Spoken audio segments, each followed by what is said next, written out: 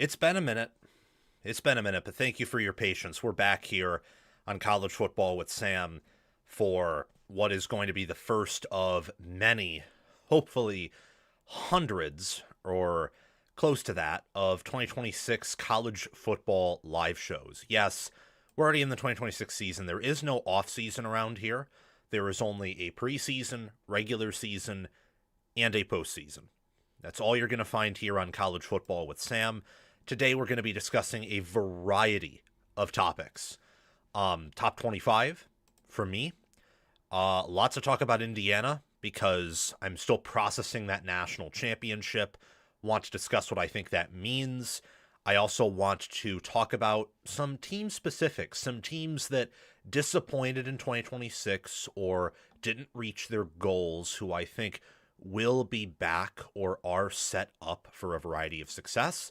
I strongly believe, as indicated in the title, that Oregon and Texas are criminally undervalued, and I'm going to tell you why.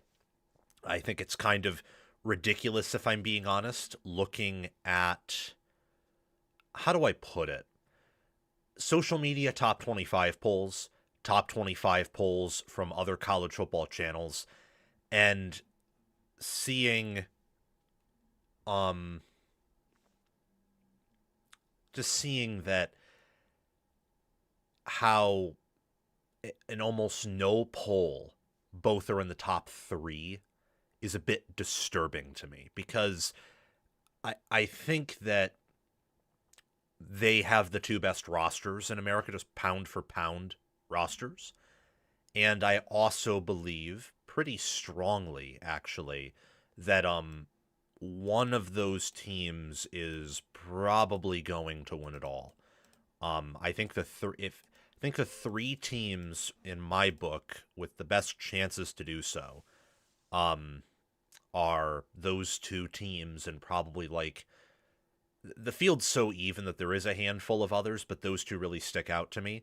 I want to give a quick shout out to a moderator from our channel, the Pissed Ohioan. He says, "Hey Sam, appreciate the live today. Unfortunately, my grandfather unexpectedly passed away yesterday, so thank you for taking my mind off that, at least for a little bit today. Rest in peace to your grandpa. I hope that your family and you can remember good things about him, and that to the best of your ability you can be happy and filled with joy. Take your time to mourn and process that. Sorry for the bad news. I'll be praying for you and your family." Okay. If you guys have anything else interesting to say, mention that in the live chat. If you want to get my attention, send me a super chat, and I'll try to respond to it in between the segments as per usual. But, I took a few days off to just kind of take a break from this, to rest, to retool. I actually feel pretty great, all things considered. This might be the best I've felt since maybe December, but December was a lot of adrenaline, and probably the best I felt, like, December and October were probably my best months in terms of combined mental, physical, intellectual, all the combinations of, like, my health. I felt the best in those months. But I want to go through, and I want to talk about a few things today, talk about a few topics. Let me get my hair in order before I do this. I was finally on time today. Finally, came live at the scheduled Monday at 12. That shouldn't be a problem now that I have more of my graphics in order, now that I'm not burned out and rested up. The preseason makes it easier too, because I can plan shows out like even a month in advance. Can't exactly do that in the regular season outside of some of the key games like Michigan, Ohio State, Oregon, Washington, Indiana, Ohio State. You can't exactly plan out the regular season in terms of topics because you just don't know what's going to happen. It's similar with the preseason too, but since there's not a lot happening in the preseason, it's a lot of theory, it's a lot of predictions. You can kind of, schedule out different prediction segments that you want to do, if you catch my drift. I want to discuss why I think Indiana is already a powerhouse, and I don't know if The national championship game proved that to people. I don't know if there are people who still doubt whether or not what they did is replicable. I understand doubting whether or not it's replicable across the sport at large, but for Indiana specifically, we have to talk about why they are a great program and why what they did is impressive. It's not just impressive, it's the most impressive thing in college football that has been done since how do I put this? It's probably the most impressive story in college football since Bill Snyder. It's the most impressive story in the 21st century. There are some stories in the like really, I would say the Big 12 or Big 8 back then, where they didn't have the Southern talent, but they had like walk-on programs. Nebraska, they invented strength and conditioning. Nebraska, Bill Snyder at Kansas State. I forget the name of the coach, but I think it may have been Bill McCartney at Colorado, like built up programs from the absolute dust. What Cignetti did would be the equivalent of if Rhett Lashley in 2024 or 2023 won it all at SMU after he basically brought them back from being nothing. I know Sonny Dykes did some things, but Lashley has taken that program to another level. That would be insane. I think people would right now view that as insane, and I think because Indiana has been, they're 27-2 over the past 2 years, it's easy for people to kind of already think, oh, well, it's just another great team who's winning it all. And that is true, but we should acknowledge how incredible that is for Indiana to be up there, to be a top-end program in the Big Ten, and to be one of the powerhouses and top-end programs in college football. Indiana is a college football powerhouse, and we have to get used to saying that now. It's not too early. I want to caution you all on this. It's not too early to call this because we've seen their program make history. So if you think that maybe we should hold our horses because we need to see how they adjust without James Madison players, or with, after winning in 2 seasons, believe me, once is a chance, one time is a coincidence, twice is weird, 3 times is a pattern. And I think I can be a little bold and say that this is going to be a pattern. Indiana's a college football powerhouse, and we have to get used to saying that now. And it's not too early to call this because we've seen it at Indiana under Curt Cignetti for 2 years, where Curt Cignetti and the Hoosiers have etched their name into the history of college football, making the college football playoff in the first year of the 12-team playoff, and then being the first ever college football team to go 16-0. I know someone in the comments is going to bring up Yale. Don't really care about that. That was over 100 years ago, completely different era. Indiana's the first team ever to go 16-0. And they've made history 2 years in a row under Curt Cignetti, Mike Shanahan, Bryant Haynes, and various other assistants, many of whom have been with the program for those 2 years and will continue to be with the program entering 2026. Indiana has the backing of wealthy alumni. You will hear the name Mark Cuban brought up often, but he is not the only sponsor of this football program. With several wealthy supporters, a wealth of football knowledge in the facilities, this staff is filled with film junkies, excellent teachers and developers, scouting, development, and discipline that none have rivaled over the past 2 seasons. Indiana is poised to win the Big Ten and win the national title again and compete for those 2 things every single year.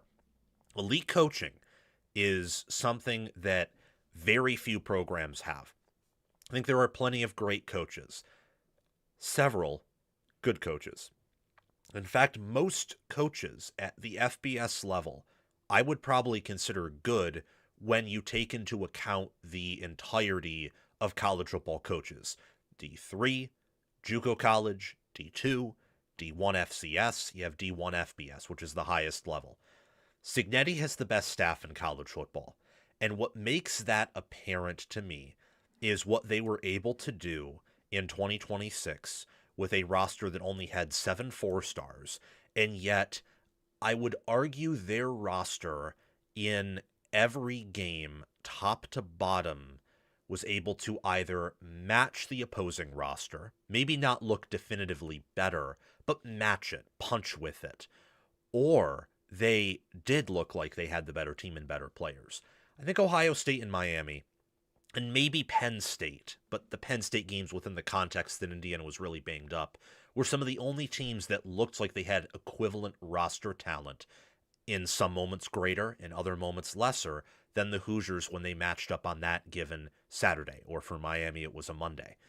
Every other team, including Oregon twice, Illinois, Alabama, all looked like they had inferior players. Their players, maybe they were faster at times. Maybe at times they were stronger. Maybe there was a moment where they made a better play. But in totality, on an average basis, Indiana had a easier job finding separation with their receivers, making tight coverage against opposing receivers, getting yards, momentum on the lines of scrimmage, and making accurate throws and not turning it over. And they wore out Oregon twice, Alabama once, Illinois once. They beat Iowa at their own game. They beat Penn State in similar fashion. They were able to hold on against Ohio State and Miami in very back and forth games, making better decisions, having superior quarterback play. All of that is a result of elite coaching. You cannot have the best house in the world if you do not have the best foundation in the world. And Indiana has the best foundation in college football right now. That also results in the best fundamentals in the sport. So no one has better fundamentals than Indiana. No one. And I think with the Hoosiers, something that we have to take in mind as we discuss their talent, as we discuss where this team lands in terms of where are they all time. It's very hard to measure, in my opinion, where Indiana would rank/match up against 2019 LSU, 2020 Alabama, 2001 Miami, 2011 Alabama, 2005 Texas or USC, for example. You get the point. And that is because the talent advantage that those teams would have over, say, this Indiana team would be far greater than even the talent edge that Ohio State had over this team, or Alabama or Miami by blue chip ratio. Because the transfer portal, even if blue chip ratios through this season have remained relatively similar at the top, and they have, that's because Bud Elliott doesn't factor in transfer portal stuff there, and I imagine he might change that. The portal has neutered, same with the 2023 and beyond clock rules, it has neutered talent advantages to a degree that we have never seen before.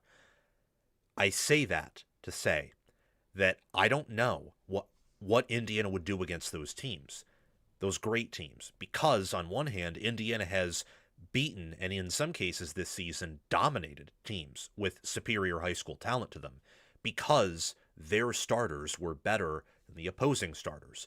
On another hand, if, say, you put them in pre-2023 clock rules, where they have to play several more snaps, they probably would have to rotate more, and they're a team that was healthy and didn't really like to rotate a ton because they weren't the deepest team, and you put them up against a team that wasn't neutered by the transfer portal in talent, that their development wasn't affected because instead of having several players that only been there for 1 or 2 years, almost all their players had been there for 4 or 5, maybe this team would be beaten by those teams. Maybe they'd even get destroyed. But on the other hand, Indiana is the most fundamentally sound team we've seen in decades.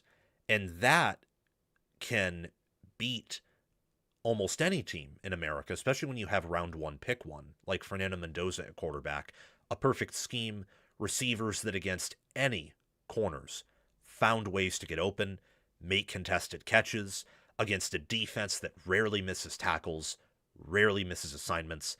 That Indiana team that beat Oregon, what was it, 56-22? That performance was one of the best performances I can remember ever in college football. On a single game basis, that may have been the most impressive victory in a decade. I would say probably outside of 2018 Clemson beating 2018 Alabama. And that was a historic performance on that day by Clemson against an Alabama team that many were tabbing as one of the greatest teams of all time before they got drubbed by Clemson on that fateful day. It gets very similar with what Indiana was able to do to Oregon. Not as surprising as, or not as impressive. I'm stumbling over my own words here. It was more impressive than what they did to Alabama, more impressive than what they did to Ohio State or Oregon the first time, or Miami in the national title game. And that game was the epitome of Indiana's elite fundamental soundness. No one has better fundamentals than Indiana. No one has had better fundamental soundness than Indiana under Curt Cignetti. If this continues and their talent continues to increase through the portal and high school recruits looking at this program and thinking, oh man, if they can develop a 3-star, a 4-star, a 2-star, an unranked player, if they can develop him into that, if they can win titles with that, imagine what they could do with me. I might be a guaranteed first-round pick or second-round pick if I buy into the process, if I don't get horrific, top 1%, top 1% of the time injuries occur to me, like several ACL tears, stuff that happened to Julian Fleming at Ohio State, which was tragic. If that doesn't happen to me, I can just go to the NFL and have a blast here and win and become disciplined and shape myself into the best version of me. That is an example of what powerhouses are. Powerhouses are the way they are because they have elite coaching and they have top-end fundamentals. We had Auburn, Miami, Michigan, Penn State at different times, Notre Dame at other times. We've had, USC. Those programs, for much of the 2010s, always recruited well. Always recruited, not quite at a top 3 level, though sometimes they entered that category. And other times they were just outside to where if they had things go their way, coaching-wise and fundamental-wise, they could have been powerhouses or very close to that. Below Nick Saban, but in the Dabo Swinney Clemson tier. They never got there because they lacked those things. What makes Indiana a great program right now as well is their improving talent. Indiana will only get more blue chip talent. Now, on one hand, there is the argument that without James Madison players, Indiana's probably going to have to rebuild their culture a little bit. I'm willing to buy into that. I also am willing to say that because many of those James Madison players were recruited by Curt Cignetti, and they were nurtured and developed by him for 4, 5, 6 years, and they were unranked or 2 stars or 3 stars, that if he is able to do that process with 3 stars, because Indiana does recruit better than James Madison, some 4 stars, maybe even a handful of 5 stars, then you're going to see a team at some point down the road, if that process can be replicated with, bigger and better players, you're going to see a team that is even greater than this one at Indiana, even greater than a 16-0 team. Maybe they don't go undefeated like this team did, but they'll be power rated higher.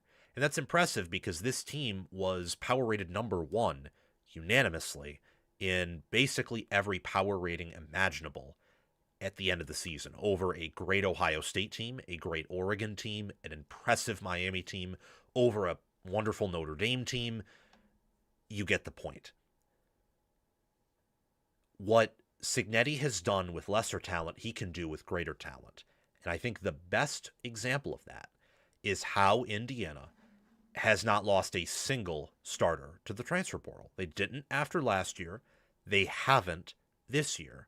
They had some players with remaining eligibility, basically Omar Cooper Jr. and Fernando Mendoza, that could have technically returned, but both had essentially maxed out their NFL draft potential.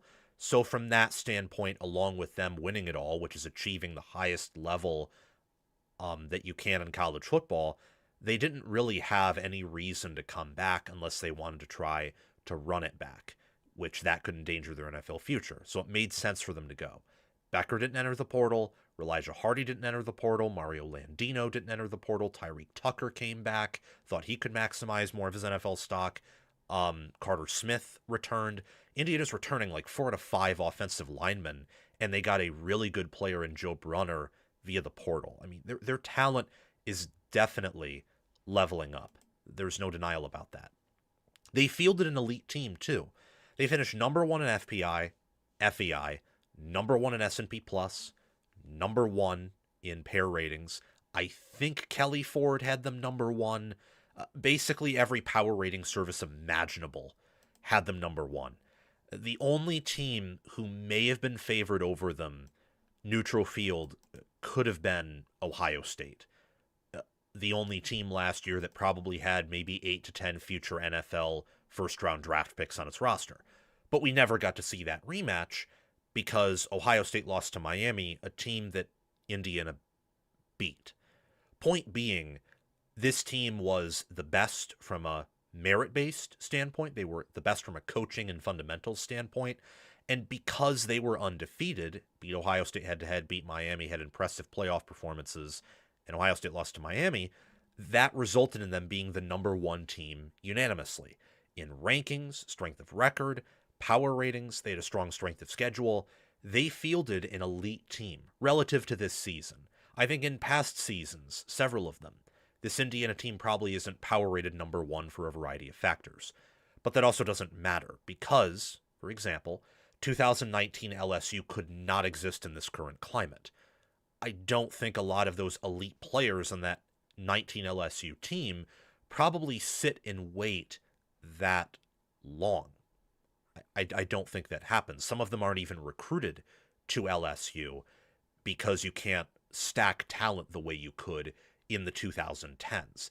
Same thing for Nick Saban teams. 2011 Alabama could never happen in the modern era without something insane occurring. Several events lining up at the exact right point to create a team of that caliber. And unlike the 2010s, where Saban could replicate that level of team over and over and over again, or close to it, you could not do that in the modern era with the portal, with NIL, just with how things work in the post, I would say really 2022, 2023. One of those seasons and the years after that is when this NIL and portal stuff really began to take over the sport at large. With the Hoosiers here, I just want to show you very quickly for a few seconds how awesome their defense was. They were top 5 in points per game, rushing yards per game allowed, points per play allowed, season sacks, and efficiency. They were 6th in season takeaways with 36th. They were top 10 in yards allowed per carry, and that's probably a bit inflated by Colton Joseph having 2 awesome read options in week 1. And you also got to keep in mind that their passing yards allowed per game and yards allowed per pass attempt, some of that's due to big plays, but that also plays into the takeaways. They were a very boomer bust pass defense. They get to you, they sack you, they turn you over, or you are able to move the ball on them because of the way they play their heavy zone. Perfect zone versus perfect man-to-man have different outcomes. If you run perfect zone and your opponent can't get any separation on you, well, your opponent isn't going to pass the football like at all because there's just no one open.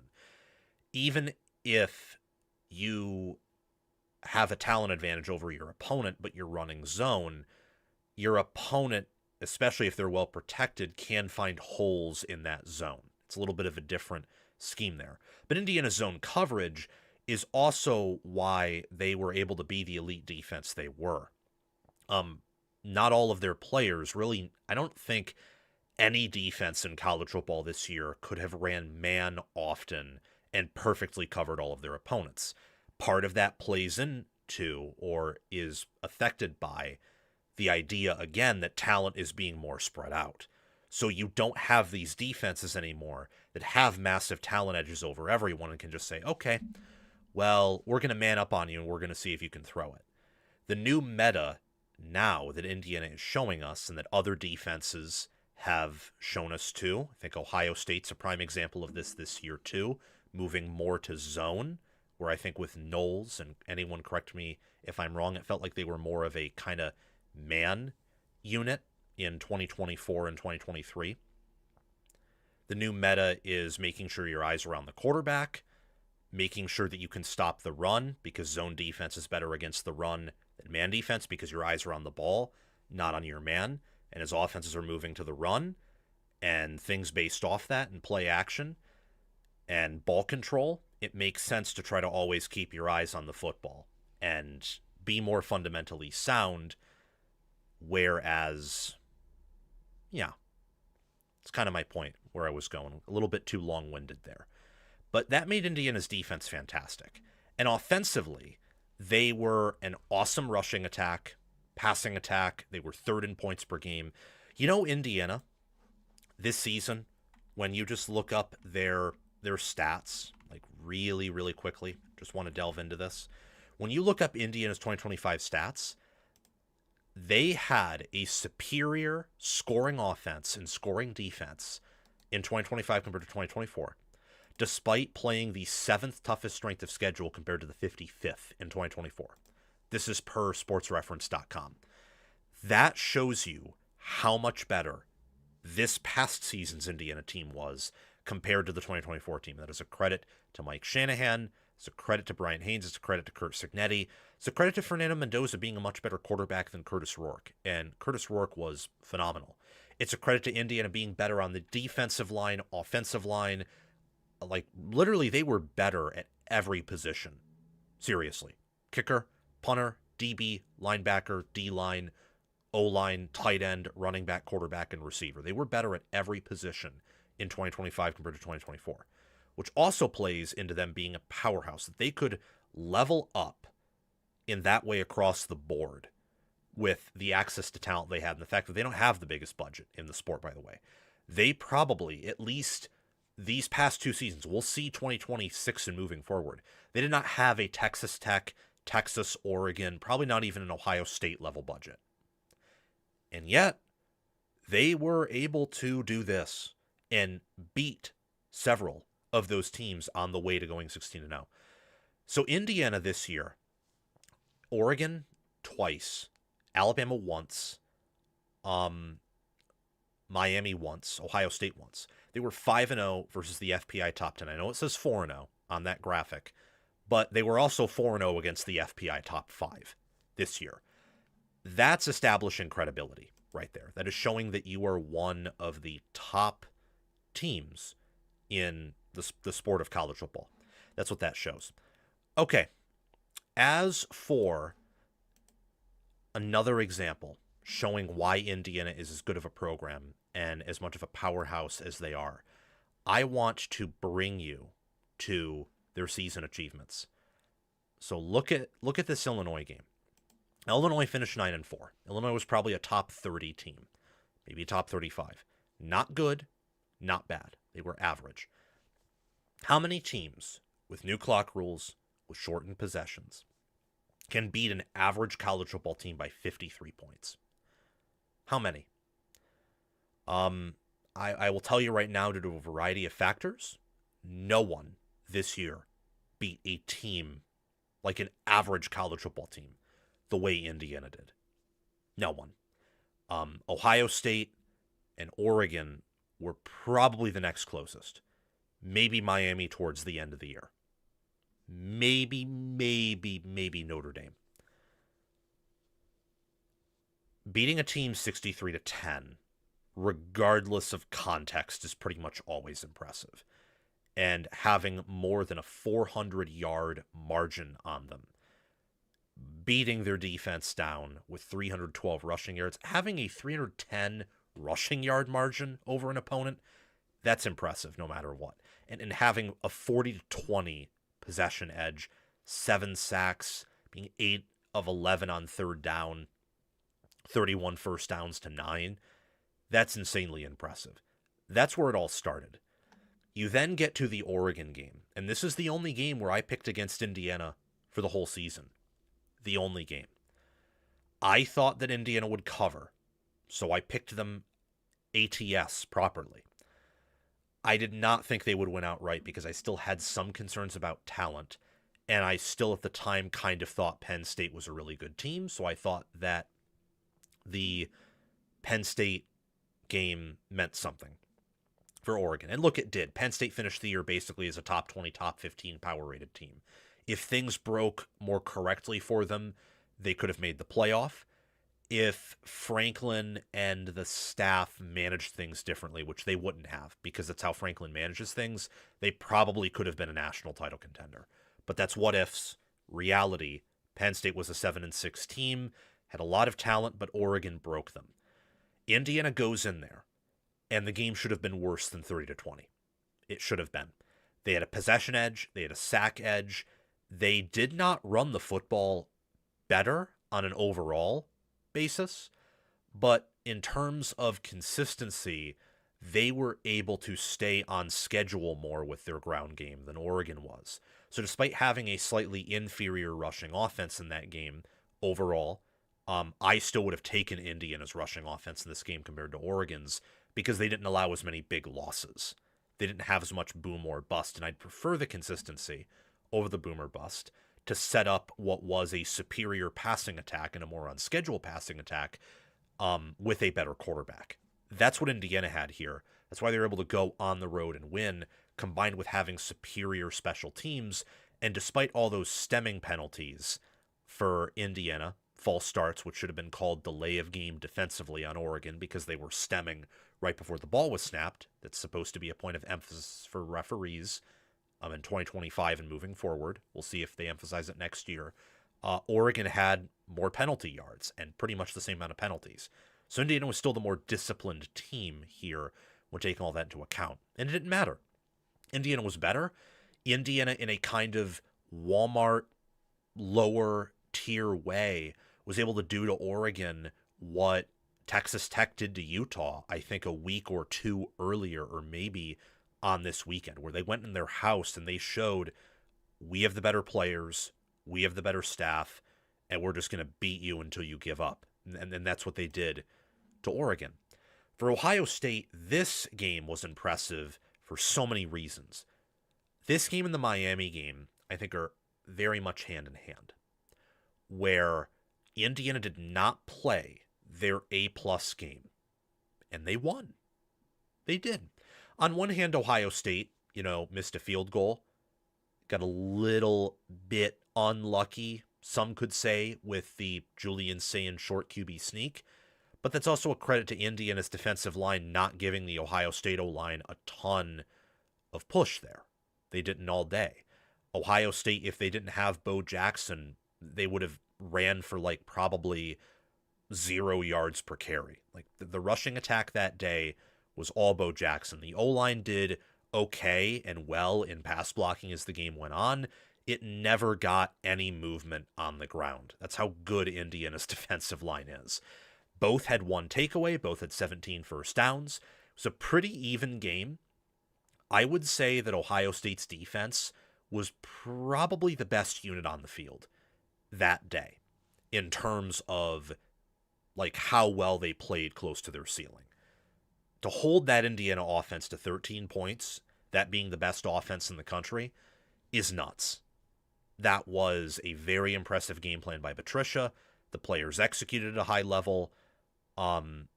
Indiana did not get open a whole lot. They didn't. Their receivers, I don't think, got the same separation that Ohio State's did. Part of that is the scheme. Part of that's the fact that Carnell Tate and Jeremiah Smith are just that overpowered. It's the best wide receiver duo of this past season, and that's probably going to be the best wide receiver duo that we're going to see in a while. Indiana was still able to win this game because Fernando Mendoza was better than Julian Sayin, because Indiana's offensive line had a better game than Ohio State's offensive line, because the schemes bent toward what Indiana wanted to do rather than what Ohio State wanted to do, and Indiana had better special teams. That's what it came down to. It's a very close game. Ohio State could have won it. Given how close it was, you could argue Ohio State probably wins the rematch. You could also argue based on Indiana missing some things, having a screen turning into an interception, which is probably more lucky than a downfield interception that Ohio State threw, that Radicic also missed his field goal, which is very unusual. You could also argue that this game should have been more, in Indiana's favor and not just a 3-point win. But it was a close game. And the fact that Indiana could beat a team like this, maybe the last team we'll see in a while that is 8 to 10 future NFL first-round picks, and beat them in a game that was going to be historic for Ohio State, their first Big Ten title appearance since 2020, that was impressive. Indiana then went on to blow out Alabama 38-3, owned TOP, owned first downs, owned rushing yards, had the better passing attack, more than doubled Alabama's total yards, and handed Alabama its worst loss of the 21st century. Don't want to spend too much time on that, because this, as I mentioned earlier, is the real cherry on top for Indiana. The real cherry on top is that in a rematch against Oregon, where sharps, very intelligent people, many of whom I respected, thought Oregon would win outright because they were the better team in their mind, because it's hard to beat a good team twice, and it is, and just due to the fact that Oregon had gotten better throughout the year. The funny thing about that was, and I thought Indiana would win, was not confident they would cover, but made the pick they would cover. Because my brain, despite being so scared that many people more intelligent than I thought Oregon would cover or win, I couldn't get over the fact that based on watching these teams play, and these teams were some of the closest teams I'd followed because I thought they were some of the best, I could not get over the fact that I thought Indiana genuinely had the better roster. Starting roster. Oregon's overall roster is probably better. In fact, I'd say definitely better. But Indiana's starting roster is better. Their two-deep roster is probably equivalent, maybe slightly better. And that plus superior coaching would matter more here than it's hard to beat a good team twice. I couldn't get over that fact. And I'm glad I couldn't. Because about 1.5 quarters through, it was evident that Indiana was going to 2019 LSU, an Oregon team that was incredible and would have been favored over Miami neutral field, and still would be today. Oregon was a better team than Miami. Oregon just had the misfortune of catching Indiana's best and not having a good enough pass rush to be able to neutralize some of Indiana's best. They didn't have the same matchup edges over Indiana that Miami did, despite being the better overall team. And Indiana also played a objectively better game against Oregon than they did against Miami. They ran into the buzzsaw. They lost by 34 points. They could have lost by 44 points or even a higher point total if Indiana kept, putting their foot on the gas. Indiana broke Oregon's will. That win, and I don't take this lightly, that was a more impressive win than Ohio State de-pantsing Oregon last year. And that was one of the most impressive wins I've ever seen. It is, because this Oregon team is probably as good as last year's team. I would argue personally they're probably a little bit better. Certainly more talented. They certainly have more NFL players on this roster than they did last year, and they have a much higher upside at quarterback. And I think they had better coaching too. I thought Lupoi's defense took a huge step forward this year compared to last year. So you're playing a slightly better Oregon team than what existed last year. And unlike Ohio State last year, who had a talent edge over last year's Oregon team, Indiana on paper has a severe talent deficit. Didn't look that way on the field. It looked like while Oregon at times had a caliber of athlete that was faster and quicker than Indiana's, Oregon was never stronger than Indiana here. Indiana looked like they could bench, deadlift, clean, squat, and, they looked like they could do all those things at a higher level than Oregon could. And it looked like, in terms of practical strength, when they would line up, look each other in the eye, and try to shove each other over, that IU could just, boom, over. The only Oregon player that could do that was Nasir Wyatt to Indiana's right tackle, and he did that once or twice. I mean, almost on every snap, Indiana was clearly the better team, the stronger team. Oregon had some misfortunes. They coughed up the football in some excessive ways for sure, but Indiana also forced and read the pick six. They got the strip sack later in the game. They did recover 2 of their own fumbles, which was fortunate. But think about it. With a 34-point victory, say Oregon recovered 2 of Indiana's fumbles and never threw a turnover, never had a turnover, threw a pick, fumbled it, it's probably still a close game. An Indiana win or an Oregon win. It's very close, with Oregon getting all of that to go their way. Indiana gets everything to go their way, and they win by 34 points. That shows you who the better team is. And to cap it all off, the national championship game. A game where Miami, I thought, had everything it needed to win. They had the pass rush, the pass protection. They were able to get away with some aggressive, I would say, defensive pass interference stuff, where they were hugging Indiana's receivers. Their receivers were able to break some tackles, which is uncharacteristic of Indiana. Indiana was not as gap sound. They were not as eyes on the football sound as they were in prior games. Part of that I credit to Miami's physicality. Part of that I credit to the fact that it's hard to play it's hard to play 3 perfect games in a row, let alone 2. IU did that against Alabama and against Oregon. It was going to be hard to replicate that. They still won because they blocked a punt, they made their field goal, they didn't throw an interception, they were able to run the ball at a higher level. I know that the rushing yards, it shows yards per carry, was Miami's way. That's because they only allowed 1 sack and had a big, long touchdown run. Indiana, on a consistent basis, was able to get push in run blocking and downfield blocking and find their holes in the rushing game more consistently than Miami was. Miami, I'd actually argue, probably had the superior passing offense in the game because they could actually protect their quarterback. Indiana couldn't do that. So with the rushing attack, the run defense only really allowing that long touchdown run and nothing else, forcing Beck to beat them, again, outside of that 1 touchdown run, and special teams, they were able to emerge with a win in Miami's own home court.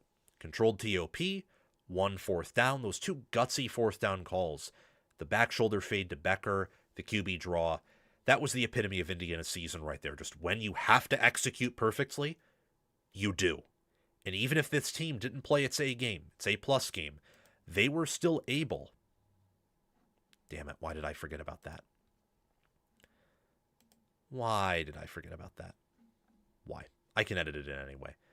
Even if they were not able to execute perfectly and play their A-plus game, this Indiana team showed time and time again it was still good enough to beat any team in college football.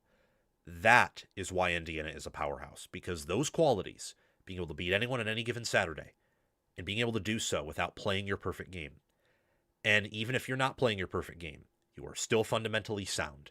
You don't turn it over. You tackle anywhere from a high level to the best level we've seen in college football, and you develop and scout at a higher level than anyone else. Those things do not change overnight. That's here to stay. And because of that, Indiana is here to stay. That was the long segment, probably the longest or second longest segment we'll have on this show. Probably wanted to go a little bit shorter than that, but whatever. We can shave time off of the other segments for sure. It's hard with 13 slides to keep it under a 30-minute video. And I just wanted to passionately defend how I think that, Indiana is elite. They're a future college football powerhouse. They already are a powerhouse. And it's time to accept that. Before we get to our top 25, though, a little bit of water.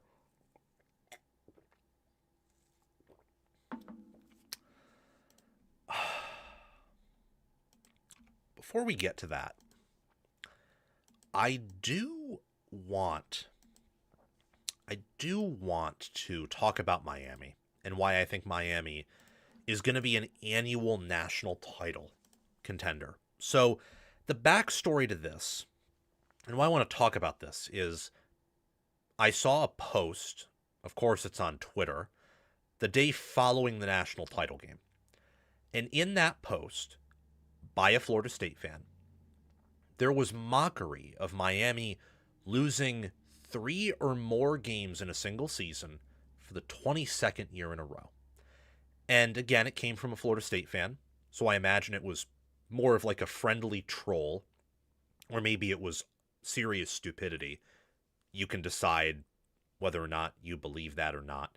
But anyway, I imagine, regardless of whether or not the poster genuinely believed, what he was saying, implying that Miami is not an elite team, not a serious program, or whether it was just a troll, some people do genuinely believe this stuff because the new era of college football has only been in place for 2, maybe 3 years, because part of the new era was totally enforced in 2023. The new clock rules, the portal being in effect for a few seasons, NIL coming to roost, the idea that winning with older players is a strength. Michigan was one of the first teams to show that. Then you got Ohio State, now you have Indiana, 3 teams in a row, 3 Big Ten teams in a row.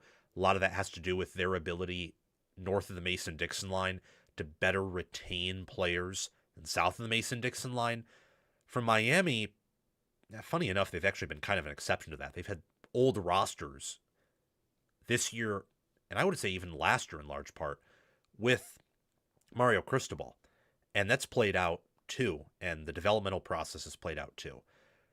The point I'm trying to make is that Miami's adapted to the sport, and you just have to laugh at people who still think this program isn't serious, that they're not great.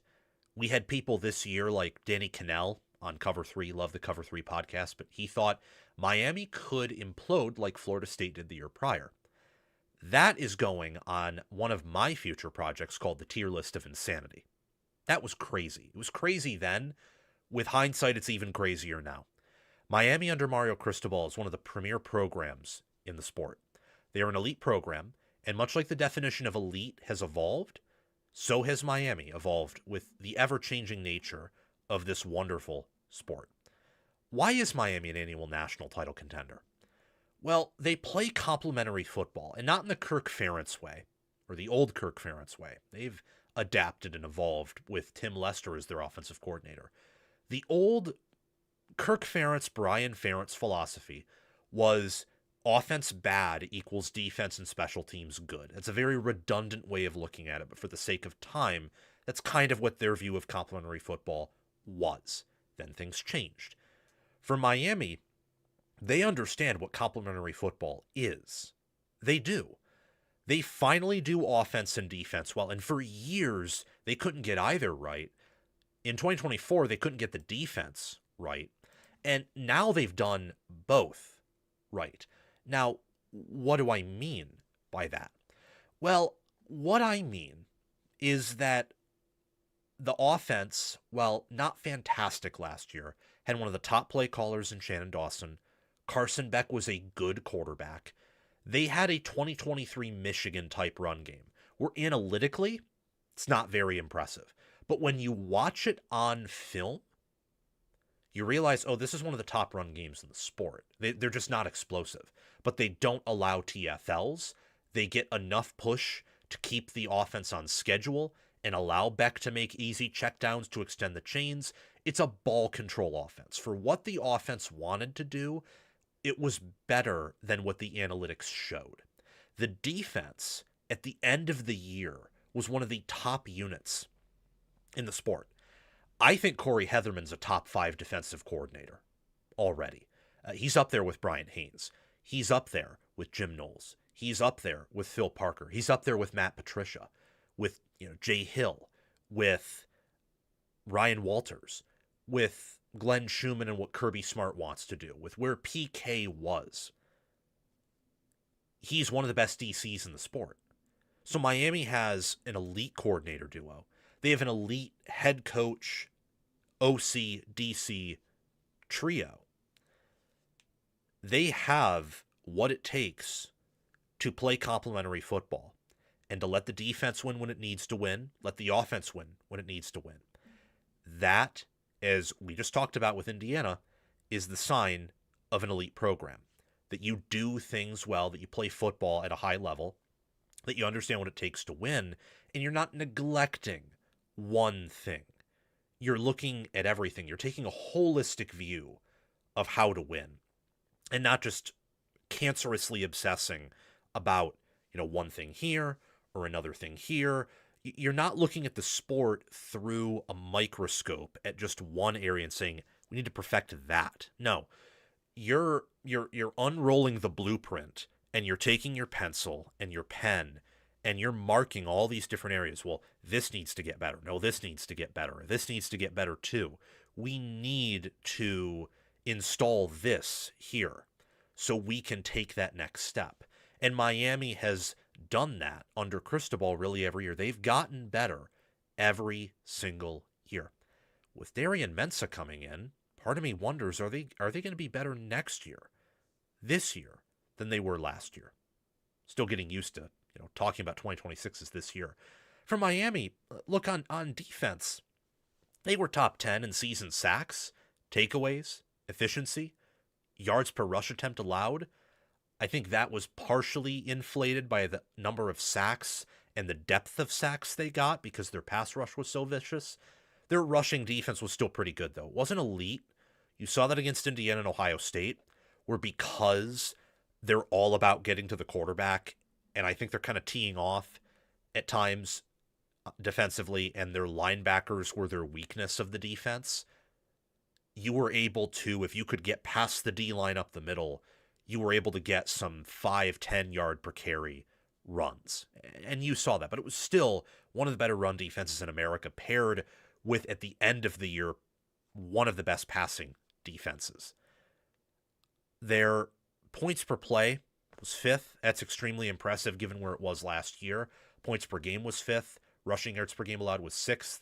They did allow a good amount of passing yards and yards per pass attempt, but those things improved throughout the season. And if there is one coach besides Bryant Haynes, Indiana's defensive coordinator, who, like with Corey Heatherman, worked under Curt Cignetti, Heatherman worked under him, Haynes currently works under him, and they're close friends. They worked with each other at James Madison.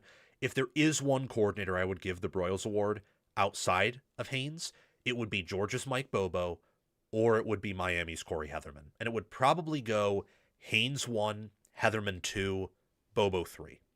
That's probably how I would go if I had to rank Broyles Award contenders. Those would probably be my top 3.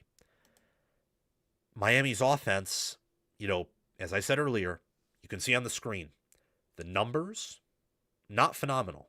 But if you take into consideration what this offense wanted to do, which was give the defense a rest, ball control, keep opponents away from having the football, and put them behind and make them feel like they're out of control, this offense was much better than being outside of the top 25 in all these categories except for efficiency, where it was 12th.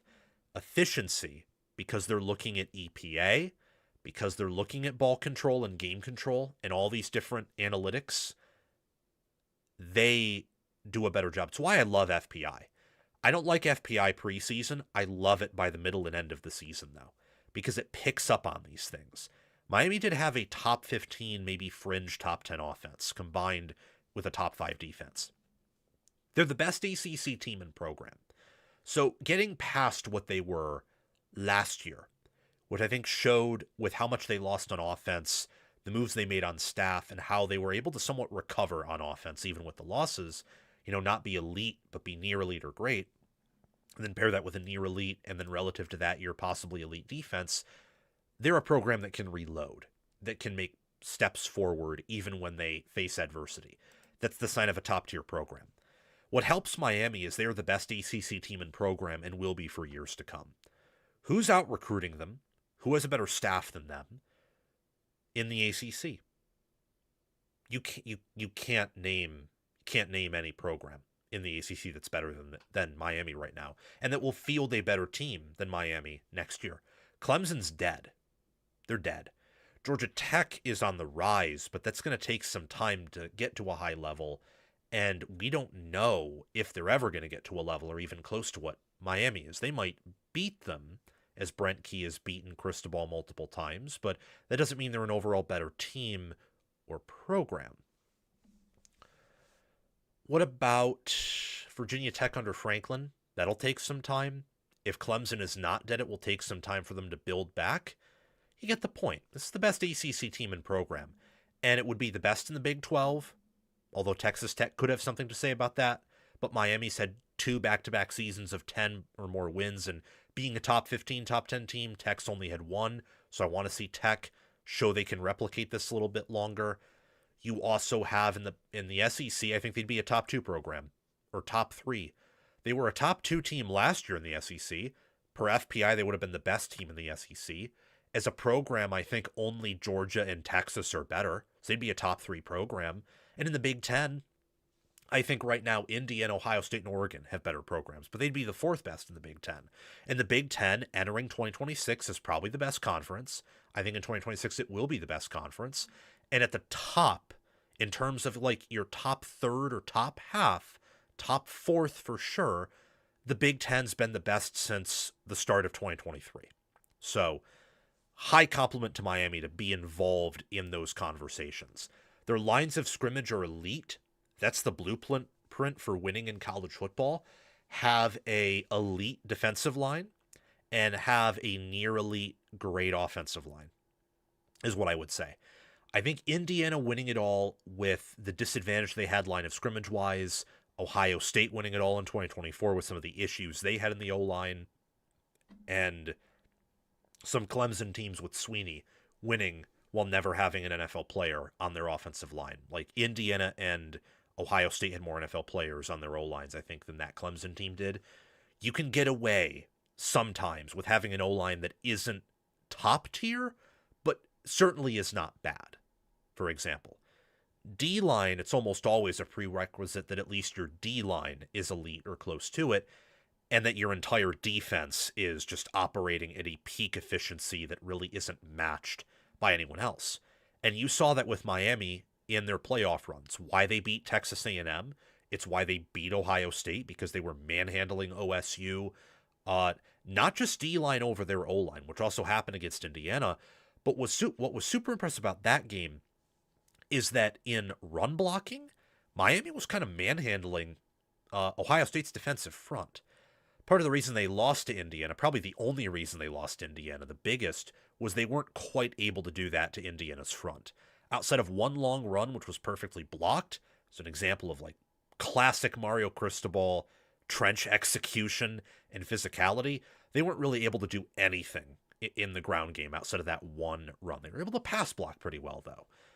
And that is why they were able to only lose by 6 instead of by more. It's why they were able to win the second half. It's why Miami was able to go on a 3-1 run in the 12-team playoff this past season. They also have stud coaches. So Cristobal continues to upgrade his staff. And I will tell you guys this. Everyone loves Marcus Freeman. And I think Marcus Freeman's a great coach. I'm using this as an example because Cristobal beat Freeman this past season. Cristobal's a better coach than Freeman. Cristobal is a better coach than so many. Like he's a top 10 coach. I would even hear an argument for him to be top 5, because when you think about a head coach, it's not just game management. It is not just individual game decisions. It's not just game preparation. It's what you do, how you build your program. And what's so impressive about Cristobal, not exactly like Signetti, but I think similar in a way, is he took over a dumpster fire and he built it into this. It's why I have so much respect for Sark, even though people, have recently been hating on him. I don't think Sark's a top 5 coach, and probably lower on him than a lot of people are, but I still think he's top 10 because he built Texas from being kind of a dump into something. Cristobal inherited something even worse than what Sarkisian inherited, and he built it into what it is now. Lanning, Freeman, Day, I think all of them are top 15 coaches, top 10, maybe even all of them are top 5. Though I'd probably say 1 or 2 of them are top 5, the rest are top 10. they inherited pretty good situations, especially Day, though Day maintained it and upgraded it from Urban Meyer, so I kind of discard that. Freeman inherited a wonderful situation with Kelly, has upgraded recruiting. Results in the postseason were good. And then Lanning inherited a good situation, also upgraded it. So I view all those three with respect, for sure. But what Cristobal's done at Miami is different than what a lot of good coaches have done, where he took over something that was terrible, brought it to its potential, and also hired stud assistants to make sure it stays that way. And this staff is full of dedicated workers. They're like worker bees. They don't stop. They don't get sleep. I mean, Bud Elliott's talked about this in his Cover 3 podcast. Cristobal expects them to work like 18-hour days, like 12, 13, 14, 16, 15, 16, 17, 18. Like, that's a 24/7 job at Miami. It's a different approach than others, but we've seen it pan out. And that job, isn't for everyone, but a lot of those coaches aren't everyone. They're high achievers, they're exceptions to the rule, and they're all in Coral Gables right now, probably recruiting, trying to plan for next year, trying to assemble that roster, doing winter workouts. This is one of the best programs in college football right now. And I know that I've said that about a lot of programs, probably going to say it about even more programs. And that is because since talent has spread out and since we no longer have Nick Saban, it is easier to be a great program now more than ever because your ceiling as a team and as a program has been permanently capped by the state of college football. Mario Cristobal and Miami know this. It's why they recruit the way they do. It's why they use the portal and have been so effective at it. It's why they were able to, beat A&M, beat Ohio State. It's why they're able to, beat Notre Dame. Like, those are more established recruiting teams than Miami. If you look at traditional recruiting rankings, they're more established. A&M, for all their faults, has had more success on an average basis than Miami has over the past 5-10 years. Ohio State and Notre Dame, no duh, for sure. And yet they are able to beat those teams because of the way they approach the sport and because of how they have tried their hardest to fix their flaws and be proactive. Well, I think a lot of programs, those three included, but most programs in college football, even most top-end ones, are more reactive rather than proactive. All right. Time to get to the top 25, ladies and gentlemen. Time to get to the top 25. Time to get to that. Oh, man. I am excited for this. I'm amped. I am pumped. Absolutely. For talking about the top 25. We've already been live for an hour. Only covered 2 topics. I understand. Believe me. I understand. But the show must march on. So we're going to march on, and we are going to discuss my top 25 rankings. That's what we're going to do here. I don't know how long this will take. Hoping it doesn't take too long because I don't want to be live for longer than 4 hours, and this show might take 4 hours, but who cares? We also want to dive deep into this, and all these will be segments. Most of them will be under 10 minutes anyway. Kind of getting the longer stuff out of the way first and then easing into some shorter topics that I want to discuss. But let's dive into it. Let's get to my top 25, and this will be interesting. I've looked at several top 25s, and I try to do this because I like to be contrarian, not for the sake of being contrarian, but because the preseason polls are so wrong. Like, about half of the teams in the preseason AP Top 25 finish unranked, and that's a trend every year. It's anywhere from like a third to a half of them. So the beautiful thing about college football, it's actually part of the reason I love it so much, even when I get burned out by it, is because you can be contrarian. There is actually a bit of room for you to be controversial for almost the sake of being controversial. Not clickbait, not making like clickbait thumbnails, but having an opinion that is different from others and thinking, like, part of the reason I was successful in my picks last year, we picked Indiana to do well. I was higher on Miami than most people were. I was higher on Oregon than a lot of people were. I was probably a bit too high on Michigan, but I predicted they'd go over their win total. Ohio State, I was almost incorrect about, being lower on them, but thankfully I changed right before the season began. I also picked Georgia to win the SEC. Preseason, sadly picked against them in the SEC title game. Um, yeah, I mean, part of the reason our preseason picks were probably more accurate than a lot of people's, outside of Penn State and Clemson, I wish I stuck with my opinion that Clemson was a bit overvalued by top end people, because I kind of had that opinion in my head but didn't go with it, is because I looked for areas where I thought, people I looked for differences in my research versus what other people thought, and I wanted to roll with those differences. I wanted to be a bit controversial and contrarian. And my thought that Miami was a top team, that Indiana was a top team, my thought that Notre Dame would miss the college football playoff preseason, which cha-ching, aced, those were all controversial things. So this top 25 certainly has some controversy to it. It has some contrarianism, but it is also backed by very early research of probably like 20 plus hours or so, like going through rosters, looking at the top players, the top teams, the top coaches, etc. So without further ado, let's get to it. My way too early top 25 is fantastic. They have been classified for about 2 weeks, I would say. Yeah. I mean, I love the sport so much that I dug into these teams and the top players and the top coaches, like within 48 hours of winning it all. Within 48 hours of winning it all, I had, within 40, how do I put this? Within 48 hours of winning it all,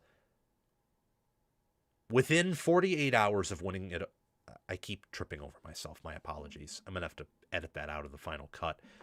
Within 48 hours of Indiana winning it all, I had a top 25 ready. It's been classified for about 2 weeks. Wanted to make some changes, waiting on what Darian Mensah decided to do, and was a bit burned out, but here I am. Oregon and Texas are loaded. Indiana, Miami, and Texas Tech are newcomers to the playoff picture over the past year, 2 years, that are here to stay. I don't think Georgia and Ohio State are going anywhere. Michigan's coach is no longer sleeping with co-eds, but I bet Lane Kiffin is, although while killing it in the transfer portal. The season will be a blast. The 24 hours of research that went into this, 24 plus, has told me such. And hundreds of hours will be on the way for future top 25s. But without further ado, I want to get to my top 25 and give you who I think will be the 25th best team in college football. That being the UCLA Bruins. UCLA went 3-9 in 2025, and they were pretty bad. And Deshaun Foster got fired after 3 games. It was the first coach fired, I believe. And yeah, that was it. Tim Skipper was the interim head coach. They were able to upset Penn State, beat Michigan State and Maryland, but outside of that, they weren't able to really do anything. I mean, Ohio State and Indiana, while being a little bit banged up, were able to plaster this team and nail them to a wall. They were able to pin them on a wall. So when I look at UCLA, and I look at their schedule, and I look at what they're bringing in, where Bob Chesney's now their head coach, and he's bringing much of his James Madison staff and much of the roster with him. I look at James Madison and I think that roster, plus Nico Iamaleava, plus some okay talent that UCLA is able to keep, can that team be a top 25 power-rated team? I think it can. So Bob Chesney's in year 1. Last year they were pretty poor across the board in analytics.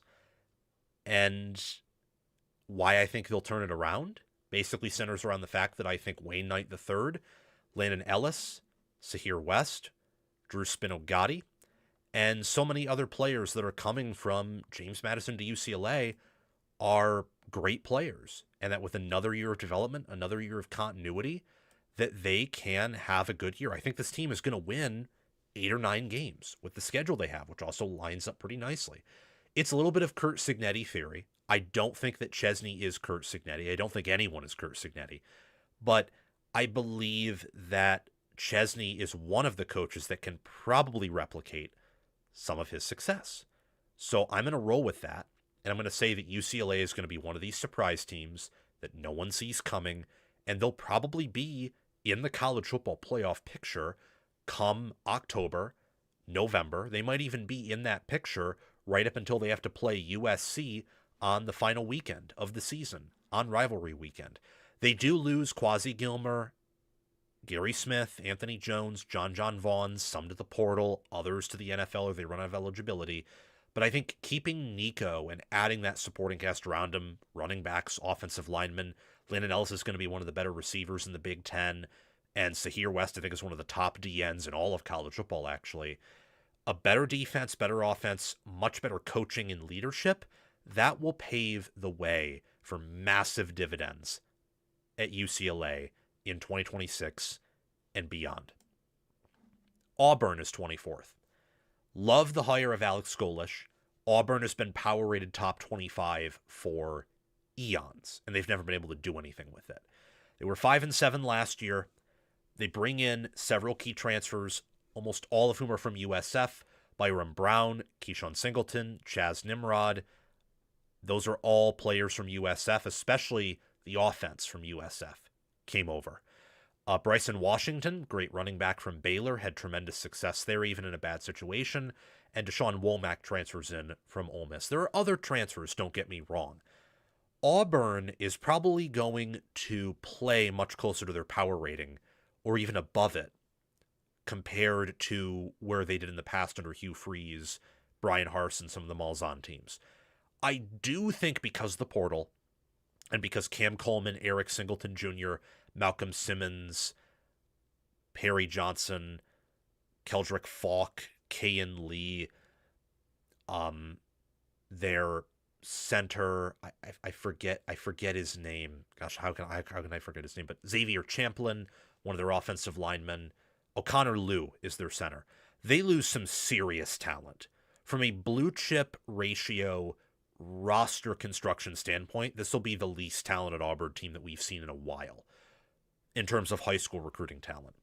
But I also think that with Golesh's coaching, Joel Gordon, the offensive coordinator following him, they retain DJ Durkin, the defensive coordinator, and the fact that they have had a solid foundation in the past with Auburn and its talent, and Golesh is bringing over a great foundation from USF, I do think this team will at least go bowling. They'll be competitive in an SEC that is down and is more open than it ever has been. I believe that they're going to have a good year. They're going to bounce back. And I think Alex Golesh was probably one of the best, if not maybe the best, long-term hire of the 2025-2026 coaching cycle. 23rd is Alabama. When I look at Alabama's roster, when I look at their portal class, it really conflicts with my feelings and thoughts on Kalen DeBoer. I love Kalen DeBoer. I think that Kalen DeBoer is a top 10, maybe top 5 coach. I think that he is a wizard. I think that he had a lot of good coaches at Washington and a good infrastructure there, and he's trying to learn how to recreate that at Alabama without the same pieces. So he didn't have Ryan Grubb last year. He has never had at Alabama his offensive line coach in Scott Huff, who's still with the Seattle Huskies. They did hire a new offensive line coach, and I loved that. Wonderful coach at Oregon with the Patriots. I hated Chris Kaplovich, was a bit sketchy, was a bit skeptical, felt sketchy about Alabama when he was hired as their O-line coach, and lo and behold, I was right to be skeptical of that. DeBoer will be entering year 3. Ryan Grubb and Kane Womack will be entering year 2 and 3 respectively.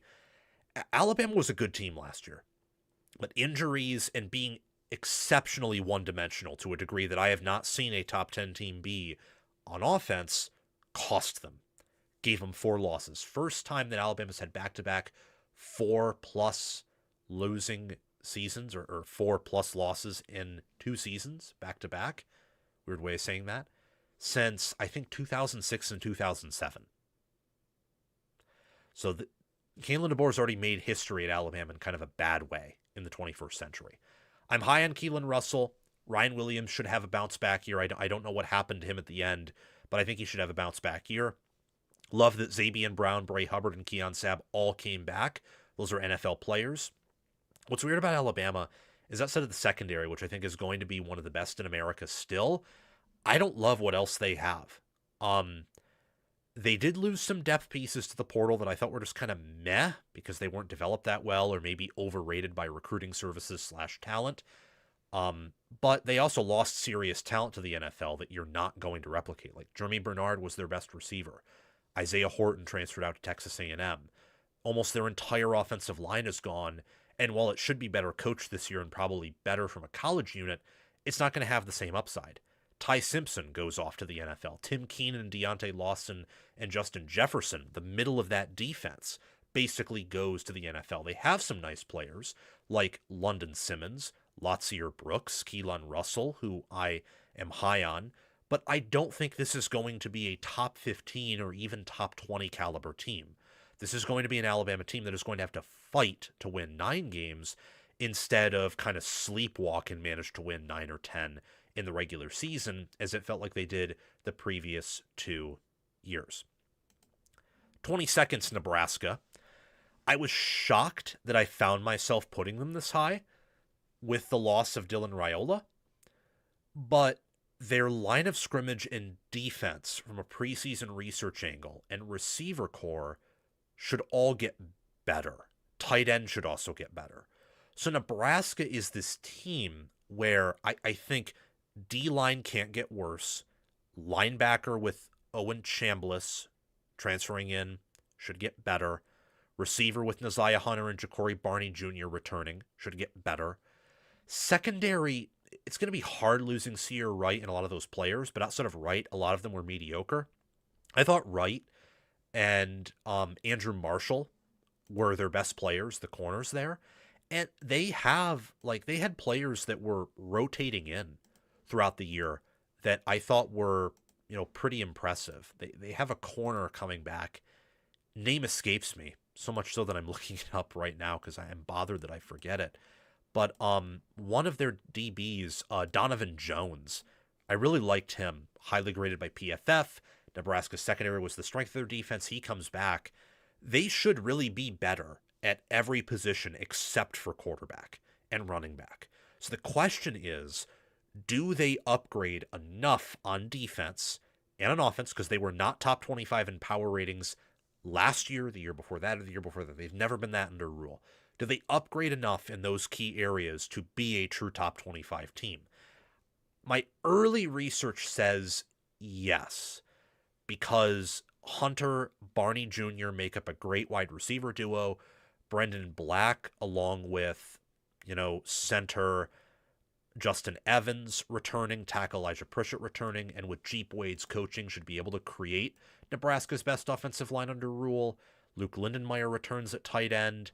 You have Vincent Shavers returning at linebacker to go along with Owen Chambliss. Williams Nwaneri will have another year with Nebraska. He should improve. I think that the Cornhuskers, they're probably not going to have a good record because their schedule is super tough, but they'll be a 6, 7, maybe even 8-win team that will be top 25 in power ratings, and it will probably be Nebraska's best team under Rule. Their one disadvantage is that they no longer have a potential alien in Dylan Raiola, so he can't carry them. He carried them against Maryland. I know he had the pick 6, but Nebraska's defense didn't help themselves there either. He carried them against USC. He carried them against Michigan. He kind of even carried them against, Cincinnati. Like, he made some throws in that game that, if he weren't there and Calandria was, they probably lose. So Nebraska really needs to make sure they upgrade the supporting cast because Calandria is not as good as Dylan Raiola, especially in terms of throwing the football. And while he is a better runner, you no longer have him at Johnson at running back, so you're going to have to make sure that offensive line is much better. 21 is Utah. I think that Morgan Scaley, with Kevin McGivern, with Colton Swan, and with Devin Dampier and Wayshawn Parker returning, along with Jonathan Hall, Nickel Jackson Benny, And much of that defense, they did a good job. Scaly did. No coincidence that he was the defensive coordinator. He did a really good job retaining a lot of their defensive talent. Not Smith Snowden, their best corner, or John Henry Daly, their best defensive end, but they did a good job retaining really all but their top two players. And a lot of that defense, part of it's Whittingham, but part of it's Scaly too, who's been there for a while and fielded many great defenses. So I believe this unit will have a top 25 defense. This team will. That's a check. I also believe that even with the offensive line losing almost all of their starters and one of their better receivers, J.J. Buchanan, leaving, I believe that with Devin Dampier, Wayshawn Parker, with how they've recruited on the offensive line and how they've developed there, that Utah is going to be one of the better Big 12 teams yet again. You do have a first-year head coach. It is a change in the regime. Scaly, though, has been groomed for years now, dating back to before the COVID year. So over like half a decade, closer to a full decade, he's been groomed as the successor to Kyle Whittingham. So I'm more inclined to think he's ready than he's not ready. And a ready head coach with Utah's roster and program, even with some, questions about the funding, BYU probably lapping them in NIL, and I know their fans are complaining about their AD, Mark Harlan. I think that the football program is still set up for success, at least as of right now. Number 20 is SMU. SMU, the Mustangs. What do I think about the Mustangs? Well, I think that Kevin Jennings coming back is huge. I think PJ Williams returning at tackle is a big deal. Same with Alexander Kilgore at linebacker, William Nettles at corner. Ymir Knight really emerged from them as a breakout player. They have the top 25 portal class per On3, which measures outgoing production and incoming production. Casey Woods and Scott Simons enter another year with Rhett Lashley, who's in year 5. They were a fringe top 25 team in metrics last year, lost to some bad teams, but also beat Miami and were able to compete with them. Losing Logan Parr and then Isaiah Nwakobi and Ahmad Moses, their two great safeties, those are big losses. But SMU's been trustworthy on defense this year, last year, really every year with Rhett Lashley, and Rhett Lashley is trustworthy on offense. So I believe that this SMU team is not only going to be a tough out for anyone who plays them, they are going to be a top 20, top 25 caliber team as Rhett Lashley continues to recruit and develop and build at a high level. Number 19 is Penn State. I think Penn State is one of these teams that's being a little bit overvalued because of their logo.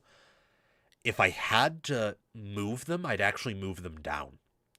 It's not that I don't like Matt Campbell. I thought Matt Campbell, given the situation and circumstance, was actually an A+ level hire, because your only other option was Terry Smith or hiring someone from the G5. And maybe that would work out. I think like Chesney would have been an A+ hire. Like, again, given the circumstance, given all the portal exits, given the recruiting class, given how desperate Penn State was, at that moment, any coach who was just top 20, top 15 caliber, what I think Campbell and Chesney are, would have been an A+ hire. But that doesn't mean I think Penn State's going to be in an A+ situation. I don't. And remember, this is a power rating. This is not a end of season ranking. There is a good chance Penn State ends the season ranked top 15 or even top 10 with their schedule if they just win their games.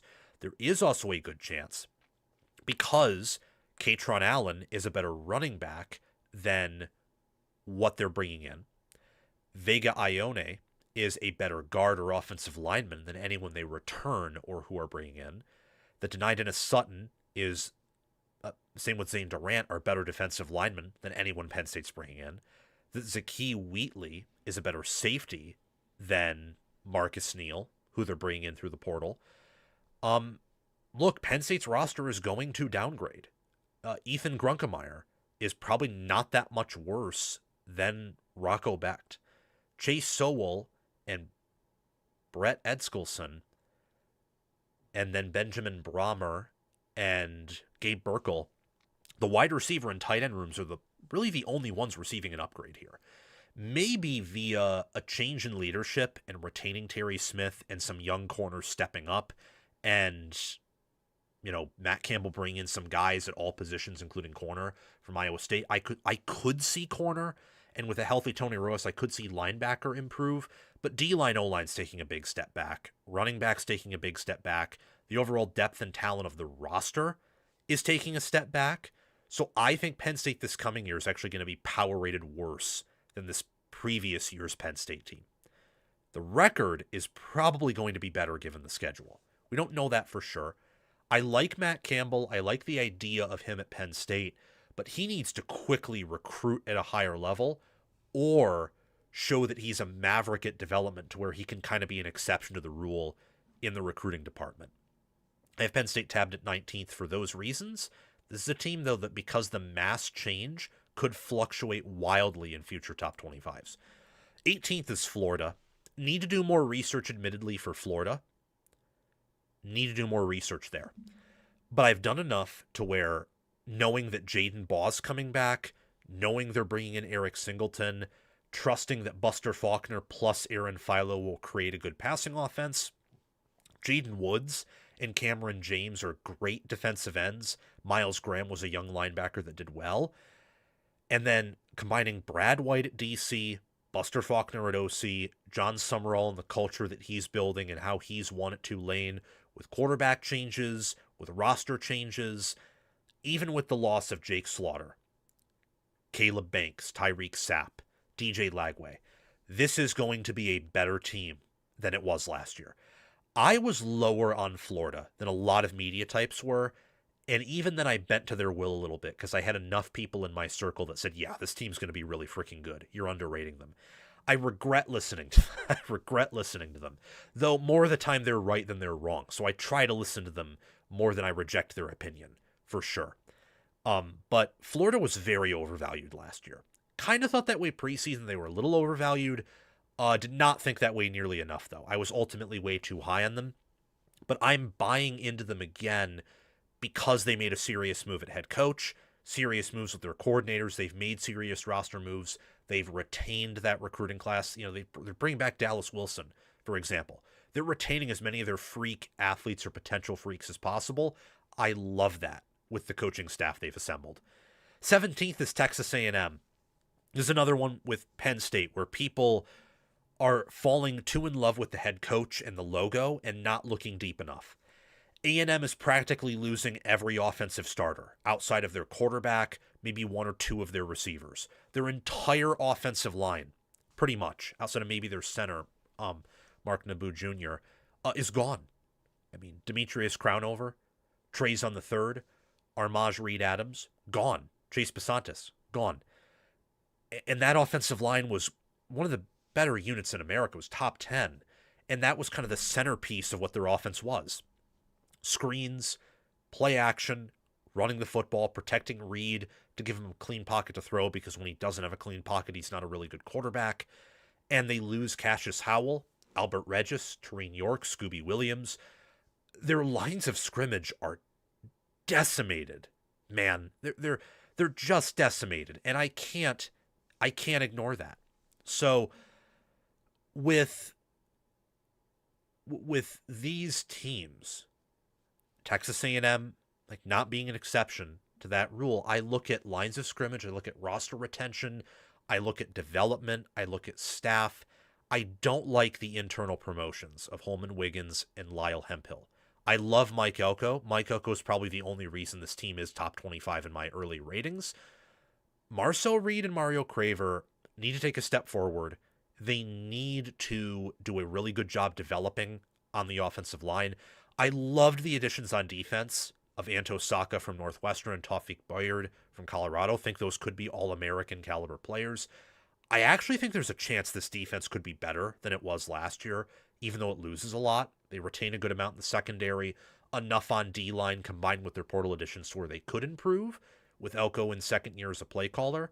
I think this offense, with Colin Klein leaving and much of the starters leaving, is due for a huge step back, though. Also keep in mind that A&M last year was not a top 10 team. In ratings, they finished top 15. So I might be being generous and giving them the benefit of the doubt due to how much I love Elko. who I think is a top 10 coach, by the way. Washington's at 16th. I don't care that Demond Williams Jr. tried to leave for the portal and for probably LSU. I don't care. I don't. And why I don't care is this is commonplace in football. I know for a fact that at Michigan, as close to a fact, like not verifiable, I have it on paper, but through back channeling, I know that Bryce Underwood and Andrew Marsh were shopping at other schools. Look, this is going to sound insane, but I'm going to put it out there. Jeremiah Smith probably read like text messages from Miami about an offer, like maybe once or twice, and probably dreamt about it in his sleep or thought about it, and then woke up and decided, you know what? No. Like, this is the reality of college football now. Business is business. It's more NFL than ever before.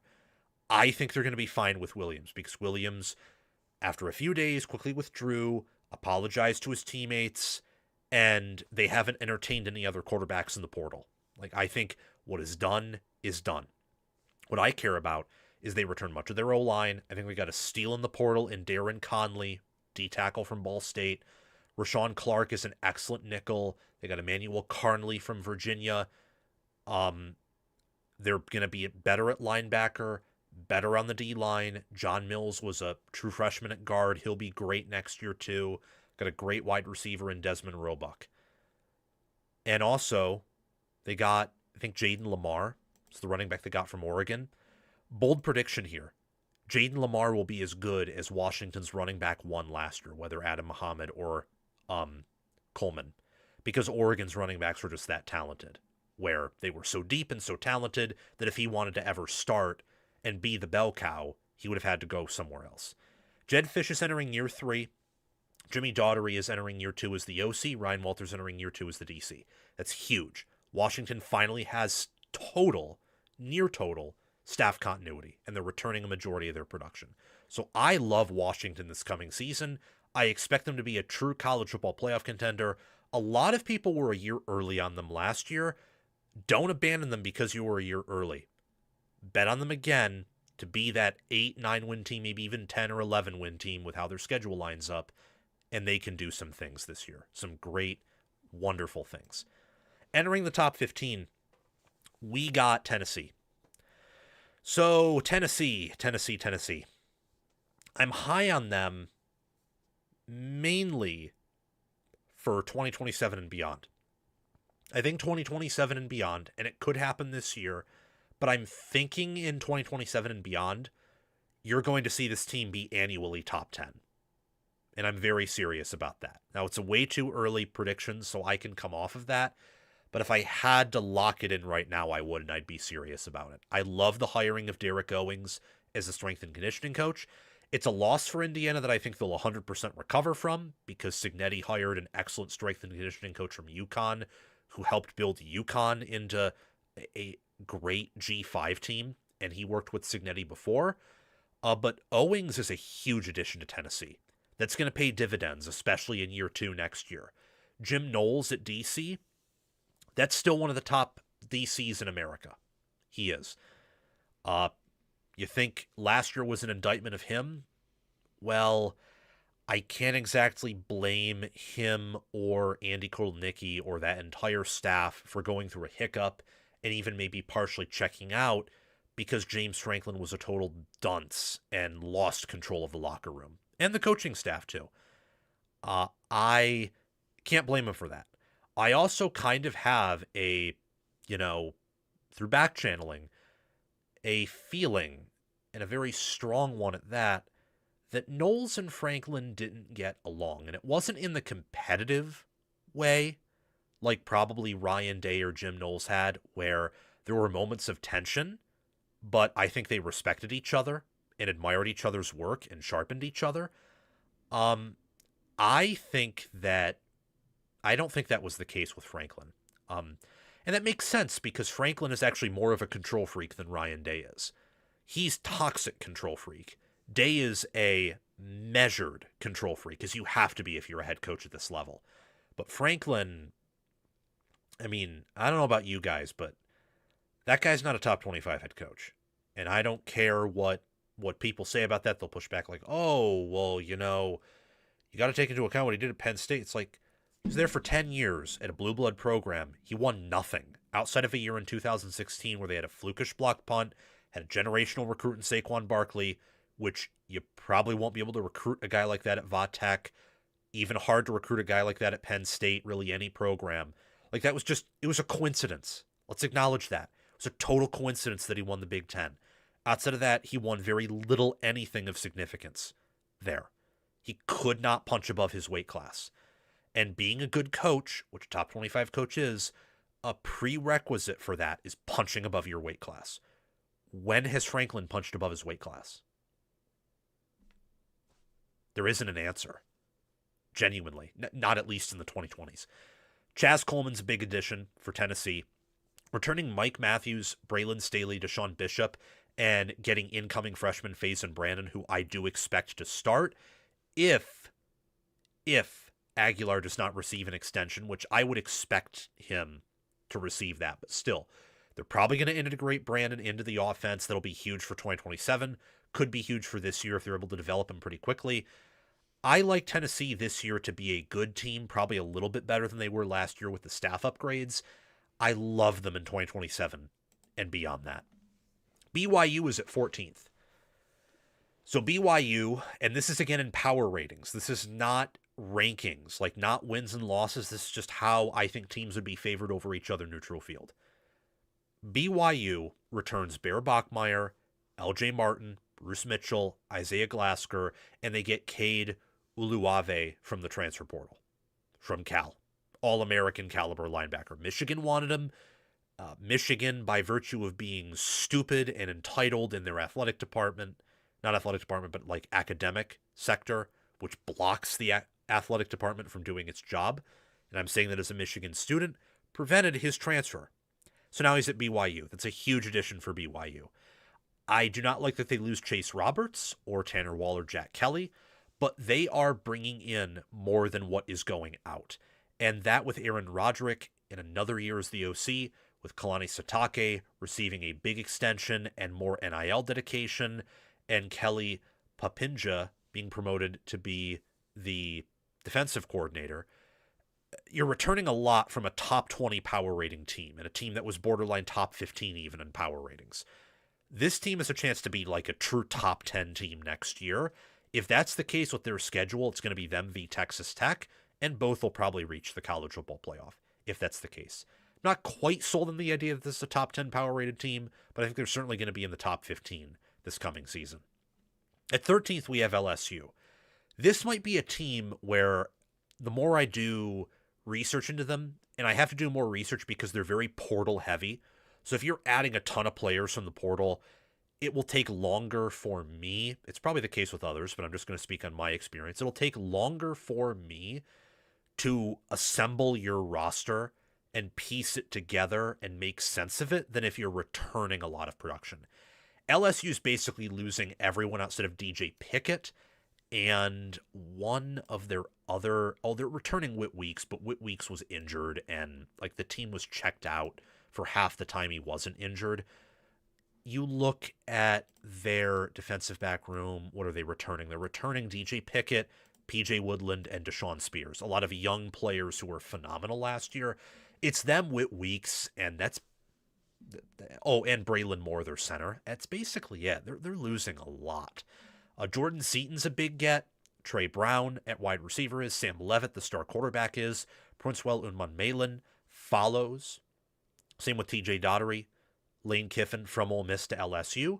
It's the second best portal rank on On3, only behind Indiana, which I agree with. I think that those two, along with probably Texas, Texas Tech, and Miami, are your top portal classes when you factor in what's leaving versus what's coming in.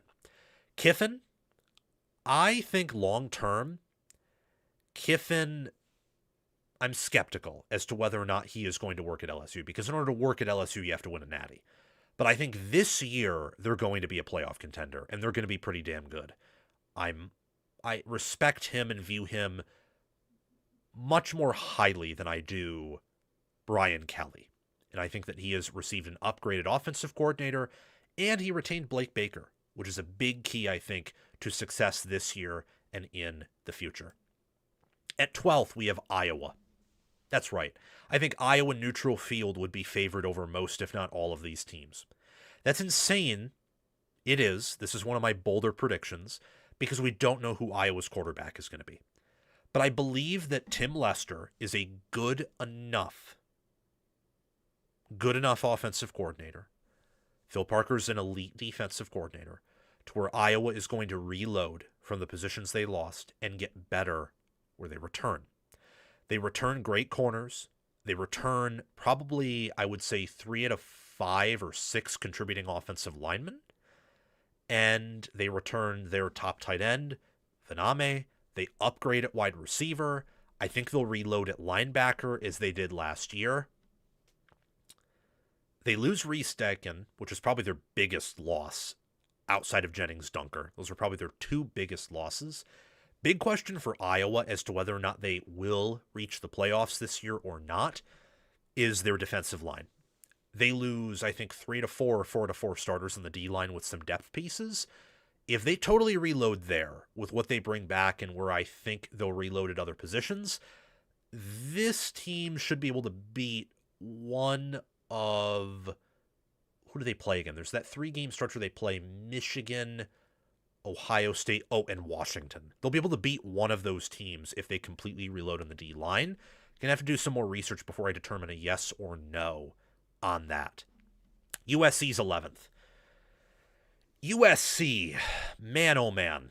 You got Jaden Maiava coming back, King Miller coming back, Waymon Jordan coming back, Tanu Kynes coming back. Jakeem Stewart should, along with much of the D-line, take a big step. They'll be bigger and deeper on the D-line than they ever have been before.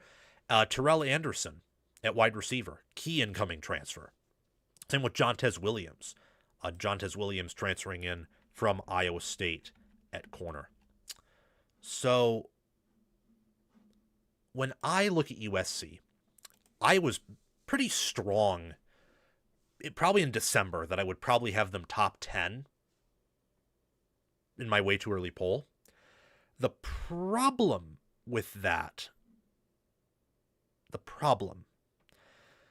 is that USC lost their 2 receivers, and I kind of thought they would have the funds to maybe bring one of them back. And I also didn't realize how thin the room was. And on top of that, I looked at linebacker and all the transitions they have had. And I think I don't believe this team is ready to be a national title contender. And I kind of think that anywhere from, I think it's hard cutoff is 8 to 1. My number 1 through number 8 teams, I think, definitely can win it all. I think 9, 10, and 11 probably could. And if I had to choose another team, if I had to choose another team outside of those 11, USC on up, to win it all, LSU would be in that conversation. Those are probably the 12 who realistically can hoist the trophy in my mind. Though after what Indiana did, if some other things fall, there could be other teams too. But I think Indiana's more of an exception to the rule rather than there's, a complete change in what's happening with college football. Anyway, I just don't think USC's quite ready on defense. I also didn't quite like the Gary Patterson hire. I think it was okay. It was maybe good. It's a very boomer bust hire, though. All of this, along with the fact they didn't do as much in the portal as I thought they would, indicates to me that they're more focused on winning in 2027 than they are in 2026. And for that, as of right now, I think they're going to be a better team this year than last year, but not that much better. Number 10 is Oklahoma. Bet you didn't see that one coming. But when you have Trell Harris, Parker Livingston, and Isaiah Statenia III at receiver, you have one of the deeper receiver rooms in college football. Michael Fasusi and Jake Maikula return in the O-line. Much of the O-line, which was young, returns. So that unit's going to be better. Kip Lewis returns at linebacker. Same with Peyton Bowen and Eli Bowen. David Stone comes back. Taylor Ween comes back. I trust Venables to reload defense, and I think Arbuckle in year 2 with his quarterback and better receivers and an O-line and better running backs is going to help. This Oklahoma team last year was a fringe top 15 team. They were exactly like Iowa. Them and Iowa were literally the same thing. Oklahoma being more talented, I think Iowa being more efficient, and I actually would say at the end of the year, Iowa was probably the better team. I think Gronowski, and I'm going to be dead serious when I say this, Gronowski at the end of last year was better at quarterback than Mateer. And on top of having a very similar defense where I'd say Oklahoma's had more boom, but a lower floor, I think Iowa had the much better O-line and better running backs. So I think Iowa last year was better than Oklahoma was. Very similar teams, though. There's a chance that OU can evolve out of that, though, with what they bring in on offense, with what they retain on offense. This is a great team. And I gained a lot of respect for Venables winning that many close games and being able to develop the roster the way he did after he was on the hot seat post-2024 entering this year. And he more than got himself off the hot seat. Oklahoma returned to the playoffs for the first time since 2019. So I'm high on the Sooners. As a program, I still think they have questions to answer. I would be uncomfortable picking them to win it all, but I would respect it with their additions that they've made. Same with USC, same with LSU, and same with this next team at 9, Michigan. Michigan. Why am I high on Michigan? After all, I was a little bit too high on them under Sharon Moore, although I probably underrated them for the first 2 years of the Harbaugh era before accurately predicting that they would win it all in 2023. Why I'm high on Michigan is that Kyle Whittingham is a top 10, if not top 5 coach. Beck is a top 5 OC. Jay Hill is at least a top 20, if not top 15 DC. They have one of the best staffs in America. Bryce Underwood has one of the highest ceilings of any player in America. Marsh is their best receiver since the 2010s. Sprague is their most talented tackle that they've had in the 2020s. John Henry Daly, if healthy, is one of the nation's better DNs. Smith Snowden, one of the nation's better corners, and they return Yair Hill. So what I like about Michigan is they're not really deep. This team is probably going to be thinner than even the 2024 team was, because the 2024 team was really deep on defense.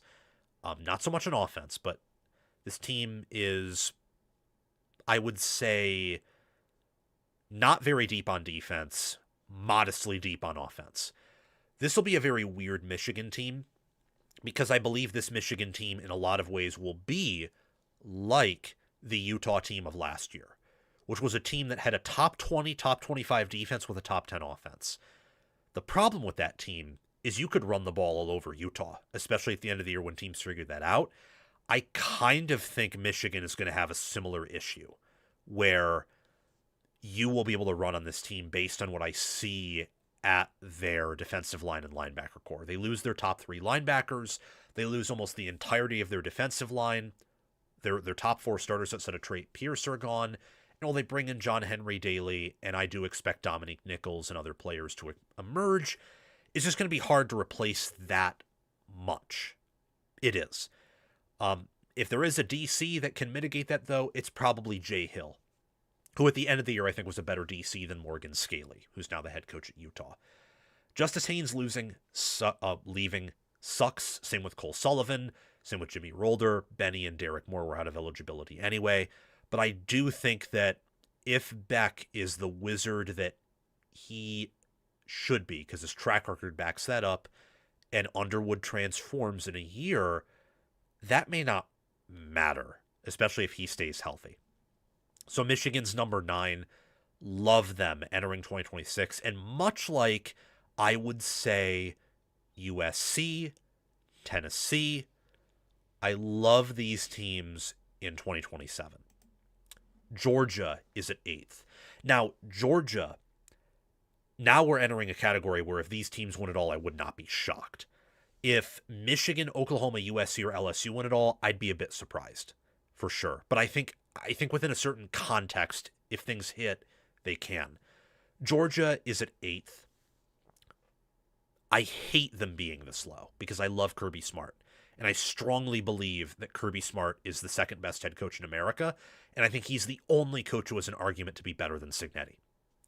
It's not a strong argument, but I think there is a smidgen of an argument nonetheless. And it's because of how they've won this year and last year, where I don't think they've had a want to be careful because I think their linebackers and KJ Bolden are aliens. They haven't really had a single alien player on offense, though. They haven't. And that combined with really tough schedules and them missing on some of their portal additions over the past few cycles has hurt them. Noah Thomas and Colby Young leaving hurts. Monroe Freeling leaving hurts. The problem that Georgia has had under Smart is it's similar with Ohio State now, although Ohio State wasn't always this way. It's also similar with Alabama. Those schools do not have the money to recruit high school the level they want to, while also retaining top-end talent from entering the portal or going to the draft. They have to choose one or the other. They have to. And they've had a very hard time making that choice. The divide within that choice and bad coaching hires is, I think, what has killed Alabama, effectively. Like, Alabama is not a top 10 team, not a top 10 roster entering this year. It has also very much hurt Georgia and Ohio State, where at one point those were clearly the top two rosters. Like entering 2024, those are the top two rosters. Now there's an argument where they don't even have top 5 rosters if you factor in development and portal additions. It's tough. And I think the roster is why I have them this low. I love Stockton, Frazier, their linebackers, but they lose enough on O-line and D-line and receiver to where I need to do a lot more digging before I can give them benefit of the doubt to put them ahead of these remaining 7 teams. Notre Dame is one of those teams. Look, Notre Dame returns C.J. Carr and Anthony Knapp on offense. They don't return much else. But defensively, they bring in Francis Brew at defensive tackle. Jason Anye returns at D tackle. They bring back Drake Bowen at linebacker. Leonard Moore comes back. Same with Christian Gray. They bring in DJ McKinney, Jaden Sanders. Chris Ash enters year 2. And look, I thought Chris Ash wouldn't work at Notre Dame. I was wrong there. Is he an elite DC? I don't think so. Is he good at his job, good enough to field a great defense at Notre Dame? I would probably put him there. The key for Notre Dame is that you have continuity at DC while the defensive staff's kind of getting reorganized due to Mike Mickens and Al Washington leaving for the NFL. You upgraded your D-line coach. The key is that you lose a lot on offense, but you have Mike Denbrock on offense, and Mike Denbrock's a wizard. You would prefer to lose your best players on the side of the ball you trust that coordinator with more, than the side of the ball where you don't trust that coordinator as much as the one you trust the most. That's Chris Ash. Chris Ash is an inferior coordinator to Mike Denbrock. So if I were Notre Dame, I'd rather bring back a lot on defense, a unit that improved as the season went on, rather than bring everything back on offense, but have a complete restart on defense, especially with the positional coach departures. Freeman is a great coach. This is a big year for him and his program. My biggest question with Notre Dame, and why I don't like how many people are rating them like top 3 or top 2, is the running backs and the loss of some of their offensive linemen. I trust Joe Rudolph as the O-line coach. But Love and Price were their 2 aliens on offense. How do you replace that? Especially when they were as big of a factor in that offense as they were. How do you replace that? I don't know. I don't know. That's a big question that Notre Dame's going to have to answer. Big question. 6th is Ohio State. Ohio State, Notre Dame, and Georgia, these are teams that I almost cringe at ranking them this low, or rating. This is a power rating. But Notre Dame has a lot of unproven production on offense outside of quarterback. And the defense, while analytically is great, in the big games we've seen them participate in, they've been a hands-up unit. They've kind of been a paper tiger there. Georgia, there's just a lot to replace, and they're lacking those impact alien players at a variety of positions. For Ohio State, they're kind of entering that territory with Georgia, where, look, you return Bo Jackson, Julian Sayin, check. You return Luke Montgomery, Austin Sierreveld, much of the offensive line, check. You return Jeremiah Smith. It's a double check. You bring in Terry Moore from the portal. That's awesome. But defensively, you have Cade McDonald, Arvell Reese, Sonny Styles, Caleb Downs. Those are 4 first-round picks. Igbinosun, if a franchise decides they really, really love him, I could see being picked in the first round. I could. Where are the first-rounders on this Ohio State defense? Where? I mean, maybe Jalen McClain, but safeties usually aren't drafted high, so I'd probably say no. Jermaine Matthews, Earl Little, Dominic Kelly, Sanchez. I mean, they could evolve into that, but there's not evidence there. Peyton Pierce? Christian Allegro? What about the D-line? Like, that's the problem here. Ohio State in 2024 had a zillion aliens on the roster. Last year they had a lot, but not as much.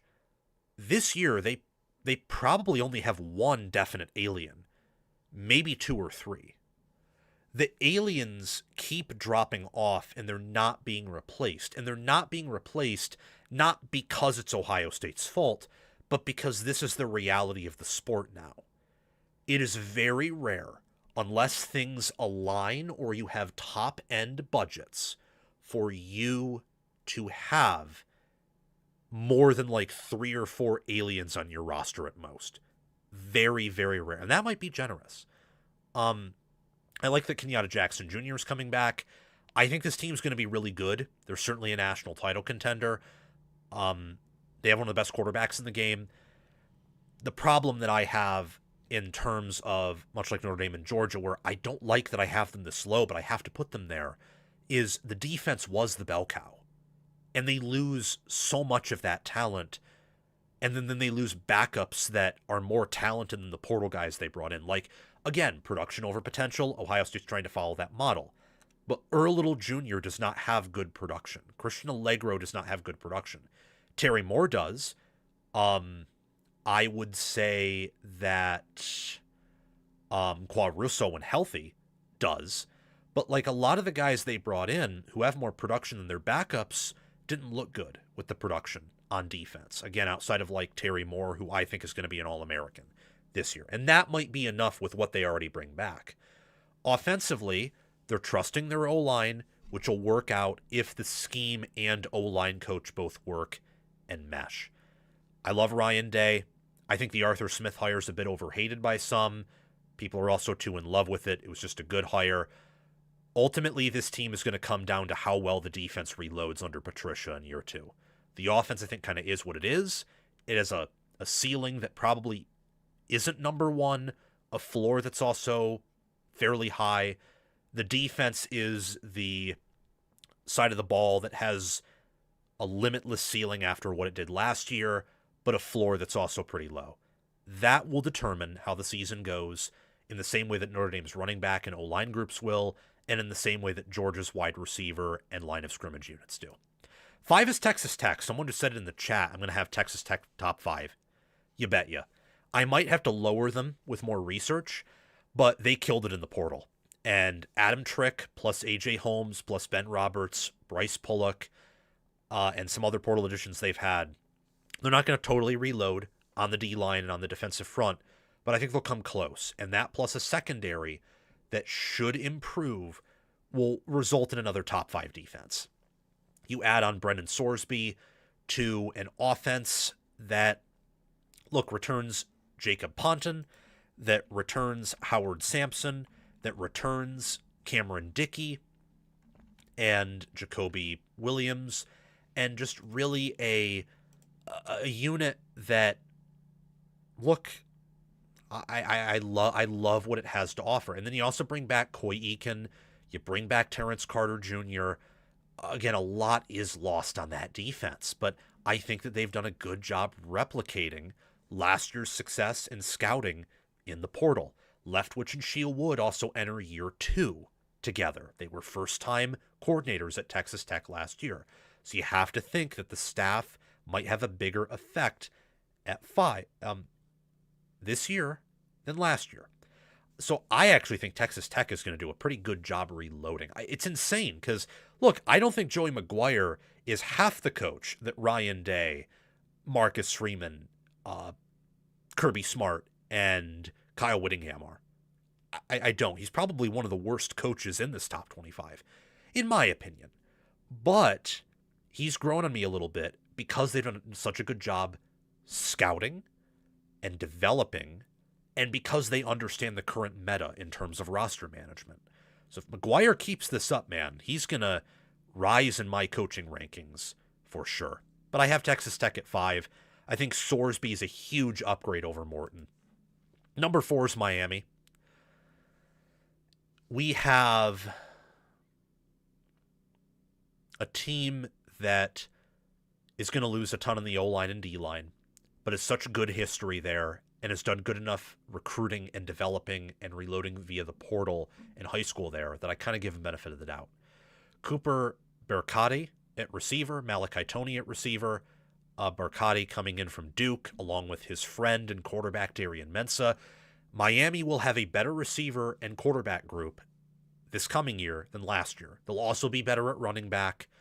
I would also expect Miami, let me quickly just peer over their depth chart.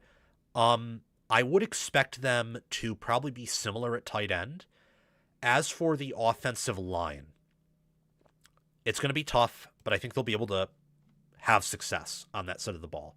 Defensively, Mohamed Toure comes back for his 8th year. Raul Aguirre Jr. and Wesley Basaint leave, but I do trust them to do a good enough job there, especially when they bring back Ahmed Moten Sr., Armando Blount, Justin Scott, Marquise Lightfoot. They're going to be loaded again on the defensive front. What I love the most about Miami, though, it's strangely enough their perimeter play. So we talked about receiver, we talked about quarterback. What we have not talked about yet is the fact that they return Ethan O'Connor, Xavier Lucas, O.J. Frederic, Damari Brown. They return Zechariah Poyser, Dylan Day, and Bryce Fitzgerald. That might be the best secondary in college football. They improved there a good bit, 2024 to 2025.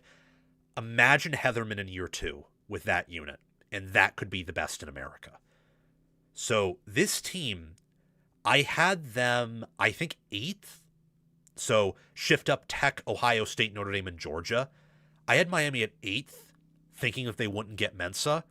Mensah is worth a few points by himself over Emory Williams or some other quarterbacks Miami could have gotten out of the portal. I also think Cristobal's a top 10 coach, head coach. Heatherman's a top 5 DC. Dawson's a top 15, top 10 offensive coordinator. So one of the best staffs, one of the best rosters, and they upgraded at quarterback despite losing Carson Beck. That's pretty incredible. Number 3 is Texas. Texas, I have been stunned by the amount of people who do not have them top 4 or top 5. That's crazy. This is a top 2 roster in football. I can count the number of aliens or potential aliens they have. It will take me more than both of my hands to count them. Off the top of my head, Arch Manning could be an alien based off high school, based off production. Same with Raleek Brown and Hollywood Smothers, their running backs. Same with Cam Coleman, their receiver, one of them. Same with Trevor Gooseby, their tackle. Same with Brandon Baker. Same with one of the Wake Forest tackle they got. This is just offense, by the way. Same with Ryan Wingo. Defensively, you got Colin Simmons. You got Rasheem Biles. You got Grayson Littleton. You got Bo Masco. You have, I don't know if Hero Kanu is quite there, but he's certainly a day 2 tackle. Could take another step forward. You have it all. You do. The only thing I didn't like about Texas's preseason is they fired PK to get Will Muschamp. If this team had PK as its DC, I'd probably put them top 2. I just think Muschamp provides enough of a floor and not enough of a boom compared to PK where it's a definitive upgrade. I think that Sarkisian will have his best offense ever at Texas, better than 23, better than 24 when it was functioning, better than 22 when Ewers was healthy. Manning is going to be QB1. Cam Coleman is going to be competing for, with Jeremiah Smith for that top, wide receiver. Trevor Gooseby will be one of the best tackles. Simmons is going to be competing for the number 1 pass rusher. Biles is the best linebacker. I love this team. Love it. My only reservations are Will Muschamp and Steve Sarkisian, where I think Muschamp is a lot like a lot like Chris Ash, where they're good, but they're not elite. And honestly, I kind of think that Sark and Freeman are similar, where they're great, they're near elite, but they're not elite. Those are probably my only reservations. The difference being I think Texas is a much better, significantly better roster than what Notre Dame offers. My top two, I have Indiana at 2. You can probably already guess who I have at number 1.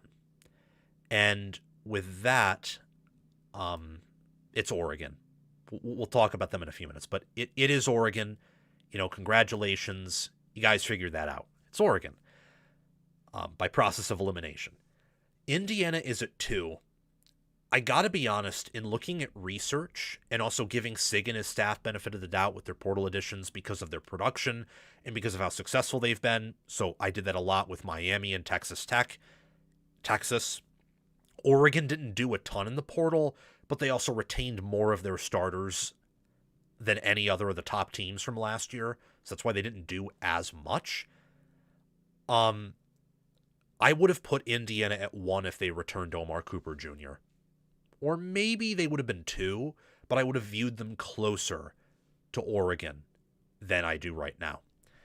Losing Cooper's big. If they returned Cooper, you would have had Cooper, Becker, Marsh, and Shaz Preston, and maybe another receiver steps up because of their awesome development. That could have been both the deepest and best receiver group in the country. That, with what they have returning on O-line, with what they have at running back, and how experienced Josh Hoover is, could once again result in the best offense in the country.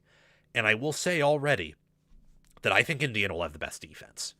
I'm pretty convinced of that. They get bigger, longer, more athletic on the D-line while returning key players like Mario Landino and Tyreek Tucker and Daniel Ndukwe, who played some of the playoff, Elijah Hardy, Isaiah Jones, Jeff Utzinger. They return 4 of their top 5 linebackers. Losing Aiden Fisher's a big deal. You're not going to easily replace him. But if anyone can do it, it's Indiana, and returning 4 to 5 of your top 5D linebackers help. My biggest question for Indiana is quarterback. Is Hoover going to be close enough to Mendoza to replicate what they have last year? And is A.J. Harris going to grow enough under the staff to fulfill the elite high upside corner that D'Angelo Pons was? Those are my biggest questions with Indiana, but I think this is the best staff in football. Their roster is yet again absolutely ridiculous. And I just think that they're going to have a tremendous 2026 season. Will they win it all? Don't know yet. I haven't made my pick as to who I think is going to win it all. And unlike past seasons, because of how even the sport is, the number 1 power-rated team is not guaranteed to win it all anymore. My number 1 team, though, ultimately, it's Oregon. We already talked about it. The Oregon Ducks. They bring back Dante Moore, DeCorian Moore, Amari Washington, Tatum Tuioti. They return Mateo Uyunglele. They bring back Bear Alexander, Jerry Mixon, Brandon Finney, Ifeoma Badegwu, Aaron Flowers. Secondary is really young and really good. I imagine with new DC Chris Hampton, who I actually think is going to be an upgrade over Lupoy, that this defense will be Lanning's best ever at Oregon. If Mehringer can just imitate most of what Will Stein was able to do, this also could be the best offense that Lanning has ever had with Oregon, because Dante Moore and DeCorian Moore come back, Jeremiah McClellan comes back, most of the interior, Dave Iuli and Iapani Lololu, return. I love the addition of Michael Bennett, by the way, at tackle for Oregon. I think that plus their recruiting and development there will be enough for Oregon to reload and retool on the O-line as they have had every year under Alik Terry. And Jamari Johnson's a freak at tight end, much like with Texas. Indiana, I can't quite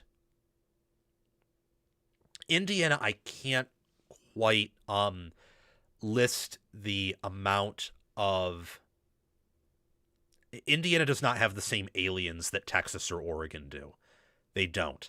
The reason I have them up there is kind of benefit of the doubt, and I think they have the number 1 staff, which is huge, and their defense returns a lot of their key players. But Oregon, much like Texas, you have Dante Moore, DeCorian Moore, Jeremiah McClellan, Jamari Johnson, Lololu. One of their tackles could be a stud. You have Jordan Davison. Defensively, it's their entire D-line, so that's 4. So there's your 11th. And then Brandon Finney and Ifeoma Badegwu were recruited highly enough, and Finney's played well enough where, yeah, Texas and Oregon guys have the highest combined amount of aliens in America. Now, that might sound redundant, but I'm going to put it in greater perspective. Oregon and Texas have more aliens combined on their roster than all other 130-plus rosters do in college football. That is how ahead their rosters are relative to the rest of the field, in my opinion. I do think Oregon would be favored over everyone else in college football. I think neutral field, you say, okay, who's going to be favored over who? I think Oregon would be favored over everyone. Neutral field. Would it be by a lot? Probably not, because the field has leveled a little bit. Actually, by quite a bit. But I do strongly believe that Oregon right now has the best combo of roster, high-end players. They best fit the recent meta of elite D lines matter. It's also a reason I have Indiana at number 2.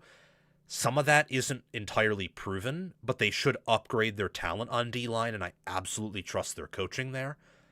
On top of that, Oregon also has potential, I'm going to say round 1, pick 2, because I think Arch Manning's unanimous round 1, pick 1 entering next year. But they have something close to that with the elite D-line, with the wonderful receivers. I think Lanning is a bit overhated in some circles right now. People have been a little bit lower on him after those blowout losses, and I get that. But there's a reason Oregon has only lost to teams who've won it all over the past 2 years.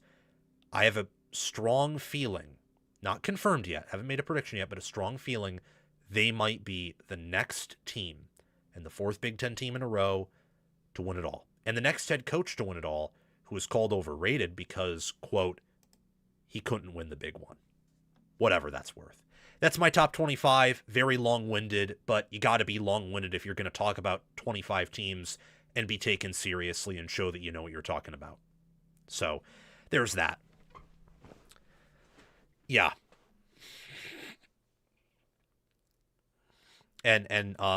Yeah. People are talking about it in the chat with like Indiana not being number 1 versus Oregon. You guys will be kind of shocked to see some of my predictions. Well, we've already been live for 2 hours and we just got through 3 topics. This show is going to be insane, isn't it? But we're probably like a third, if not, we're probably halfway through or a little under that because the rest of these topics are 5 to 10 minute stuff. This was the hard stuff. This was the storyline stuff.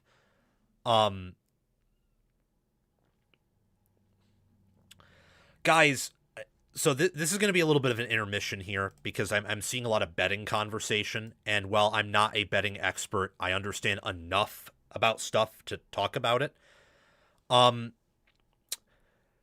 So Indiana beat Oregon by 10 at their home last year. They beat them by 34 neutral field in the Peach Bowl.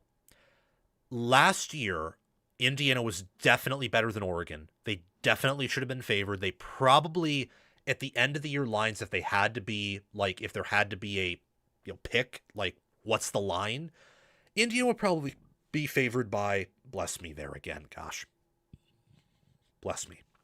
They'd probably be favored by, like, 5.5, maybe even 6.5 points over Oregon. If they had to, like, redo that line based off the Peach Bowl, based off the fact they played each other twice, that's a pretty big sample for football. But this year's Indiana is not last year's Indiana. This year's Oregon is not last year's Oregon. They have a lot of similarities. The staffs are similar. Some key players are similar. But there are also some key differences. There are. And based on the fact that Mendoza, Pons, Surratt, and Cooper, and Coogan were probably 5 of their top 10 players for sure. They're all leaving. That's a big hole to fill. It is for any team. So since I'm going to treat Indiana like any other top team, even though they don't have the high school talent, I can still admit it's a pretty big hole to fill. Oregon does not have those holes to fill. Oregon's tackles were the weak point in their offense last year. Their center was their best player along with Pregnon. So they return half of their best offensive linemen. They return their best receivers. Jamari Johnson is probably as good of a pure receiver as Kenyon Sadiq is. Dante Moore comes back and he should get better. Meanwhile, there's not much that indicates Hoover is going to be as good as Mendoza. And defensively, Oregon returns like all of their best players on defense. Indiana loses some of them. So logic says Oregon's going to get better, Indiana probably gets worse. So that, like, no, Indiana would not be favored by a touchdown over Oregon this year. Could they be? Well, yeah, they could. But based on what we know right now, which is little, but we know something since the portal's closed, they wouldn't be. Indiana, for example, being over Oregon in odds to win it all for like betting, that is because people trust Cignetti a lot more to win big games than Lanning. It's a sentiment thing.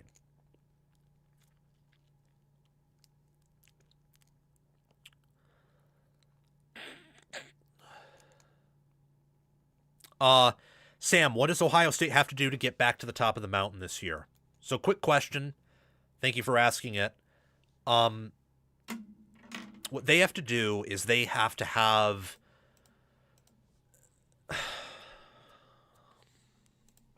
Let me just transition to the next part of the show before I get too carried away.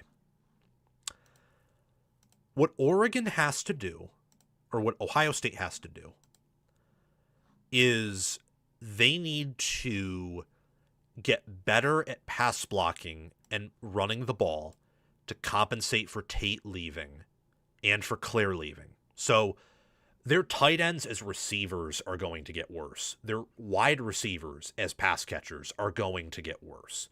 They need to compensate for that offensively by getting better at blocking across the board. I think Sayan needs to use his legs a little bit more. But I think the offense is also, because of how much talent they hemorrhaged from the receiver group, which was their best position by a mile, that the ceiling offensively this year is probably the same as it was last year, if not a little bit lower. The floor, due to Arthur Smith and returning as much as they do at O-line, running back, and quarterback, the floor is raised. It's much higher. The defense is what's going to determine Ohio State's success. If they completely reload, then I don't see much of an argument against placing Ohio State in the category roster-wise of Texas or of Oregon, and therefore they could easily be number one. They can still easily be number one because we don't know everything right now. We know just a little bit.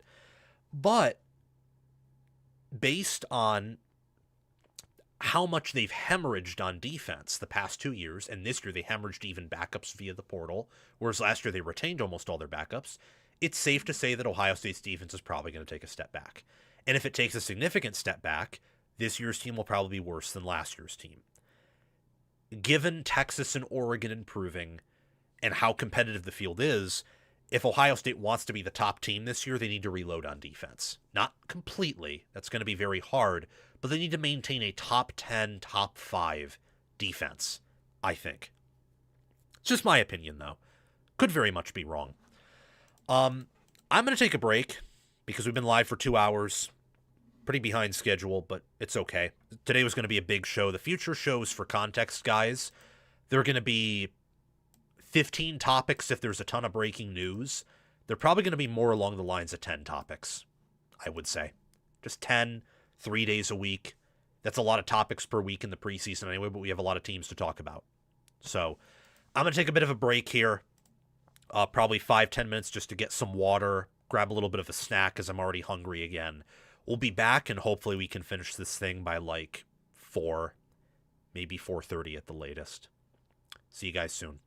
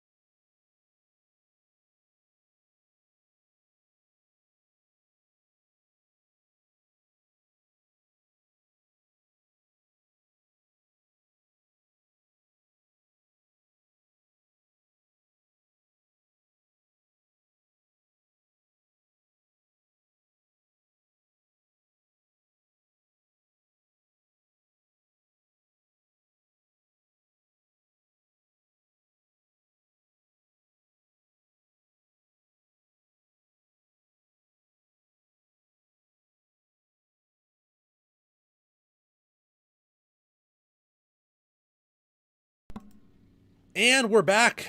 Thank you for waiting. Appreciate it. Let's see if there's anything interesting said in the chat.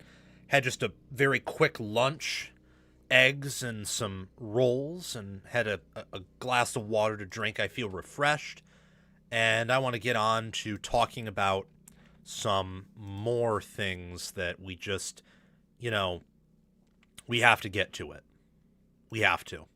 So that's what we're going to do here. That's what we're going to do. So sit back, relax, enjoy the show. Now I want to talk about how Indiana changed the sport, because we get through the top 25, and you guys saw it with my top 25, where I had Texas Tech and Indiana top 2. I had Miami 4th. I had Texas and Oregon 1 and 2. What is the common denominator with those 5 teams that really separates them from like Ohio State, Georgia, Alabama, and we'll also say Notre Dame. Notre Dame is not traditionally a top 3 program, as those 3, Alabama, Ohio State, and Georgia, were for much of the early 2020s and late 2010s, but they have recruited at a top 5 level this past year. Freeman constantly has them in contention. And much like those 3, they haven't used the portal all that much. They're using it supplementally. Now, there are instances where, like Ohio State, for example, is using it more this year. I think a lot of that's out of necessity, though. They couldn't just be supplemental when they had 30 guys under the portal, along with around probably what? Claire's going to the draft, Kazmarek's going to the draft, and Shabola left, although he's not really a starter. He sucked. Tate is going drafted. So that's 3 offensively, like 3 quality guys who played key roles. Defensively, you have 2 D linemen, 2 linebackers. You have, 3. Like, they had 10 plus guys go to the draft, 30 plus players enter the portal. They had to bring in some guys along with their high school recruiting class to not really have a rough 2 or 3 deep roster. They had to do that. Georgia hasn't had to do that yet because they haven't had that mass exodus. Alabama has had the mass exodus, and even worse, unlike Ohio State, they didn't really do much in response to it. So Indiana, bless me with my nose, Indiana has confirmed, I think, that the Miamis, Oregons, Texases, and Texas Techs and themselves are actually more correct than the previous powers at how to manage rosters, where Texas and Oregon haven't used the portal as heavily as Indiana or Miami or Texas Tech, but they've used it more similarly to those programs than they have like Georgia, Ohio State, and Alabama, for example. Indiana changed the sport in roster management, in roster building, in recruiting, in development, in scouting.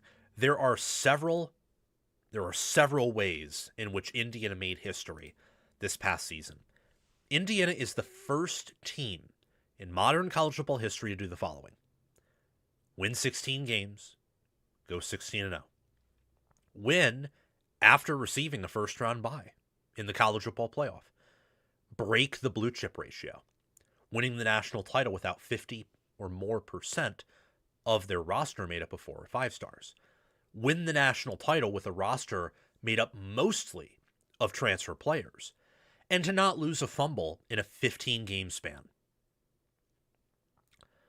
That's nuts.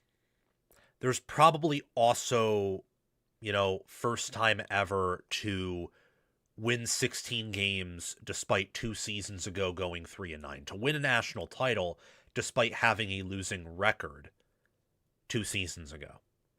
Though maybe Auburn in 2010 had something similar to that go on. In fact, I think they may have, because I think in Tuberville's last season they had a losing record, and then 2 years later they won it all. But anyway, Indiana made history in so many ways. The Hoosiers also won their first title in school history under Signetti. He has a 27-2 record with Indiana through 2 years so far. If he continues to replicate that success, he's coming for Ryan Day, Kirby Smart, Dan Lanning in win percentage. Fundamentally, from the ground up, Curt Cignetti and Indiana have changed college football. The sport now will gravitate towards the NFL model. Depth will be a privilege. Two deeps will be imperfect and flawed, even for the best programs. And coaching and decision-making will matter more than ever before. Curt Cignetti changed the sport like the internet changed business.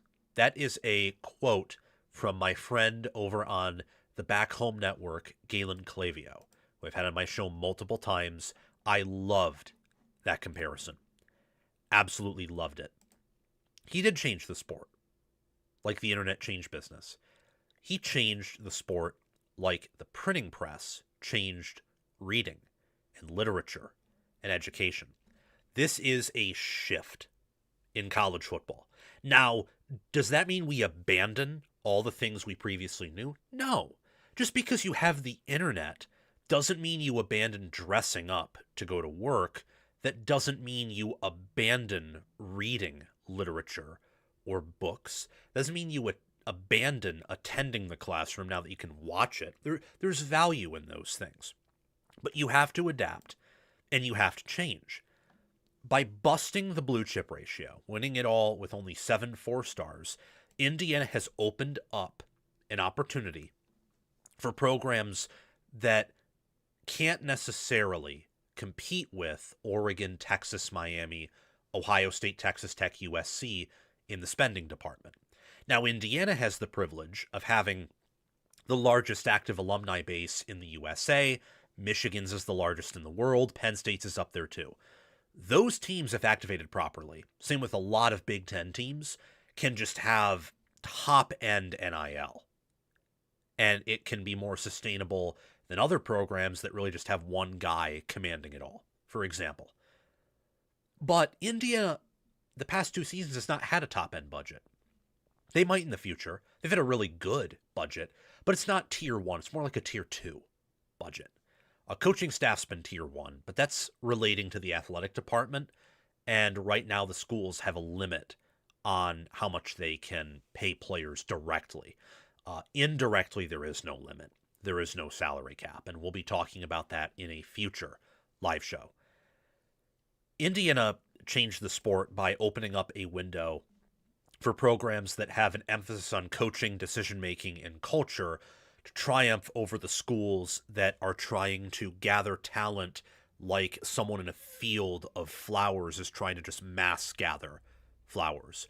The system of using a harvester to just go over a field full of talent and harvest it and hoard it no longer works. You now, because of a limit of resources, because things are more spread out and there's more competition, you have to find more ways to be unique, more ways to adapt. You have to work smarter more than ever before. What that means is you now have to sometimes go into the field and, pick the apples from the tree, or, husk the corn on your own. You can still use the machine. It's a great way of doing it, but now you have to be more selective, and sometimes you have to go into territory that you're not exactly familiar with and work that. And Indiana did a great job in 2024 and 2025 at diving into the unfamiliar and adapting, at making sure that their adaptations and additions didn't ruin their culture or ruin their process. That gives hope to not as many teams as it should, as it will. You're going to see a lot of quick firings, I think, over the next few years because people will expect their new coaches to produce what Cignetti did. But for the few programs that at least could half-heartedly replicate it, they'll reap a lot of rewards, and maybe one of those teams will even win it all. Just look at the talent composite of the last 5 champs. Georgia had more 5-stars on its roster. Georgia both times. And Ohio State had more 5-stars on their roster than Indiana blue chip players.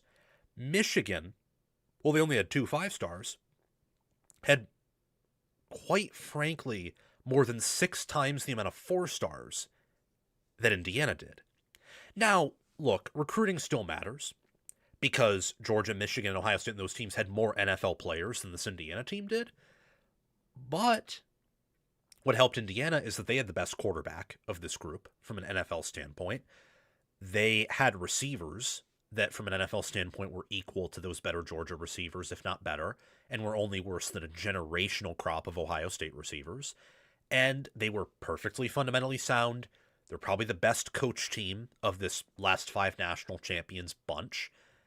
And that, along with the idea that, look, you're not going to see 2021 or 2022 Georgia again, or 23 Michigan or 24 Ohio State again, because teams just can't amass that much talent and experience. Or if they do, it's going to be harder than it was then to do. And Indiana took advantage of that. And with their elite development and scouting, and really, honestly, the most impressive coaching job in college football history, they won it all. That changes a sport. Josh Pate referenced it as I think it was a Robert Bannister moment, where he finally broke the 4-minute mile and then other programs could. I don't know if I'd go that far. I think Indiana might be an exception to the rule where they are the one to break the 4-minute mile and few others can. But now other teams will strive for that and consequently get as close as they can. That will help create more competition, more stories in college football.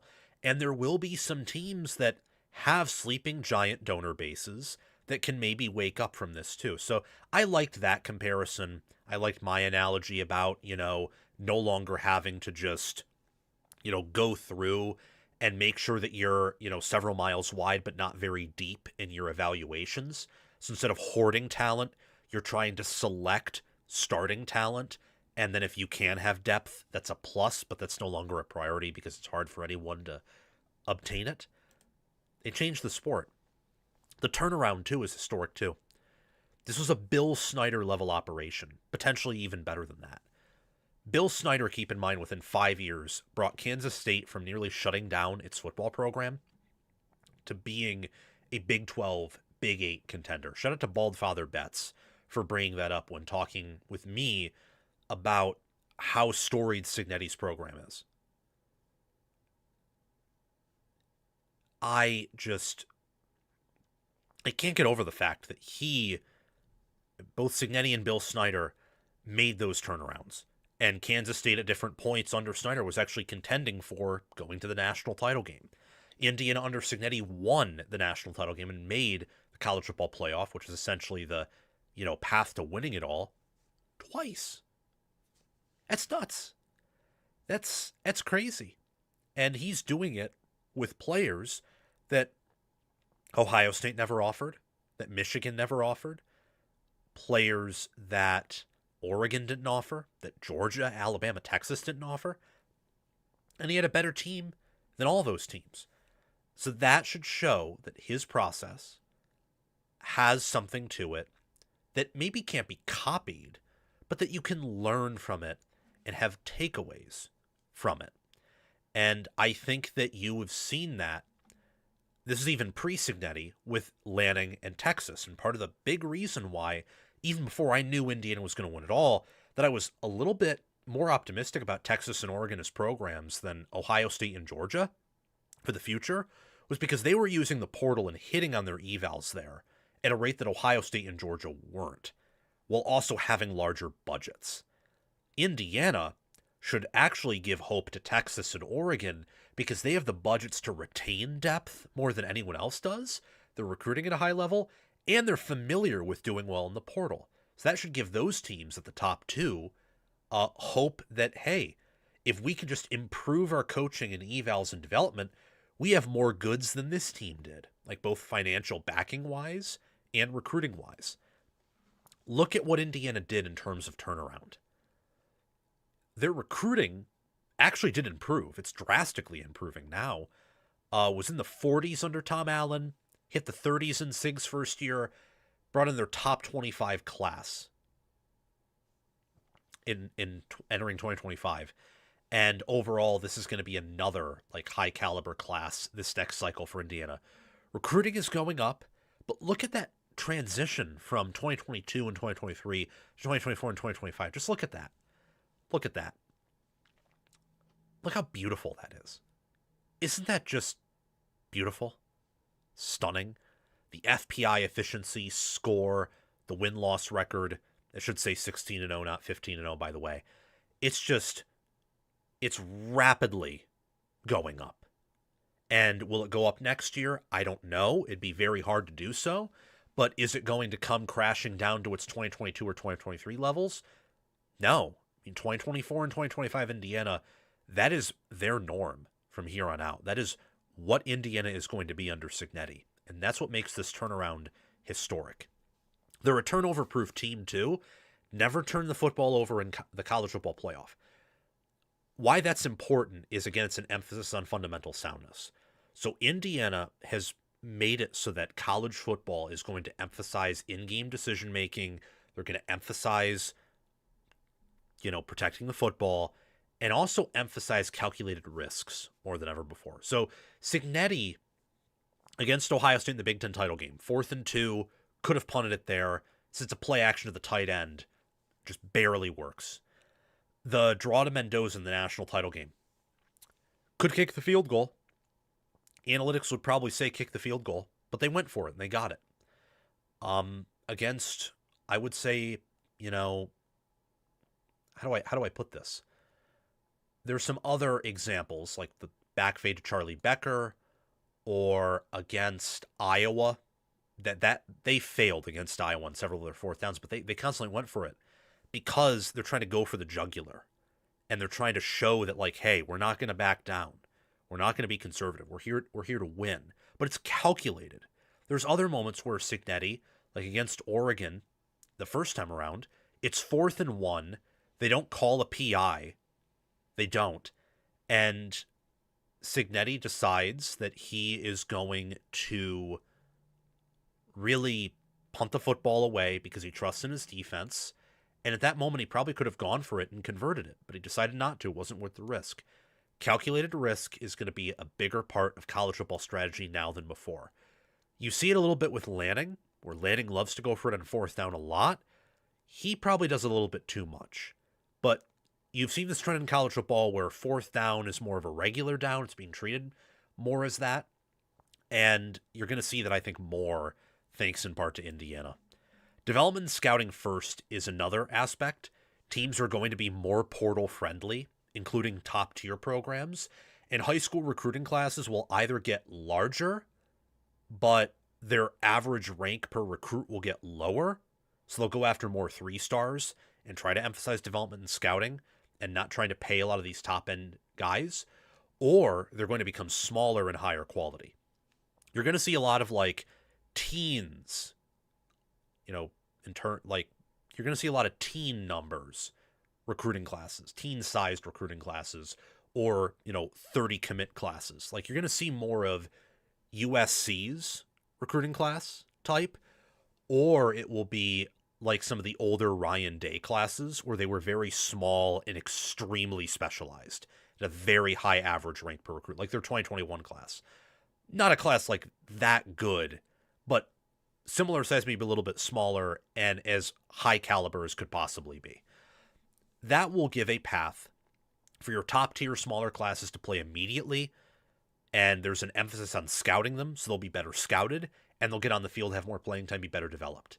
For the larger classes, you're increasing your spread, you're going to be looking for diamonds in the rough, and while they may not play immediately, you'll try to have a crop of guys that can reload without you having to rely on hitting the portal every year. And winning with mostly transfers, especially in the starting lineup. Indiana just did that with mostly first or second year transfers. Now, don't get me wrong. They had some homegrown guys on that roster who helped them win. But without the portal, this wouldn't have happened. And that also ties in with Indiana being a team that, look, they are, how am I going to put this? They are the model for future national champions. Not exactly, but in the sense that they are going to be starter heavy. They're going to be selective. Development and scouting will be emphasized. Calculated aggression will be a premium. You're going to probably see another team in the future bust the BCR. Do I think it'll happen often? No. Most of the time, BCR teams will win it all, but there are exceptions to the rule. IU broke through in a big way. Depth will also be at a premium. Rarely, if ever, will you have a great 2-deep. mostly be high caliber starters. If one of them gets injured, that is a severe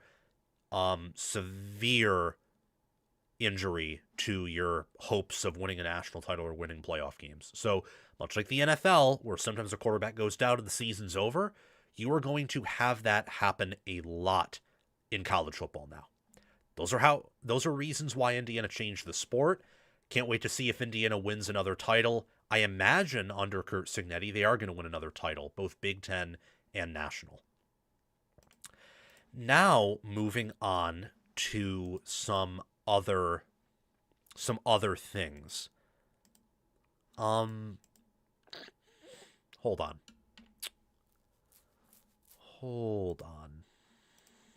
Okay, let me see. Okay, perfect. Gotta quickly reply to a text here.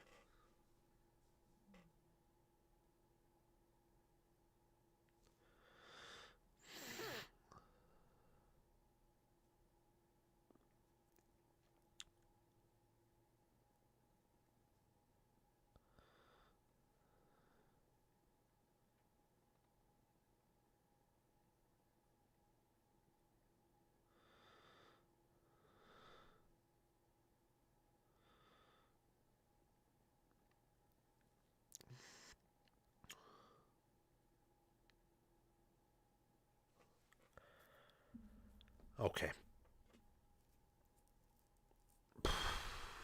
Just had to... Someone called me, so I just wanted to make sure that it wasn't an emergency or anything. By emergency, I don't mean anything bad, but like it's not...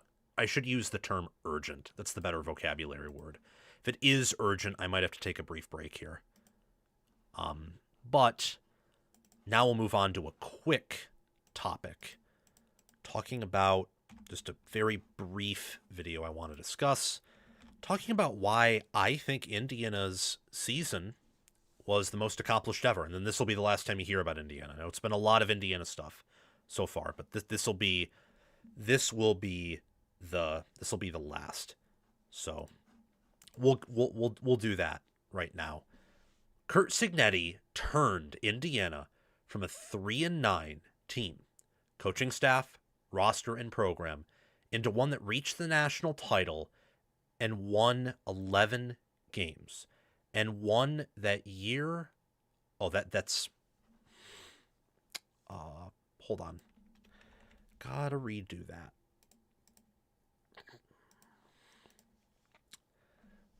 Curt Cignetti turned Indiana from a 3-9 team, program, coaching staff, and roster into one that reached the college football playoff and won 11 games, and one that a year later made history, winning Indiana's first national title in 16 games while beating 5 top 10 power-rated opponents per FPI, and 4 of them were in the top 5. If that doesn't convince you that this is the best season ever, then I don't know what will. I'm not discussing whether or not Indiana would beat 2019 LSU, 2020 Alabama, 2021 or 2022 Georgia, 23 Michigan, or 2024 Ohio State. The last 6 national champions on neutral field. If you want to go with 7, we can add a 2018 Clemson to that. That's not fair because we don't have a lot of context surrounding those hypothetical matchups. The sport has changed a lot. I'm talking about something that is tangible and has context. That Indiana going 16-0 and finishing number 1 unanimously among all power ratings with their talent composite and history is measurably more impressive than anything prior national champions have done. They controlled Oregon twice, dominated them once, and there's an argument to say they dominated them twice, if not for some questionable calls. Remember, Oregon, only 2 losses to Indiana, were top 4 power rated otherwise. They beat an Ohio State team that had potentially 10 times the amount of future NFL first-round talent than Indiana did. And they crushed a proud program in Alabama and beat Miami despite the Hurricanes having a perfect matchup edge and exploiting that, their pass rush versus Indiana's pass protection, in the national title game. Still, Indiana won 16 games. That's massive. They beat all of those teams. All the top teams. And they were the first undefeated national champion since 2023 Michigan.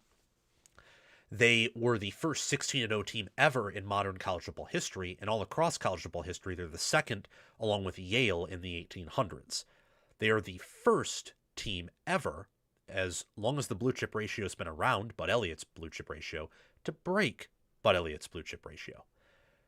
All of this started against Illinois on September 20th, a game that I have a lot of ties to because I think I applied for media credentialing for this game and, just didn't work out. We'll be back at some point. We'll be at Indiana. We'll get credentialing soon. But we applied for that. Didn't work out, but it's okay. It was still a pretty small channel, medium-sized channel now. But we called Indiana in that game to win and win big. We called them to blow Illinois out. I think I said like 5 or 4 touchdowns. I was kind of expecting like a 30-point win. Big dominant win. Thought Indiana would win this game by a zillion points. And they did. Indiana, entering this game, their media team used one of my video's audio for the intro to this game, which I thought was pretty sweet and awesome. I appreciated that a lot. So this game had an emotional attachment to me because I saw something that few others saw and said, hey, Indiana has the better roster at every position. They're a true top 10, if not top 5 team. Illinois is just a top 25 team. It's a huge mismatch. And we were right. Indiana, on a night which I think was one of the more cathartic nights of my life, destroyed an Illinois team that had no business being top 10. I mean, it looked like the prior Ohio State, Michigan, and Georgia teams when they got up for a game. That's how bad this beatdown was. Over 300 rushing yards, a 310 rushing yard margin.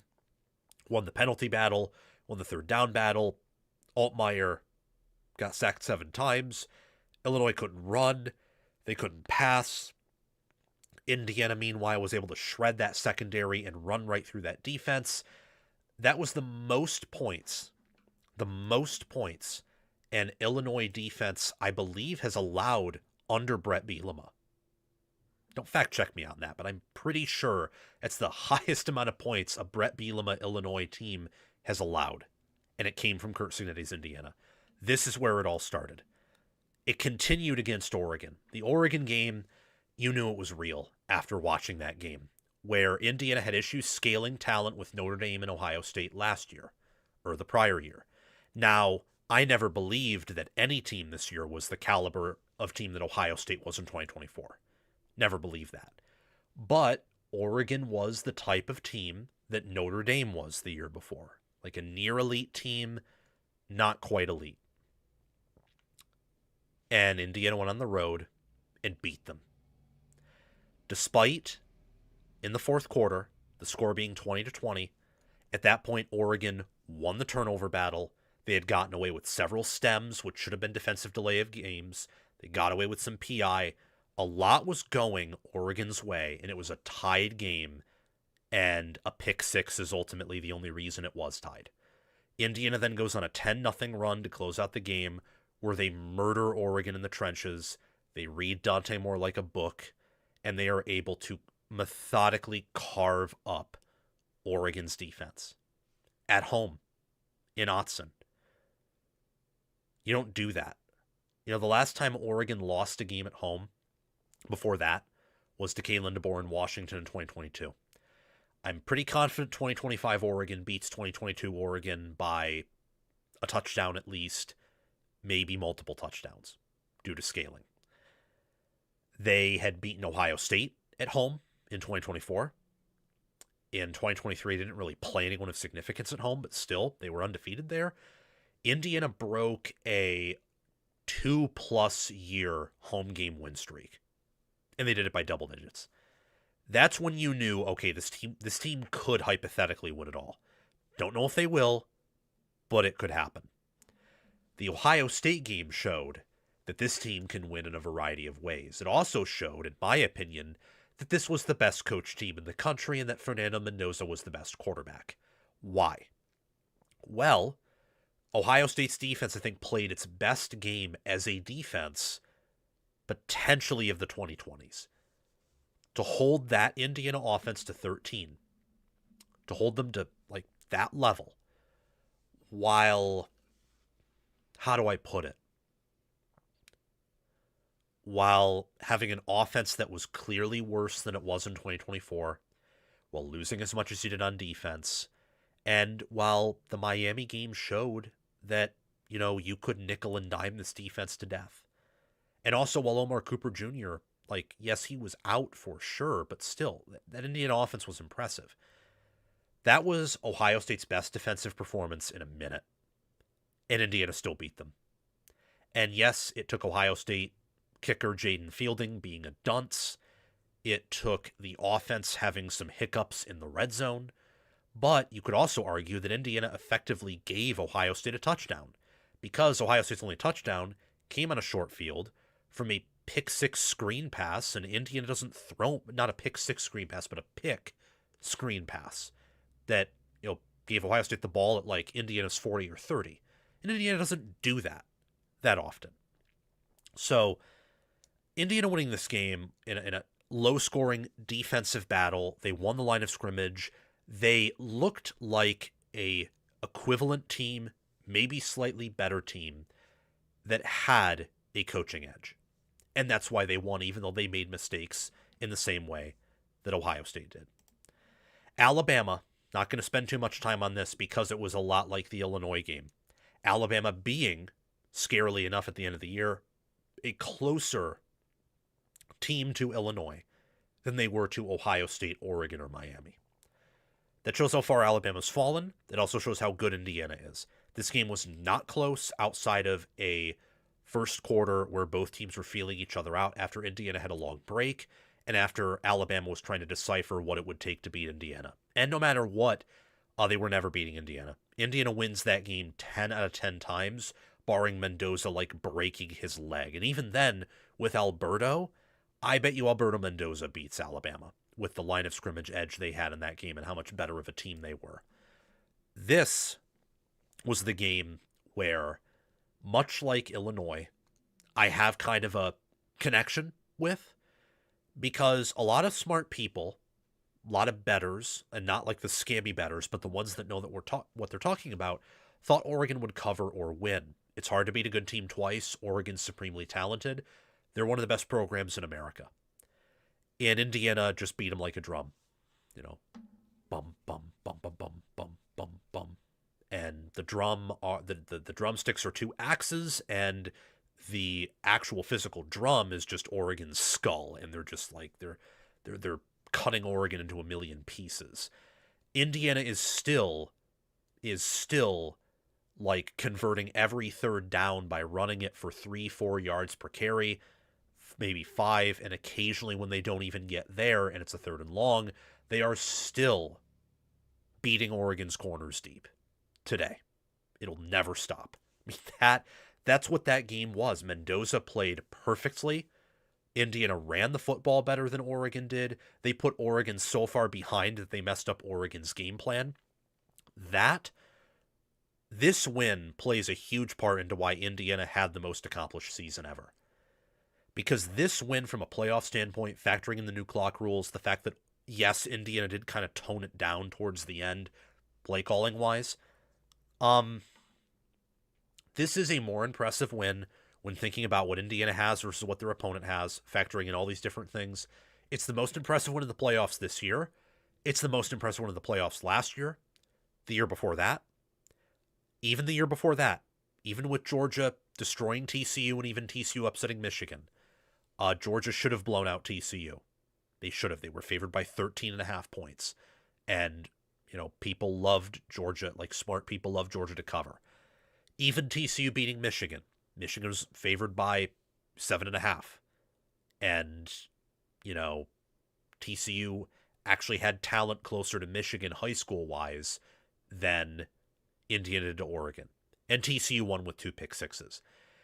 Indiana had a pick six, just one, but they won by 34 over a team that experts thought was going to play them close or beat them. It's more impressive than anyone in 2021 in the playoffs or 2020. You probably have to go back to some of the 2019 LSU games, or I would argue you got to go back further to 2018 Clemson smoking that Alabama team. This is one of the most impressive wins ever, like a single game win performance. That plus the Alabama game, the Illinois game, the first Oregon game, the Ohio State game, and a Miami game where Indiana, I think, played one of their worst games of the year, and Miami had everything going their way from a matchup standpoint and from how the refs were calling the game standpoint. Like hitting Mendoza late, getting away with some aggressive holds in the secondary. Doesn't take away anything from Miami, by the way. If the refs call that game like the way that goes Indiana's way, Indiana doesn't blow them out. They probably win by double digits, like 10 or 13, but Miami's pass rush by itself was a big enough factor to make that game much closer. But it was just more than that. And Miami could have won. They had it, and yet they didn't, even though everything lined up the way it needed to for them to have their best shot at winning. And that's the mark of an accomplished team. That's why Indiana is the most accomplished season ever. Because no matter what, on any given Saturday, whether this team came with its A game or its B game, its C game, they just found ways to win. And they found ways to survive and advance. And they were able to find enough weaknesses in some teams to just straight up blow out some of the best teams in America, like Oregon. That was a dominant performance. It wasn't close. It was closer than the score indicated, but Indiana still won dominantly. And then Alabama. Alabama was not a top 5 team, but they were a top 15, top 10 team. You don't beat those teams, even if you're the number 1 team, by 35 points, typically, especially when you have that high school talent imbalance.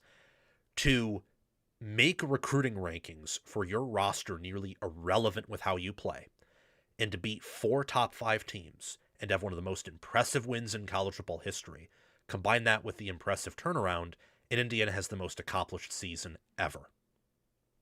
Ever. The next topic is interesting, to say the least. It's a conversation about whether or not Georgia will be back. Whether or not Georgia will be back.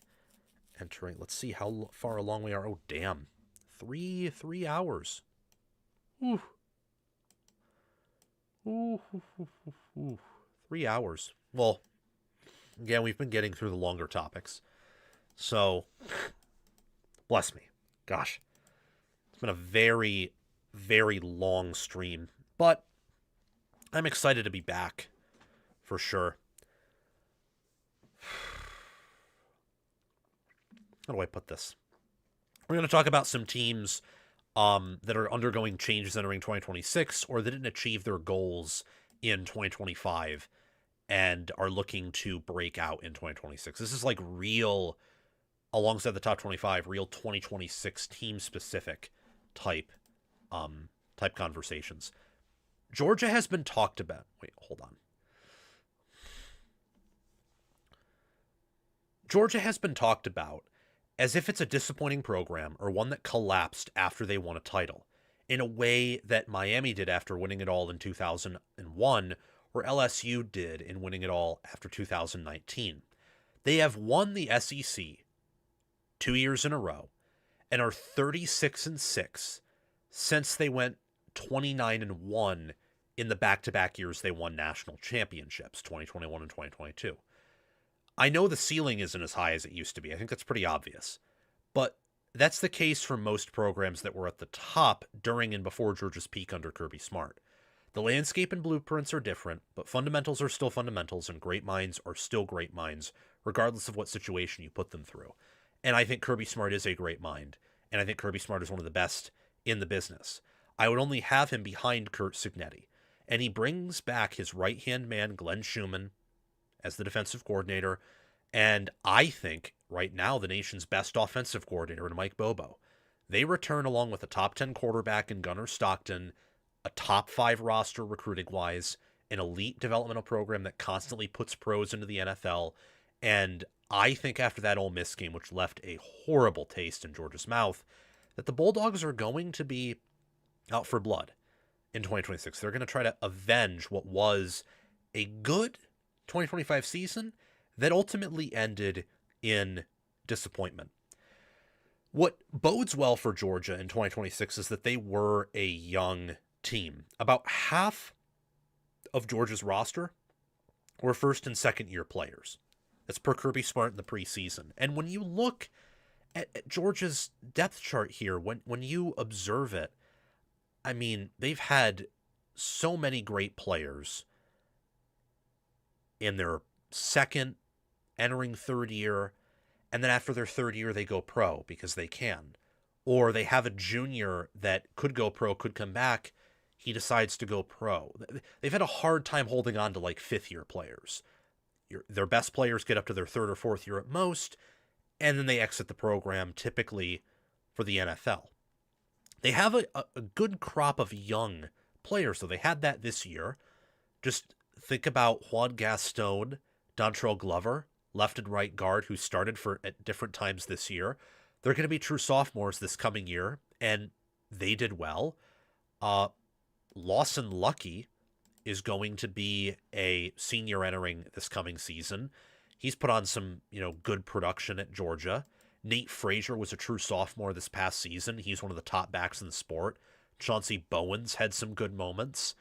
I also look at Elijah Griffin at D-tackle, who will be filling in for Christian Miller. He had a good year. I expect him to have a phenomenal true sophomore campaign.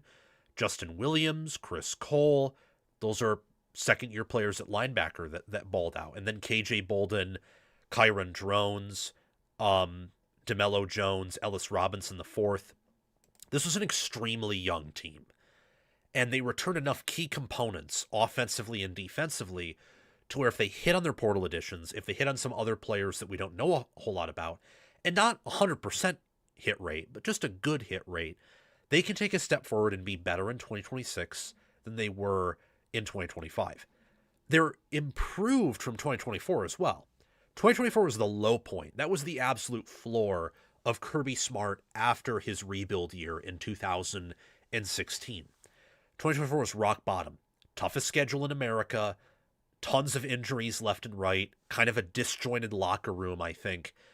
They were better this year than last year. They didn't have the same ceiling, but their floor was higher because they didn't suffer as many injuries. I think they had a quarterback that better fit what they wanted to do than Carson Beck, and they were able to improve as the year went on rather than get worse. If healthy, they should improve again in 2026. I mean, they have key contributors, and again, Juan Gaston, Drew Bobo, and Dontrell Glover returning. Same with Ernest Green III. That's a good amount of snaps returning on their offensive line. One of their top two tight ends is coming back. Their quarterback is returning. Their top two running backs are back. Much of their defense is back. I ranked Georgia 8th in my preseason top 25, and while recording this segment, I can tell you that I have them too low. They should, if we trust Kirby Smart, and I do and you should too, they will improve again in 2026. And speaking of Kirby Smart, Smart is elite. He is. I've seen people, even people I am friends with and people I admire, say he's lost his fastball. No, he hasn't. I mean, Alabama round 2 and Texas in November showed that he has not lost his fastball. I mean, he was throwing curveballs. He was throwing the kitchen sink at both of those teams. And no coincidence that he beat them both by 3+ touchdowns. He has his fastball. And he is one of the best coaches in college football still. Smart's problem, these past 2, I would even say 3 years, because I think the 2023 team was a bit overvalued by a lot of people. That defense was problematic in terms of winning the national championship. With Georgia, their issue with Smart has simply been not hitting on the transfer portal when they've had to, and the fact that they cannot retain fifth-year guys that are good, because they'll just go pro. And that probably has a lot to do with financial backing and NIL and roster management more than it has to do with specifically game management or how they recruit high school and how they develop. If anything, that's a compliment to their development. Their development is so good, combined with the fact that they don't have top-end NIL, that it almost backfires. Where if maybe they developed a little bit worse, or they don't have the same, but had more NIL, they'd actually be better because they would have more older players and probably have more depth. So they're in a weird spot. And also, they won back-to-back titles, and then, of course, they fell off. Every program, even Saban's program, had a peak. You can't always stay at your peak. Look at this schedule for Georgia next year. 2024, again, being the low point. Last year's schedule was easier. I got to tell you guys, this year's schedule, you don't have to play Texas. Your toughest road game is probably going to be at Alabama. Probably. You don't play LSU. Alabama's probably down more so than it was last year. You don't play Tennessee. This is the easiest Georgia schedule I can remember. Probably dating back to 2023. This is the easiest Georgia schedule. And that combined with a roster that should have another year of improvements, another year with Bobo as the OC, Schumann as the DC, and an older defense, an older roster collectively, that should result in Georgia once again being in the playoffs. They're probably going to get a first-round bye again, or they're going to at least host a college football playoff game. And people are talking about them as if they're, like, dying. Like, no. They went 12-2. It's the same thing with Ohio State, by the way. Ohio State's not dying. Day isn't being an idiot. They just can't hit in the way they could. They don't have, those programs don't have the same ceiling they used to, and their floors are lower because Texas, Oregon, Texas Tech, and Miami are getting the recruits that used to be a lock to go to the top three. They're buying them. They're recruiting them. And then Indiana is scouting at a higher level than all those programs in a way that wasn't possible before because you got what you got out of high school. You couldn't scout proven players. You could only scout high schoolers and hope their potential would pay off. Georgia absolutely, with this schedule, can go 12-0. This is a schedule that, combined with what they bring back, to me screams they're winning 11 or 12 games in the regular season, which they did last year. They went 11-1. They have a veteran quarterback as well. Stockton will enter 2026 with 630 career snaps in terms of like him running the ball or passing the ball. If you factor in the time he hands it off, well, he has way more snaps than that. He probably has over 1,000 career snaps. Probably should have been a bit more specific in that wording, but you get the point. He's had like 630 plus plays where he's been a direct impact, negatively or positively. And he was really good last year. For example, he was better than Julian Sayin in 2025. Gunnar Stockton was better than Julian Sayin in 2025. You can hate me for saying that, but I think he was. That's the caliber of quarterback Georgia's bringing back. And they have new blood on the defensive line. Christian Miller leaves. Okay.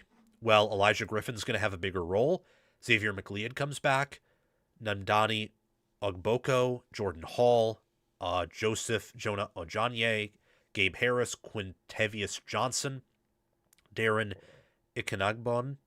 They return.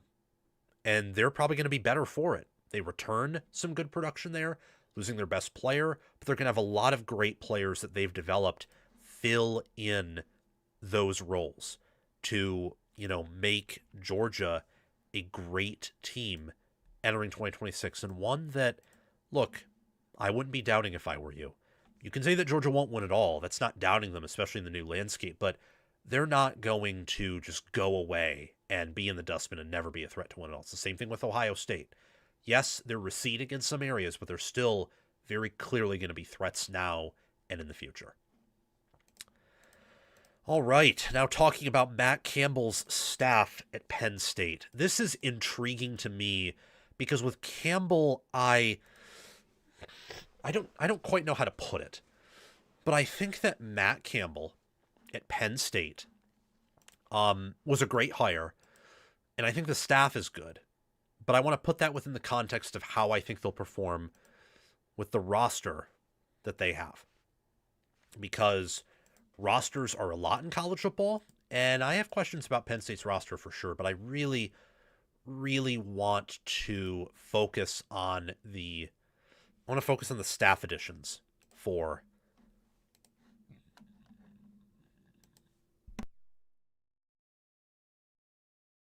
Had to burp there. I want to focus on the staff additions for Penn State. Okay, my mic is good.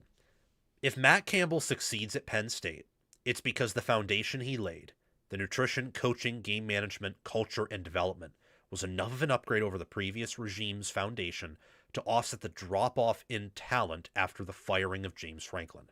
For all of his flaws, Franklin built Penn State up to consistently win 10 or 11 games per season and produce NFL talent, especially on defense. I strongly believe Campbell is a superior game manager and decision maker, but that may not matter if he is dealing with far inferior talent and coaches compared to what Franklin had. I believe, personally, that Campbell's best hires at Penn State are wide receiver coach Noah Pauley, O-line coach Ryan Clanton, defensive back coach Deion Broomfield, OC Taylor Mauser, and retaining cornerback coach and associate head coach Terry Smith. If you want to debate with me that Penn State's having a drop-off in talent, sure, do it. You'll lose. Penn State is losing Vega Ione, who is a first, second-round caliber guard, Drew Shelton and Nolan Rucci, who will be drafted, Nick Dawkins will at least be a free agent at center. Devontae Ross and Trevor Pena didn't pan out, but they're still losses. Khalil Dinkins is okay. Aller, for all of his faults, I imagine if he were better coached, would be much better in college. I bet you he will have some success in the NFL. Nicholas Singleton and Katron Allen. That's an all-time duo of Penn State running backs. Singleton didn't pan out this year, but Katron Allen had an argument to be one of the top running backs in the sport. That's a loss. Defensively, Zane Durant, Denai Dennis Sutton are gone. Dominic DeLuca, for what he was worth, is gone. Zakee Wheatley is gone. AJ Harris is gone. It's going to be hard. It is going to be tough to rebuild this roster. And that's not even counting several high-caliber recruits like Luke Reynolds, for example, Ethan Grunkmeyer, or other players that were in the running to one day be starters under James Franklin, leaving for Virginia Tech or greener pastures. I mean, think about Chaz Coleman, Xavier Gillum, young players who did well this year. They're gone. They're following Jim Knowles to Tennessee. There is a drop-off in talent. I do believe that Campbell's a better game manager, game planner, probably even a better developer than Franklin. But Franklin was able to recruit at a high level. He hired mostly, I would say, great assistant coaches to develop talent, and he had a consistent culture. Campbell's not guaranteed to have these. He's not. Not one bit. In fact, the odds say, based on the drop-off in recruiting and where the Big Ten is at, that he will probably not win as many games on an annual basis that James Franklin did. The schedules are tougher.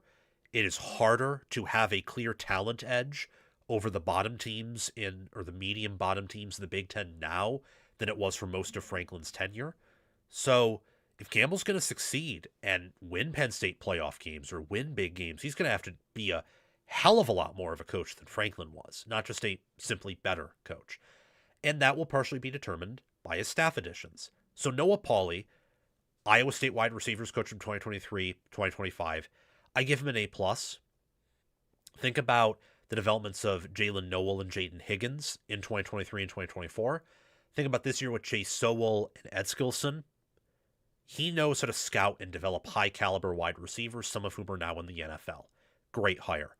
Ryan Clanton, he's always had good size on the offensive line. Now, size isn't everything.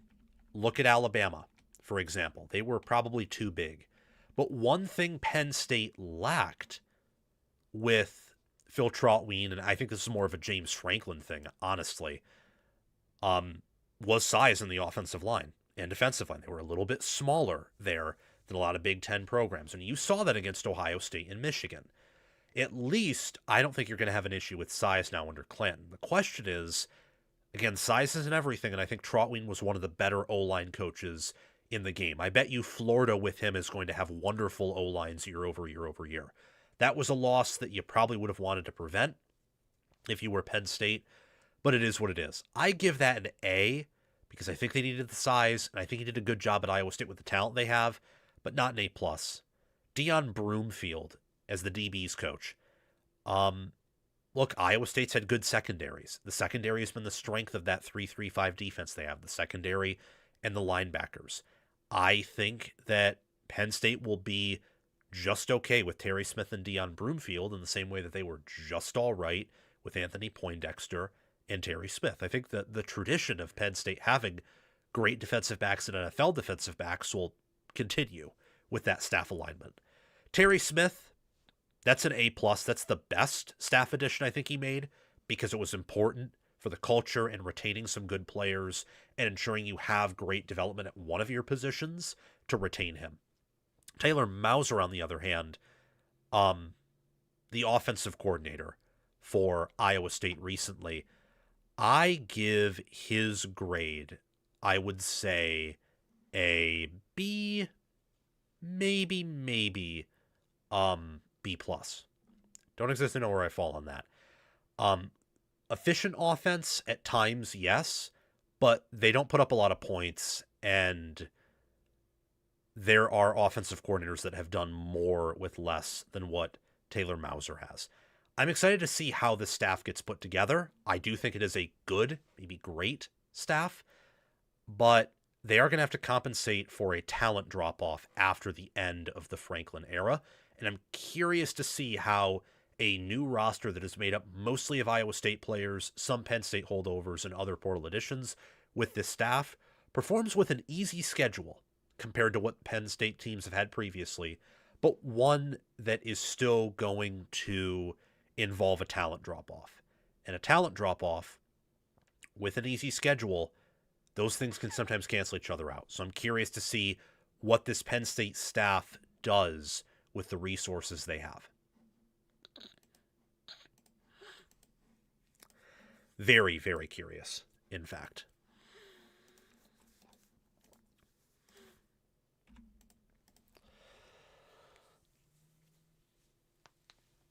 Oh. Wow. Wow, oh wow, oh wow. How many of you have been on here for most of the time? I can't believe that some of you have been on here for like this long. It's been pretty crazy. I know that for sure. It has been, man, it has been absolutely crazy. But let's roll and talk about Oklahoma, because I think Oklahoma has a major opportunity in 2026 to break out and not just reach the college football playoff, but potentially go further than that. Doing a good action is one thing in just a one-time sample set. Turning the good action into a habit where you are doing a good action is one thing. Turning that good action into a habit, a series of good actions, is another. The Sooners under Brent Venables have been up and down, and the 2026 season is a chance to change that, where 2022 and 2024, they go 6-7, 2023 and 2025, they go 10-3. Oklahoma returns the majority of its offensive line. They upgrade the receiver room via the portal to add on to a returning Isaiah Satenia. And while they lose a lot on defense, I trust Venables enough on the defense to retool that unit and have it functioning at a high level. The schedule is still brutal, but Oklahoma had to deal with that last year, and they still reached the college football playoff and even beat Alabama on the road. So why can Oklahoma break out in 2026? What's their early outlook? Well, as I mentioned, they return most of the offensive line, and they also do return John Mateer. And they brought in Terrell Harris, and they also brought in Parker Livingston to pair with Isaiah Satenia. On top of that, they returned the running back, Xavier Robinson, and Torrey Blaylock, and most of the O-line comes back. So the offense, with Ben Arbuckle in year 2, should take a major step forward, as I mentioned in my way too early top 25. You pair that with a defense that, based on Venables' history, should reload. And I trust Oklahoma to reload there. They lose 6 starters, but they've done well in the portal. They've recruited well there. They had a lot of two-deep contributors that come back. I admittedly think this defense will mostly reload. Will it be a top 10 or top 5 unit like it was this past year? I don't know. But will it be a top 15 unit? Like top 15, top 10 for sure. I'm fairly confident in that, I would say. An offense that improves, a defense that mostly reloads, and great special teams yet again should result in Oklahoma being power rated higher and a superior team this coming year compared to where they were in 2025. Now, that is going to be a huge test, especially when you consider that Oklahoma won a lot of close games in 2025. I mean, looking up Oklahoma football in 2025, let me read you the close games they won. So, Auburn, that's one. Ole Miss, that's a close loss. They're 1-1 there. Tennessee, they're 2-1. Alabama, they are 3-1. LSU, they are 4-1. They were 4-1 in close games last year. And how do I put it? The Missouri and Michigan games were pseudo close, so not exactly one-score games, but they could have been. And their only other pseudo-close loss was Alabama. And even then, I mean, you still have a wildly disproportionate record in close games. Teams that win, fun fact, teams that win close games with lower scores are more likely to replicate that than teams that win close high-scoring games. So that's a positive for Oklahoma. And another good thing that can set that off is a great portal class. They upgraded at wide receiver, O-line, and corner via the portal. And that combined with what they return gives me confidence in this team being better this year than it was last year. Venables really impressed me being able to, bring in Mateer, make that work, even though he did not live up to the hype one bit.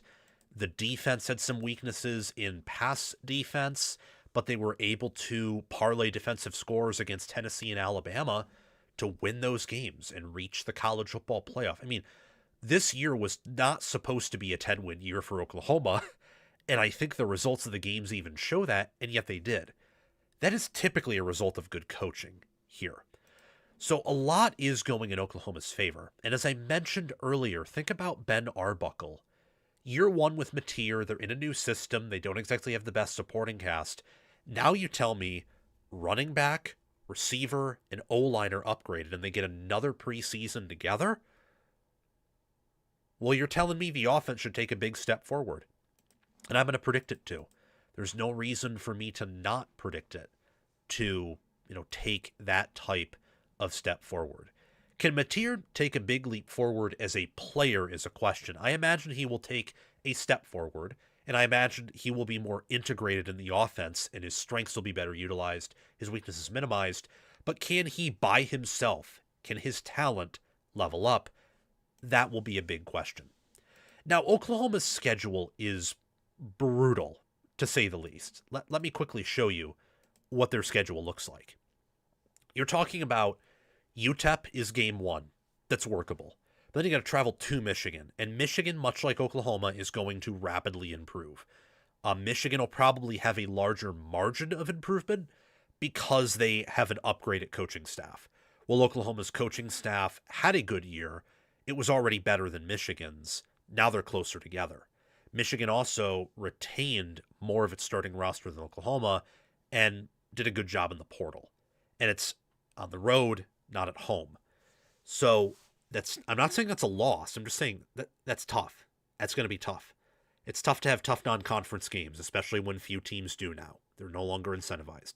They play New Mexico at home September 19th. Then they go on the road to play Georgia September 26th. Your first Power 4 games being Michigan and Georgia on the road, that's insane. That is one of the tougher September stretches in college football this year. And then you get a bye before the Red River Shootout to play Texas on a neutral field, October 10th. That bye is very well timed because having Georgia and Texas back-to-back without rest, neither of them being at home, with Michigan on the road 2 weeks before Georgia, that's an insane 4-game stretch, or would be, even with New Mexico being put in. It still is crazy, even with the bye, but it gives you some breathing room there. For Oklahoma, if they want to break out in 2026, it is key.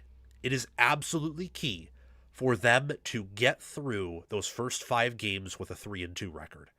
Maybe they could go 2-3, though they'd lose a ton of momentum there.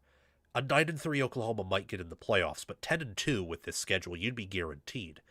Get through at 3-2, like Penn State did in 2016, and then win out against Kentucky, Mississippi State on the road, South Carolina at home, Florida on the road, Ole Miss and Texas A&M at home, and Ole Miss, or not Ole Miss, but Missouri on the road. Got Ole Miss and Texas A&M at home. That's a tough schedule. I mean, I would expect A&M, Missouri, Florida, possibly Ole Miss to be power rated top 25. So that's 4 possible top 25 games in November. Texas and Georgia will certainly be top 10. Michigan will certainly be top 15 with top 10 potential. It is a tough schedule, but that's the reality if you're in the SEC or Big Ten especially, and Oklahoma is there. They already reached the college football playoff. I don't know if they need to make it again for the season to be a success, but at least win 8, 9 games. Just be a top-tier SEC team or very close to that to show that you don't have to go up and down and you're not a cyclical program. You're a consistent program as your blue blood status would predict that you are. And I think Oklahoma can do that this coming year. They're certainly a playoff contender. For sure. I mean, I am as confident as I am that they are a college football playoff contender. Wait, where am I going with this? Oh, yeah. Okay, let's talk about Notre Dame now. I want to discuss why I think they should roll into the college football playoff.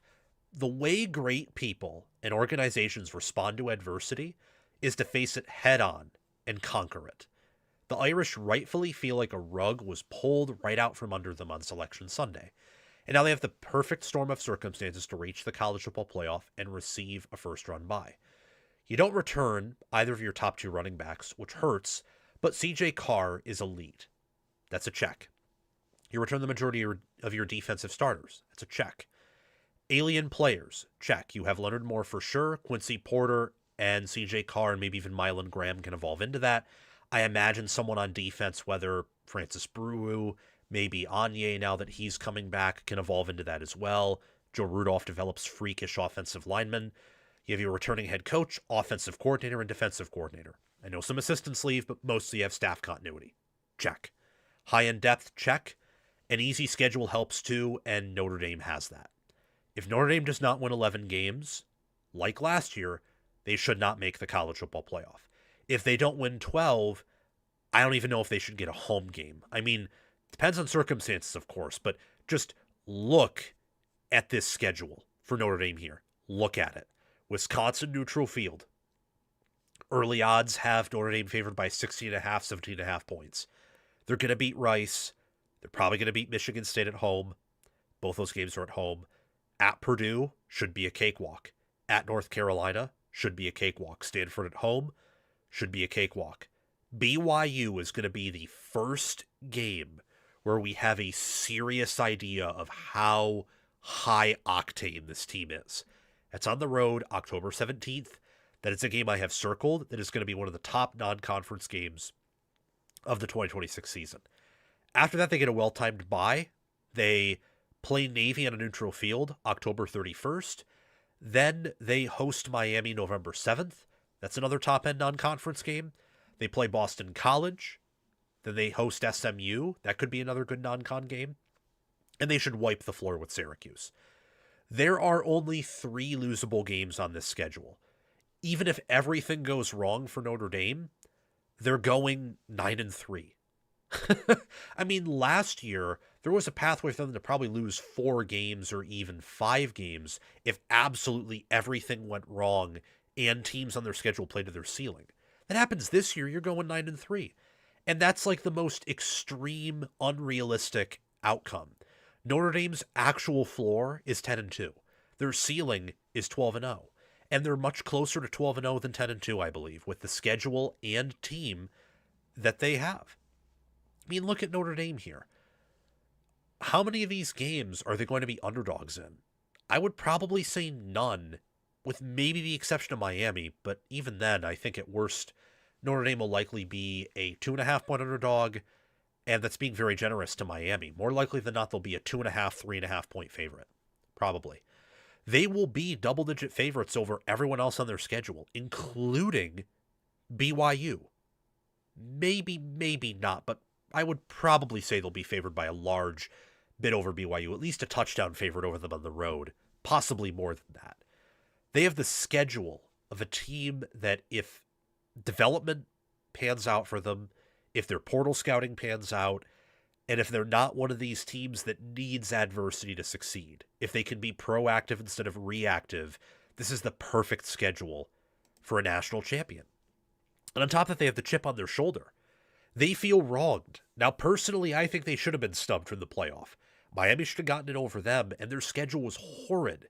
They didn't beat anyone. I mean, even USC, top 15 power-rated team, they lost 4 games. They weren't good enough roster-wise to beat TCU with their backup quarterback in the bowl game. Like, Notre Dame lost to the 2 best teams it played. And one of them was a head-to-head with another 10-2 team. They deserve to be left out. But that doesn't mean their roster shouldn't feel wronged, because the way the committee handled it was horrible. The committee ranked them too high early, and then lowered them down for no reason other than correcting a prior mistake, and it was like a pie in the face to the program. They have a chip on their shoulder. They feel wronged entering 2026. That with a great staff, high-caliber athletes, and a good schedule to take your anger out on while giving backups reps, that is a great thing. We already talked about the schedule, but I want to go a step further and ask, is this maybe the easiest schedule in America? I mean, not like America is in the FBS, but as in the Power 4. Is this one of the easiest schedules? I think it's up there for sure. I mean, Penn State and Wisconsin are some Big Ten schools intuitively that have schedules like this. SMU's, Miami's, probably much of the ACC has schedules like this. Some Big 12 teams, Texas Tech, for example, have schedules like this. Tech's might actually even be easier. Their floor is 10-2 or 11-1 with this schedule and the roster they have. It's both a testament to Freeman, and it's also a testament to the fact that, Notre Dame, they played a tough schedule last year. They're not going to play a tough schedule this year, and that might be the difference between making a run last year versus making a run this year. Yeah, that might be the difference right there. But we'll see. It's a schedule that, honestly, I'm in the same way that I don't like that Texas Tech is that easy of a schedule. I don't like how the ACC has a toxically easy schedule. I also don't like that Notre Dame is this easy of a schedule, because unless Notre Dame in the FPI scores has an efficiency in the mid-90s at the end of the year, we will not know how good this team is. I mean, they could be very overvalued and inflated due to style of play or blowing out bad teams, and they're not that good in big games. They could even be undervalued because they're just beating up on scrubs, but they'll also crush the big guys. And since they don't play any of the bigger teams, they're undervalued. It'll be hard to gauge where exactly this team falls. Their margin of error when analyzing them will have to be larger entering the playoffs, unless a lot of teams on their schedule wake up and play better. CJ Carr is also a great quarterback. He was 8th in QBR, top 10 in passer rating as a redshirt freshman. A lot like Julian Sayin, honestly. Like, both had impressive redshirt freshman years, had good systems, good offenses, should take another step forward this coming season. That's a big component because Notre Dame does lose.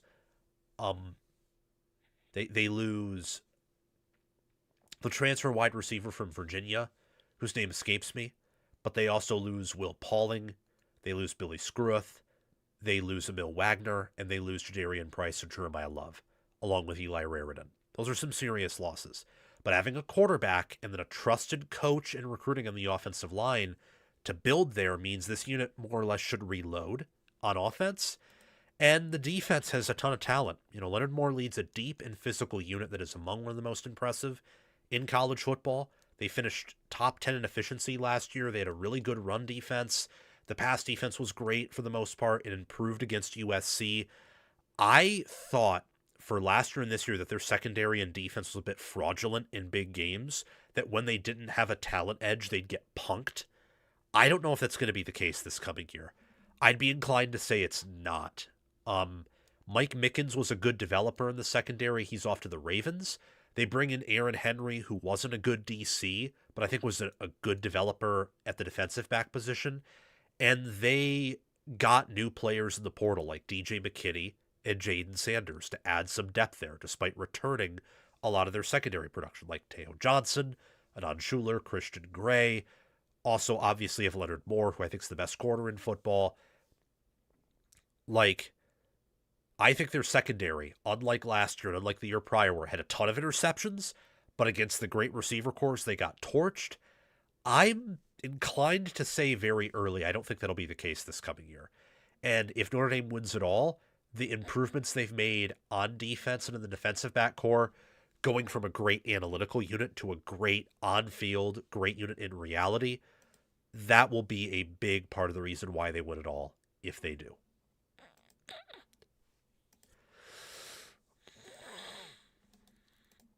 Okay. We're finally moving at a pace I like. Finally moving at a pace I like. Okay. I will confess that I do have to take a quick break here. I just have to go to the bathroom, drink water. I know it's been a very long show. It's been longer than I anticipated. I was planning on 3.5 hours, maybe 4 at the most. It's probably going to be 5. But we're going to burn through the rest of these. And then what I will probably do, I don't know if I'll delete this live show or what. But on Spotify, if any of you watch there and you're just tuning in, there will be an edited version of this where I cut out the breaks that I take. I might do that on YouTube too, but we'll see. Anyway, we'll be back very quickly. Just got to blow my nose, drink some water. I will see you guys very soon.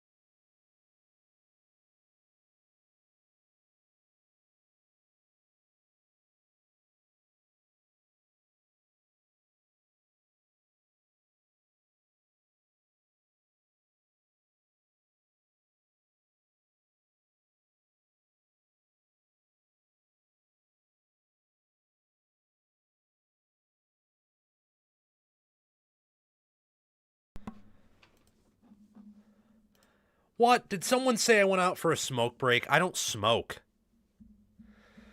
It's the consequence of, me like, so my top 25, because I like to be super detailed, and this is,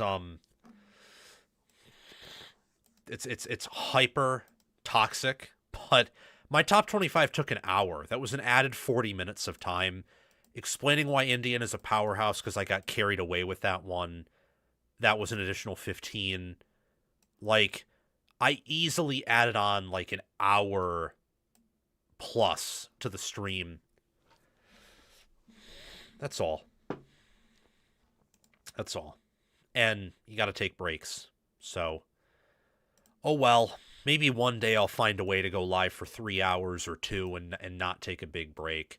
The key is probably getting sponsorships so I can play ads during my breaks, and that will make for a good stream. So if anyone here is interested in sponsoring me for some type of business they have, or they can connect me to one, email me at collegefootballwithsam@gmail.com. But anyway, with that, where were we? Where were we? Okay, we were right there. Yes. You're right there. Okay. Perfect. We were right there. Okay. Sweet. My mic is on. Jedd Fisch is one of the most underrated coaches in the country. If Washington didn't bring back DeMond Williams, I would have had full confidence in Fisch to get a quarterback from the portal to pair with a roster that I love to take a step forward this fall. The Huskies will improve on the offensive line and defensive line. They will be in year 2 of Ryan Walters with his defense. And DeMond Williams does come back. Yes, he does. And I assume that he will have full buy-in from his brothers, because that's the nature of college football now. Everything's a business decision. Anyone can enter the portal. I imagine higher caliber players have thought about it and decided to return. He'll be better protected and have more cushion-footed improved defense. The schedule is tough, but it's not the toughest in the world, and it's the Big Ten. You're just going to have to deal with it. Washington will also always be at a travel disadvantage due to its location, so I imagine they're used to being kind of the underdog in the Big Ten and will be used to that. That can play to their advantage. What I love about Washington, obviously, is the returning quarterback. I think they will heal from the DeMond Williams fiasco because, again, that's the nature of college football. Williams last year was excellent. He was a top 20, possibly top 15 quarterback in America.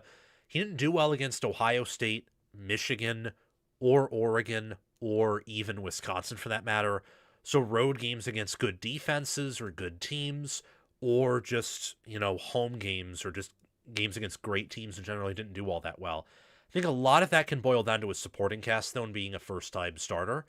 I think that he'll be much better in 2026 against these bigger and better teams because of the improvements in the supporting cast. I love Washington's defense next year. I like their offensive line. It was a soft unit in 2025. It's not going to be a soft unit in 2026. The offensive line is what I'm talking about. So Williams will be a better player, and he'll have a better supporting cast. That's huge. Washington's lines of scrimmage will be improved, not just the offensive line, where they return John Mills, they return their center, they return Drew Azzopardi, their tackle, their center being Landon Hatchett. Garion Hatchett, his brother at right guard, I believe, ran out of eligibility. Washington's defensive line will also improve, though. So most of Washington's O-line, the right side and the center, return. They are bringing in a few players there, I believe, in the line that should be good. And I think they've recruited all right there. But Jacob Lane comes back. Devin Hyde, Elinius Davis, and some other players return as well. And I think they should be better there because they're doing a good job in the portal. They played well last year in Walter's first year. And a lot of times, coordinator being in year 2 is better than returning a lot of your production entering year 2 with a new coordinator just because of that, system continuity. And they're going to bring back a lot of high caliber players at linebacker, some younger players in the secondary that they liked a whole lot. So the defense as a whole should improve, but the D line and especially the offensive line should get better. Ryan Walters' scheme is complicated. It is a man-based defense, and they did a pretty good job, I would argue, in year one, where I did not think they would be all that good. But in the big games, the defense was better than the offense. They held Ohio State to, 24 points. They held Michigan to 24 points. And that was, with offenses that did nothing but basically take sacks and turn it over and occasionally have a good drive. They, against Wisconsin, held the Badgers to 13. Washington's offense just only put up 10. And then against Oregon, they held Oregon to 26 and stopped Oregon from running the football. So it was a phenomenal, I think, first year of Ryan Walters. Year two should be even better. The schedule, look, is it perfect? No, it is tough, but it is workable. It is not a Ohio State level or 2024 Georgia level or Michigan, USC, Texas, Oklahoma level schedule. It's not. It's easier than those. Washington can absolutely go 10-2 with this schedule. Washington State in week 1 at home, Utah State at home week 2, Eastern Washington home week 3. That's a nice 3-game warm-up before they have to play Minnesota at home, September 26th. That is one of the easiest September slates I have seen. One of the easiest. Your first Big Ten team has a travel disadvantage and a roster disadvantage while they have to play at your house. Then Washington plays at USC October 3rd. They host Iowa October 10th. They have to travel to Purdue October 17th. Tough travel, but you get a bye after that before traveling to Nebraska October 31st, hosting Penn State November 7th, playing at Michigan State November 14th, hosting Indiana November 21st, and playing at Oregon November 28th. Those final 2 games, that is probably the toughest 2-game series in November that I can think of. Maybe not the toughest November slate, though Penn State should be top 25. Indiana and Oregon are my 2 top teams entering 2026. And Michigan State will be improved from where they were last year with new head coach Pat Fitzgerald. If you're Washington, you got to hope you either catch Indiana, or if you don't think you can match Indiana or Oregon roster-wise, you should hope to start 10-0. Beating USC, beating everyone else, and then you just take it against Indiana and Oregon because you're great, but maybe you're not at their level. Though who knows? In this new world of college football, especially with Washington's new recruiting class, what they did in the portal, the fact that they really kept almost all of their starting players home with rare exceptions, and they're upgrading their roster and they have staff continuity. They should be an improved team in 2026. And I think a lot of people were early on them as a college football playoff contender. A lot of people thought they were a playoff contender last year. They weren't. They never really were, especially with hindsight. This year, I think they seriously are. Fish is also a great head coach, as I mentioned at the beginning of this video. I trust him. I think he's underrated. He built Washington and Arizona up from nothing. He has had a wonderful track record with different NFL connections. He's worked under great college coaches. I trust him to continue to raise up Washington, and they will continue to learn from their lessons in these losses and their lessons in wins. Keep doing what works for them and, well, abandon what has failed. And I think Fish has done a phenomenal job rebuilding after Keelan Moore left, took some stuff with him. The rest of the roster left or went to the NFL. He literally inherited nothing at Washington, built him up to be a top 25 team this past season, built Arizona up to be a top 25 team before he left. Washington's going to be a top 25 team, I think closer to a top 15 team this coming season. As for Texas reminds me a lot of 2024 Ohio State this year. Do you remember when Ohio State brought everyone back in 2024 after going 11-2 in 2023? Ohio State in 2023 was the second best team in America. And because they watched their rival beat them and be the best team, essentially the entire roster minus Kyle McCord, minus Marvin Harrison Jr., and minus Michael Hall, came back, and they wanted to beat Michigan, win the Big Ten, win the whole thing, go undefeated. They did the most important part of that sequence. They didn't beat Michigan, didn't win the Big Ten, but they won the whole thing and were the best team in America and solidified themselves as the number one program in college football. It feels very similar with 2026 in terms of Texas. A little bit of a different twist, though. Georgia didn't win it all, but Georgia and Texas they have a very serious competitive rivalry going on. And I think that Texas took Georgia, now beating them 3 times in 2 years, and winning the SEC back-to-back, and insinuating that Texas is essentially an inferior program despite always spending more and being involved in illegal methods with recruiting and being a little bit of a lower moral program. I think Texas has taken that personally. Arch Manning has 2 tackles returning, along with Colin Simmons, along with some other young talent like Grayson Littleton, and the Longhorns did not lose a lick of talent to the portal while pillaging other teams for it. This is a sign of a team that is all in. The all-in mentality of Texas, a program that is hungry after a failed 2025 season where losing to Ohio State on the road week 1's acceptable, but then looking like crap against UTEP and losing to Florida, that's not acceptable. And then against Georgia, you have a chance to redeem yourself, and Georgia just smokes you. They smoke you like Lincoln Riley smokes his briskets, where you're dried out and just useless and demoralized, and your season's done. They executed Texas that day. Texas did finish strong, don't get me wrong. Before the Georgia game, they had a great performance against Vanderbilt, and then after that Georgia game, they beat their rival Texas A&M kind of like a drum in Austin. And on top of that win over Michigan, they were able to enter this preseason with momentum. They made a wonderful couple of additions in the portal, and they made a change at DC, change at secondary coach, bring back Blake Gideon from Georgia Tech, bring back Will Muschamp, who never served as DC under Sarkisian, but did under Mac Brown. And it feels like this is a potential natty or bust season for Texas. I don't know if I'd go that far. I'm going to have to think about it more, do more research before declaring this to be a natty or bust season. But this is certainly an all-in year where not winning it all would leave a little bit of a sour taste in one's mouth. Natty or bust is different. Natty or bust means if you don't win it all, you're pissed. You're mad.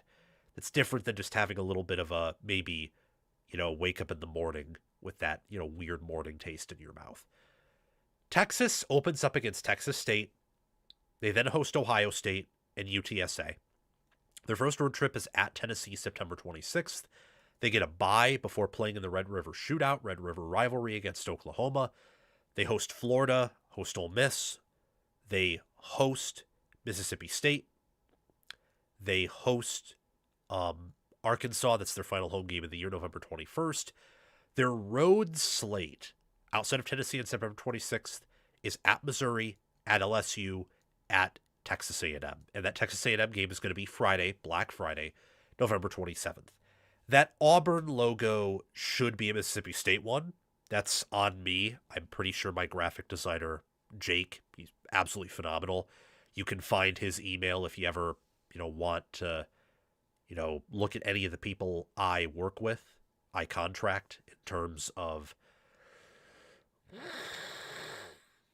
Gonna have to edit that out, but that's okay. You can find any of those guys looking at the email, looking at my description and checking out their emails, just in case you're interested. Just want to shout them out for all their good work. Anyway, that Auburn logo should be a Mississippi State logo. It's on me. Graphic designer replaced it. I didn't get to it in time, but you get the point. It says Mississippi State.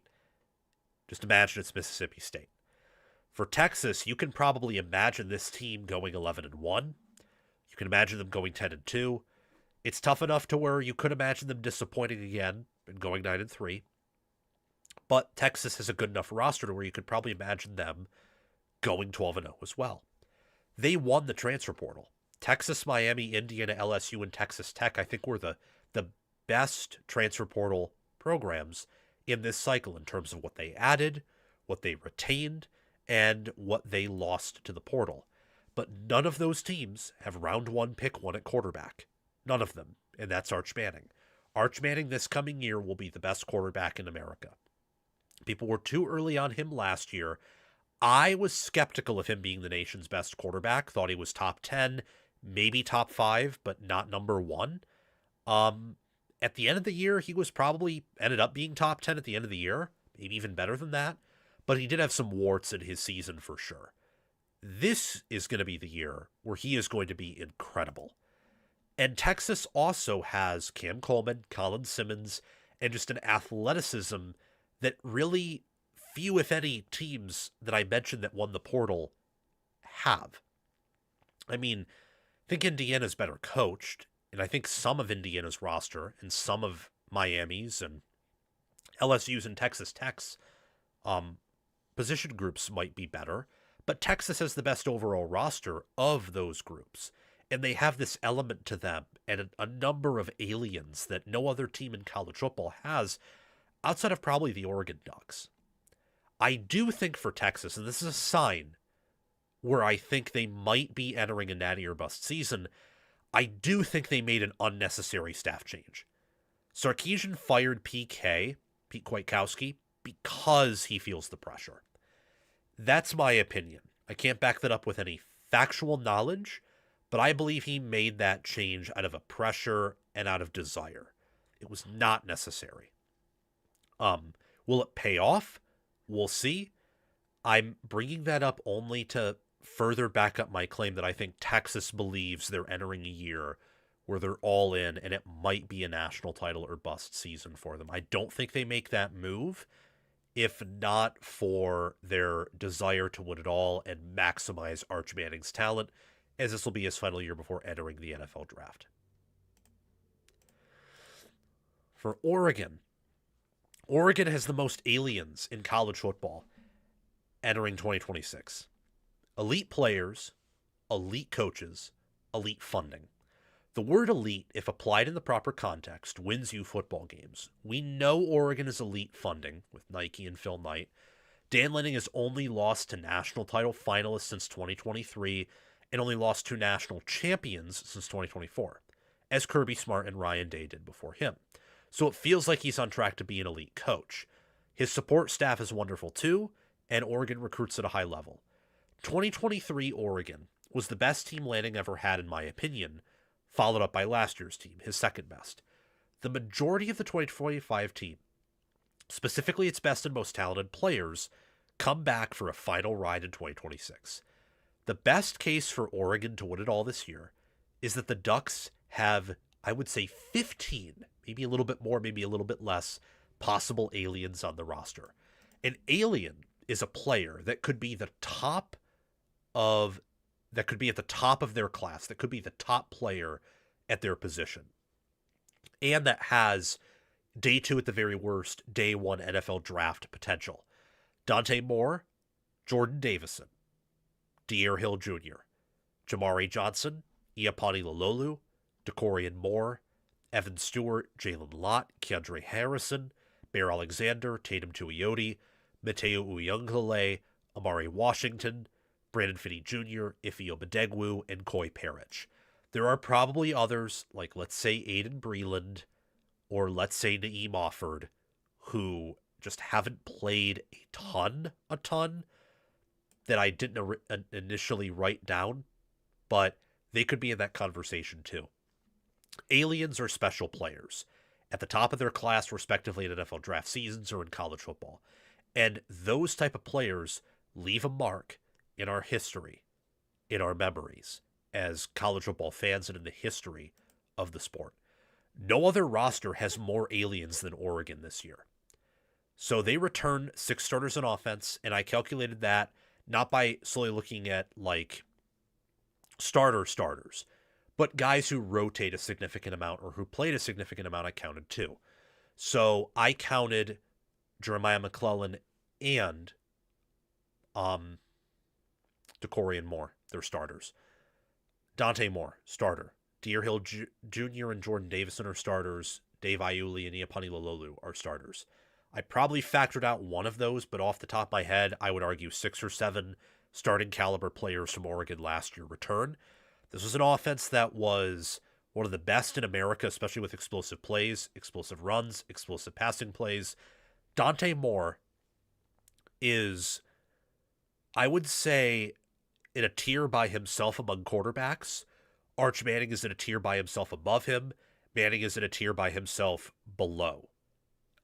Or Moore is in a tier by himself below Arch Manning.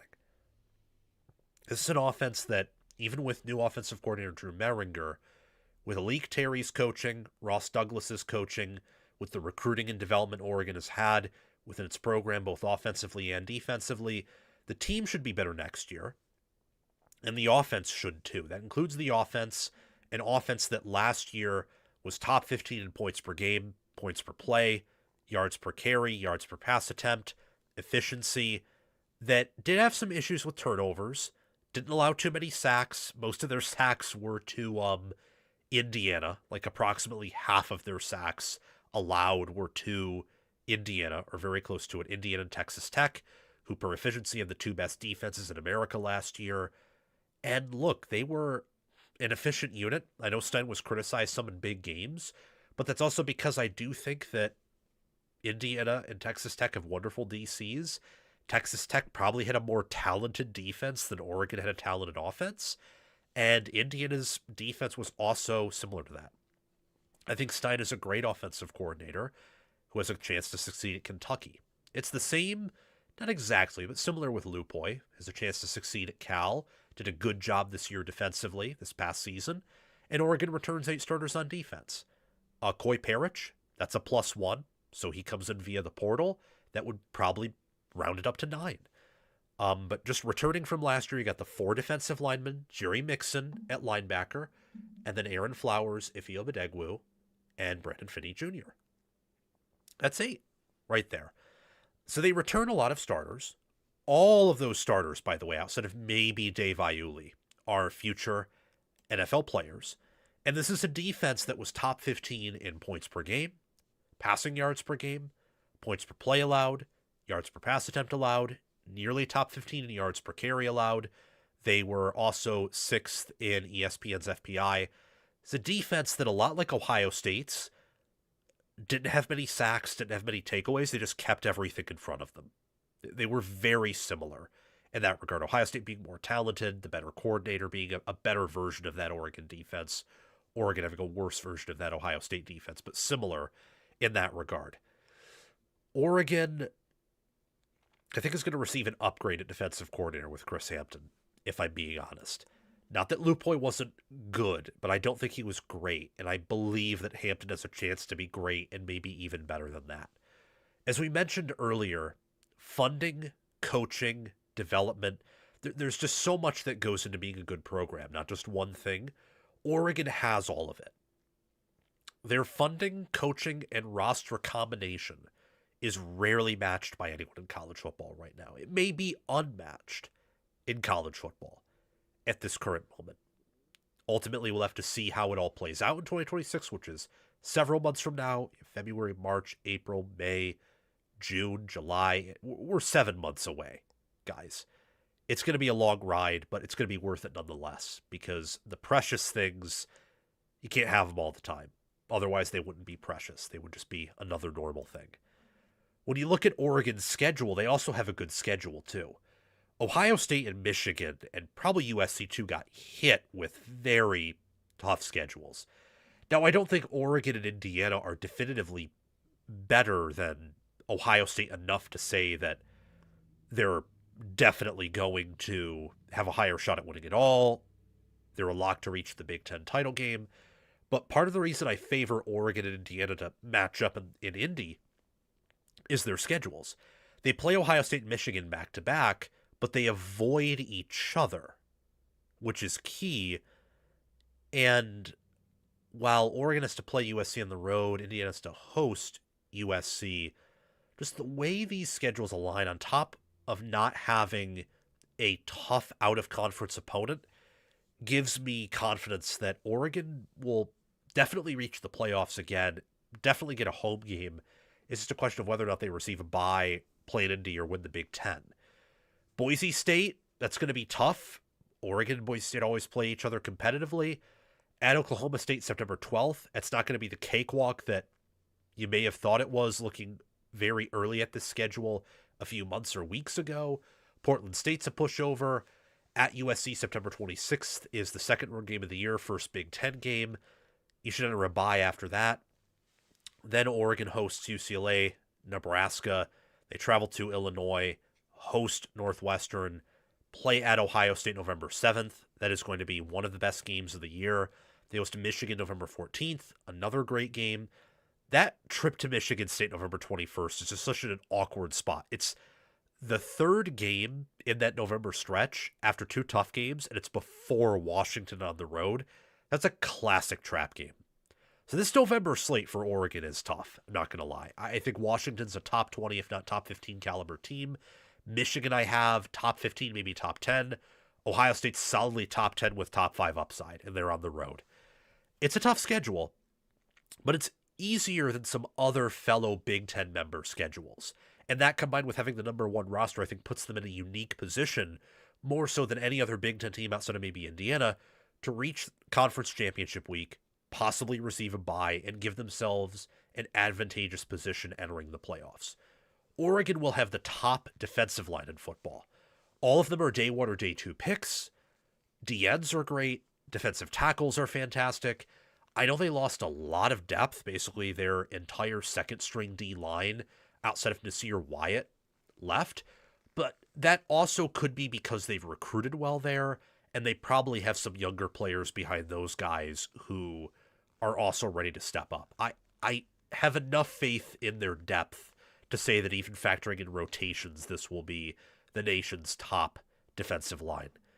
Other number one positions that could be number one in America, I'm looking at quarterback, running back, wide receiver, and corner.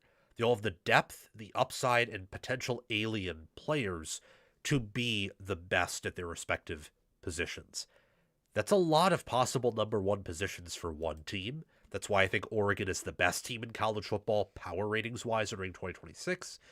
And it's why I believe that they have the most alien players and have the number one roster entering 2026 as well. Wow, my nose is plugged. I mean, lesson learned for everyone. Don't do a show this long. Oh, just don't do it. Do not do it. But we're close. We're close to the end here. Oh. Bless me.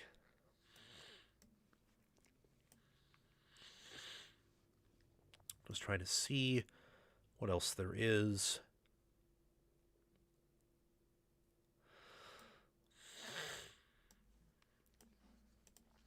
Anything people are saying in the chat? Kind of curious.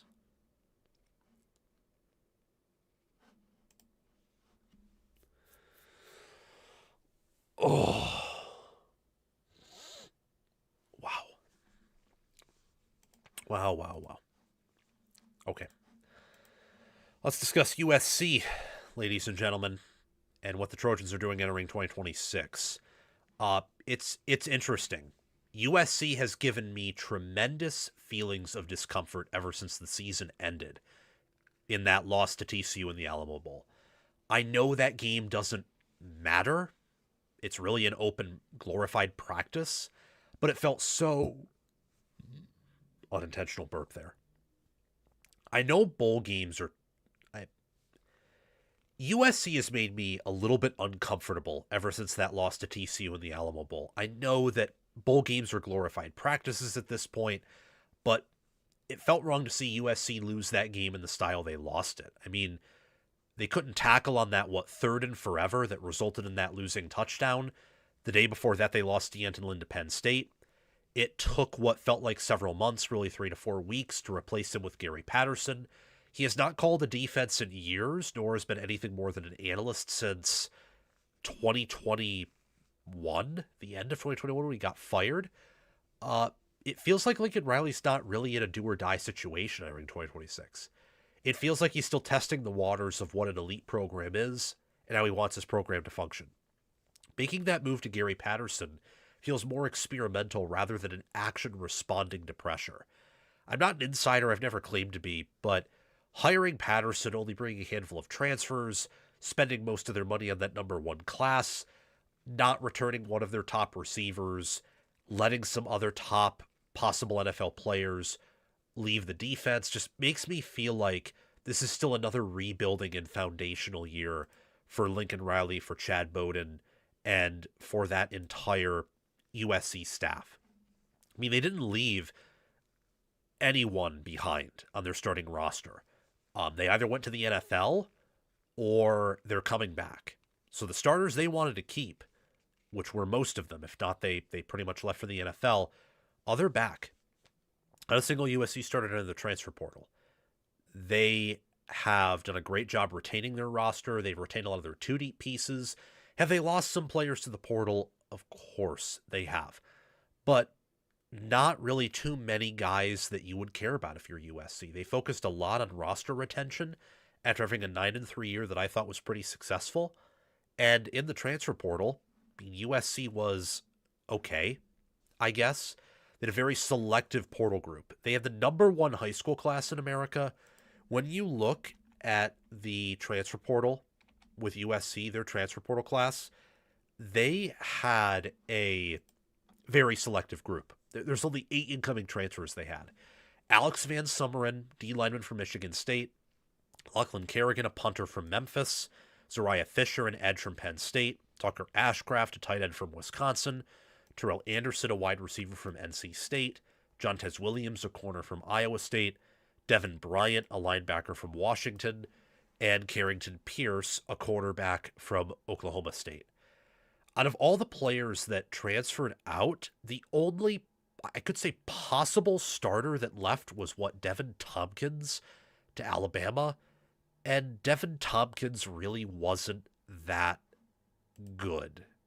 The remaining USC defensive tackles with another year of development will be an upgrade over him and what he produced at USC.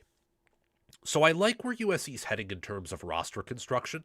This is looking to be one of the top rosters in the future with this class, with what they're able to spend, with the coaching staff they have, and how they're able to retain their roster. But when you look at the overall, track record of USC over the past 4 years, 11-3, 8-5, 7-6, 9-4, it seems like they hit their valley, and now they're starting to trend up and climb up the mountain. I was just under the impression that entering this coming year that maybe they would be in a situation, USC would, where they needed Riley to break through and make the playoffs or go away. It doesn't feel like that, though, and I understand why. Look at the recruiting. This is USC's best overall recruiting class under Riley and in quite some time. USC, according to efficiency, which is probably a better way to compare teams, when you compare them over different years, efficiency is probably better than FPI score, though still very imperfect. Last year was probably USC's second best team ever under Riley, maybe even their best from a pure power rating standpoint. The issue is the 2022 and 2023 teams had Caleb Williams, so they could mask a whole lot more issues than these past 2 USC teams could, where they didn't have round 1 pick 1 at quarterback and one of the more talented quarterbacks in recent memory on their roster. They are trending up. Looking at the FPI efficiency metrics, when you look at, points per play margin, when you look at how they were able to win some Big Ten games on the road this year, when you look at their recruiting and even win-loss record, they are trending up. And I think that the Lincoln Riley project at USC, with hindsight, when it's all said and done, is going to be viewed upon as a success more than it is a failure. Probably more somewhere in between than in either pole, but closer to success than failure. The interesting defensive coordinator hire, I think, is what nailed the coffin in my decision as to where USC is at entering this year.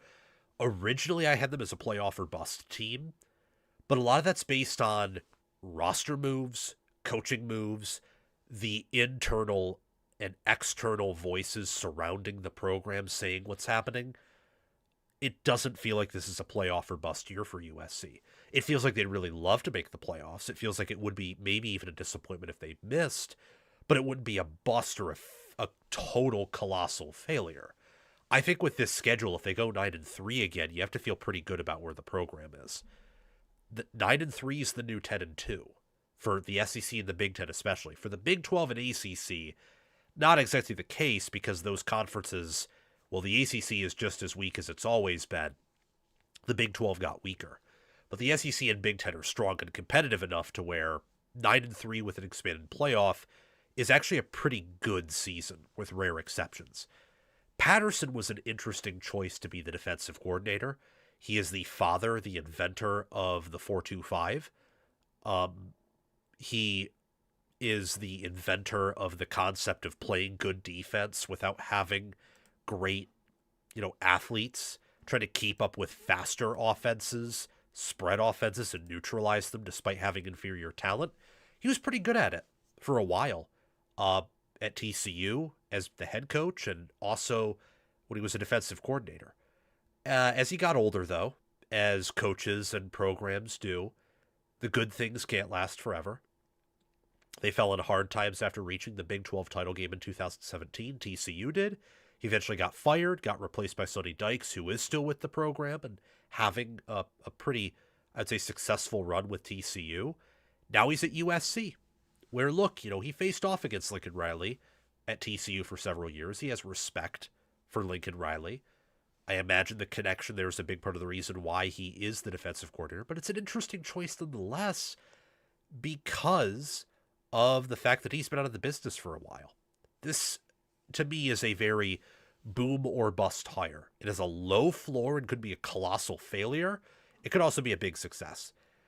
The offense will also undergo changes entering 2026. I think that you will have a better run game, but the passing attack, even if Maiyava is better, could take a step back with a probably slightly tougher schedule or similar schedule to last year without having Jacoby Later, Mekhi Lemon. The wide receiver core is going to downgrade, and keep in mind USC also loses both of its top two tight ends. So they'll have some reloading or replacement to do there. So what's USC's state entering 2026?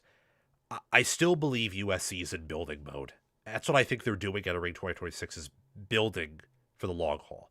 They're not shoving in all their chips in the middle of the table. They're not flipping over tables, throwing around chairs. They're not, loading up the weapons into the truck to go on a hunt. They are building and preparing still. You can say that's a disappointment. You can say that's inaccurate. That's just my opinion based on the moves I'm seeing, the very selective and not necessarily high-quality portal class outside of maybe 2 or 3 players, and the fact that they just brought in the number 1 high school class. They're trying to maintain most of their roster. It really does feel like this is another rebuilding year for USC, and 2027 is probably the season where we should be talking about this team in the playoff or bust conversation. As for Nebraska, man, talk about a coach in Matt Rule in a program in Nebraska. Oh, I need to blow my nose. Hold on. Hold on. Need to blow my nose.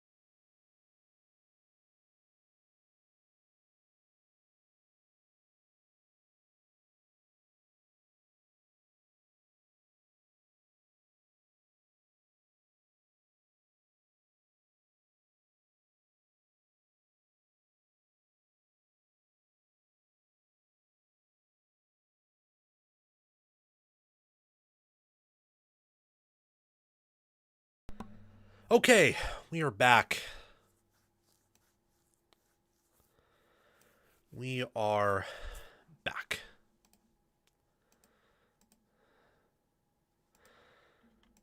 Okay.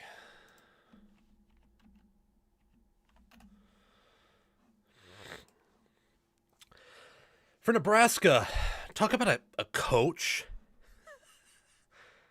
Talk about, yeah, I mean, that's really what it is. Talk about a coach. Talk about a program that I think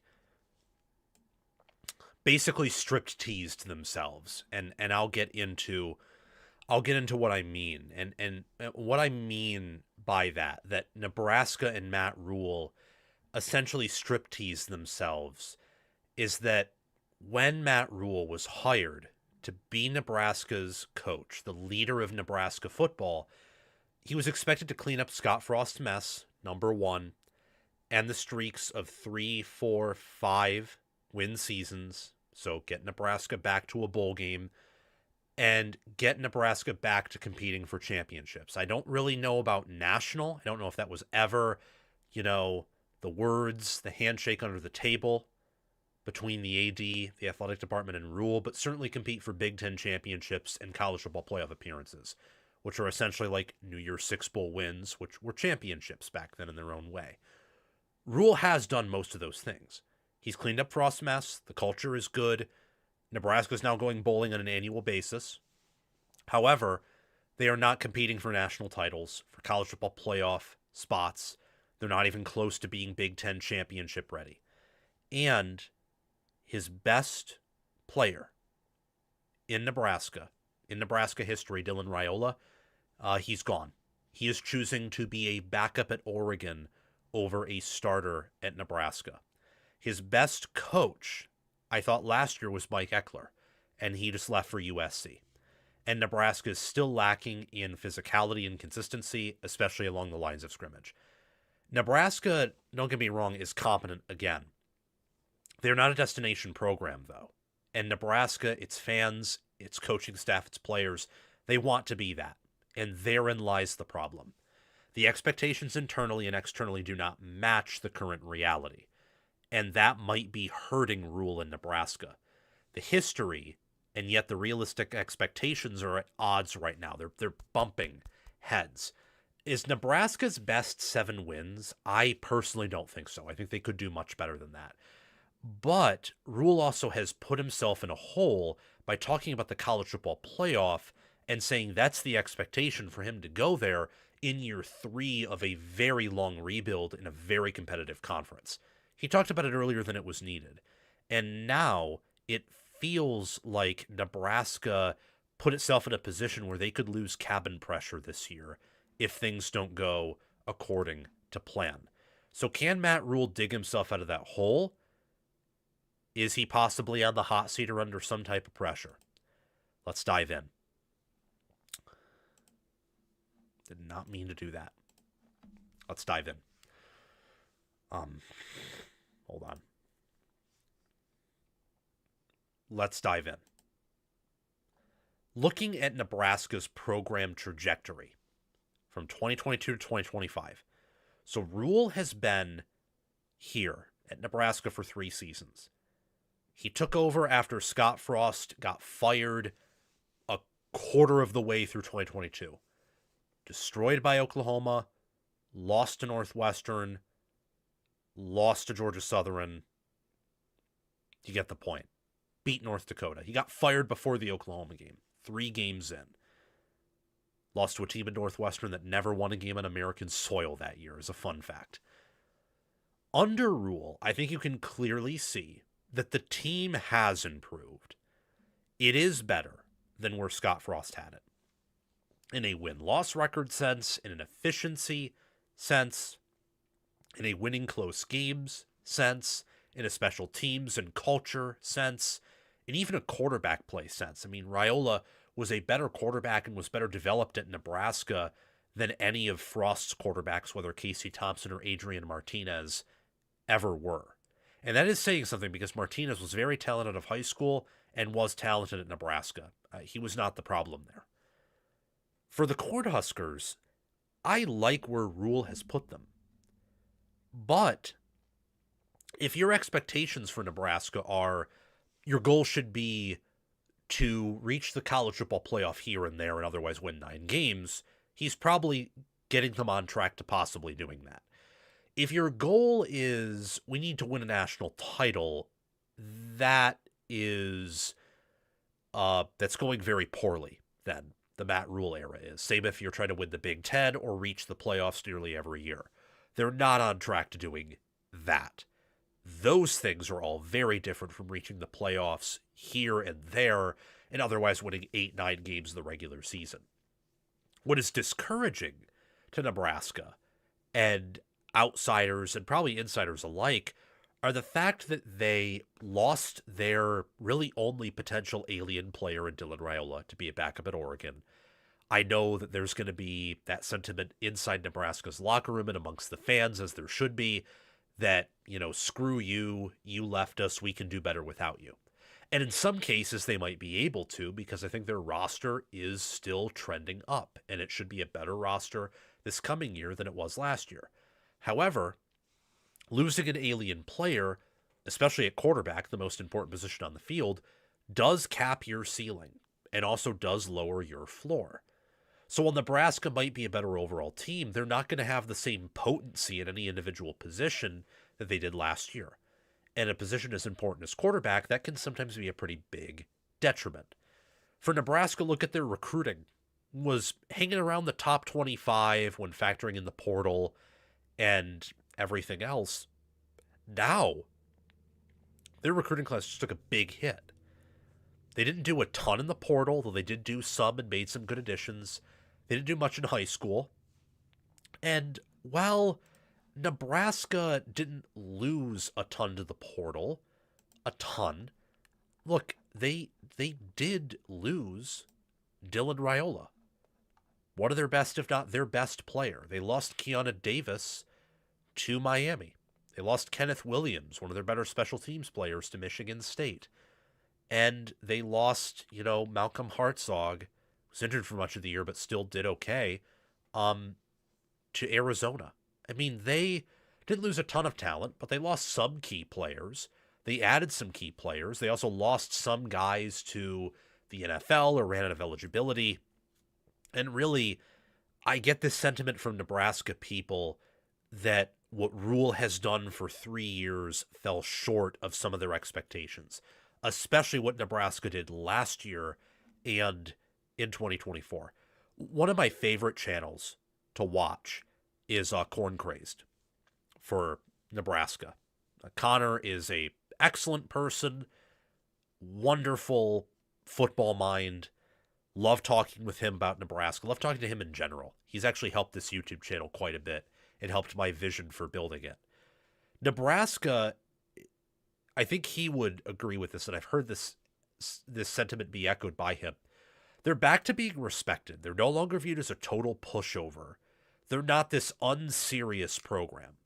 However, despite having a solid locker room and not having a losing attitude, purging that from their program, winning close games, finally fixing special teams, and being respected, they are not feared. They are not viewed as a semi-annual or annual contender. They're not. They are viewed as a team that maybe can get cute and reach the college football playoff. Just maybe. They're a team to flirt with. They're not respected in a serious manner. They're respected like, someone respects a stranger because they're friendly to them at that given moment. But they're not viewed as high class. And I think that a lot of Nebraska people have an issue with that. And maybe you should. Maybe you shouldn't. I'm talking about the state of Nebraska football here under Matt Rule. It feels like the statement that, this team should contend for the playoffs, and it felt like he kind of even hinted at that in 2024, that they should win 8-9 games. The idea that they should have reached the playoffs last year, and he said that on his podcast, and people predicted them to.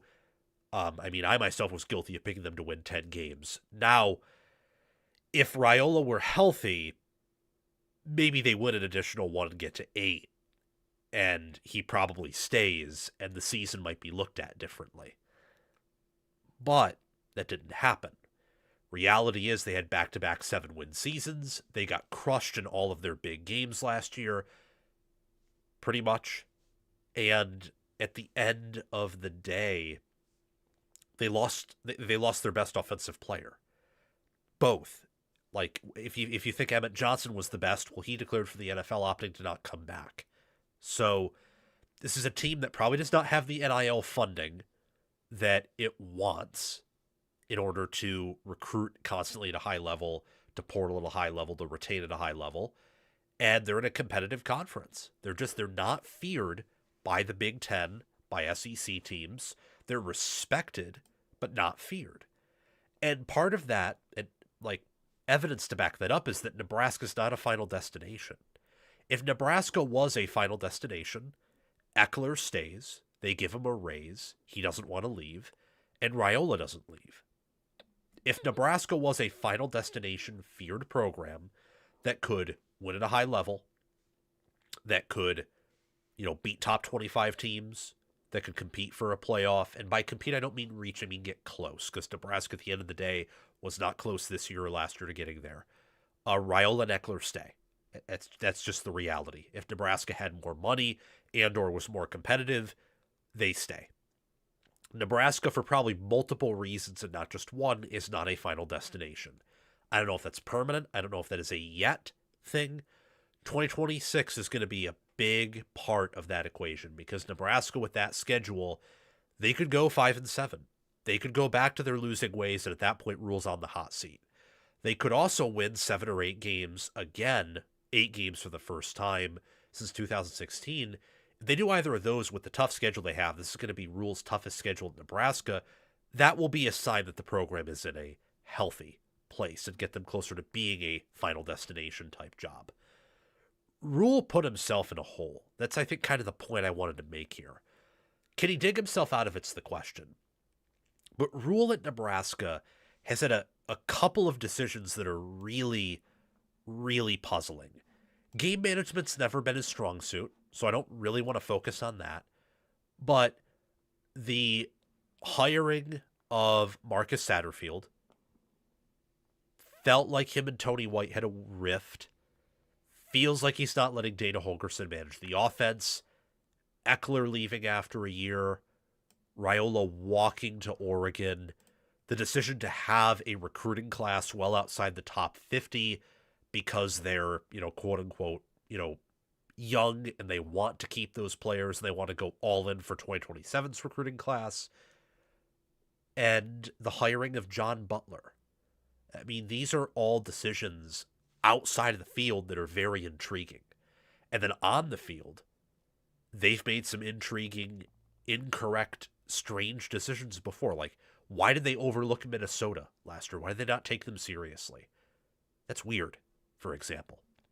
So, can Matt Rhule dig Nebraska out of this hole? I don't know.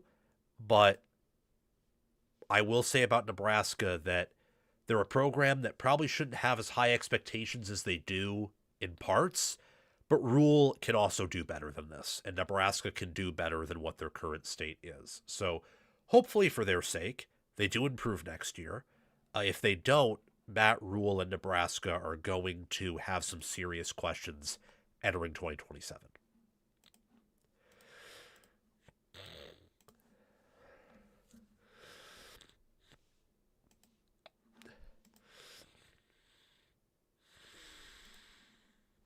Okay.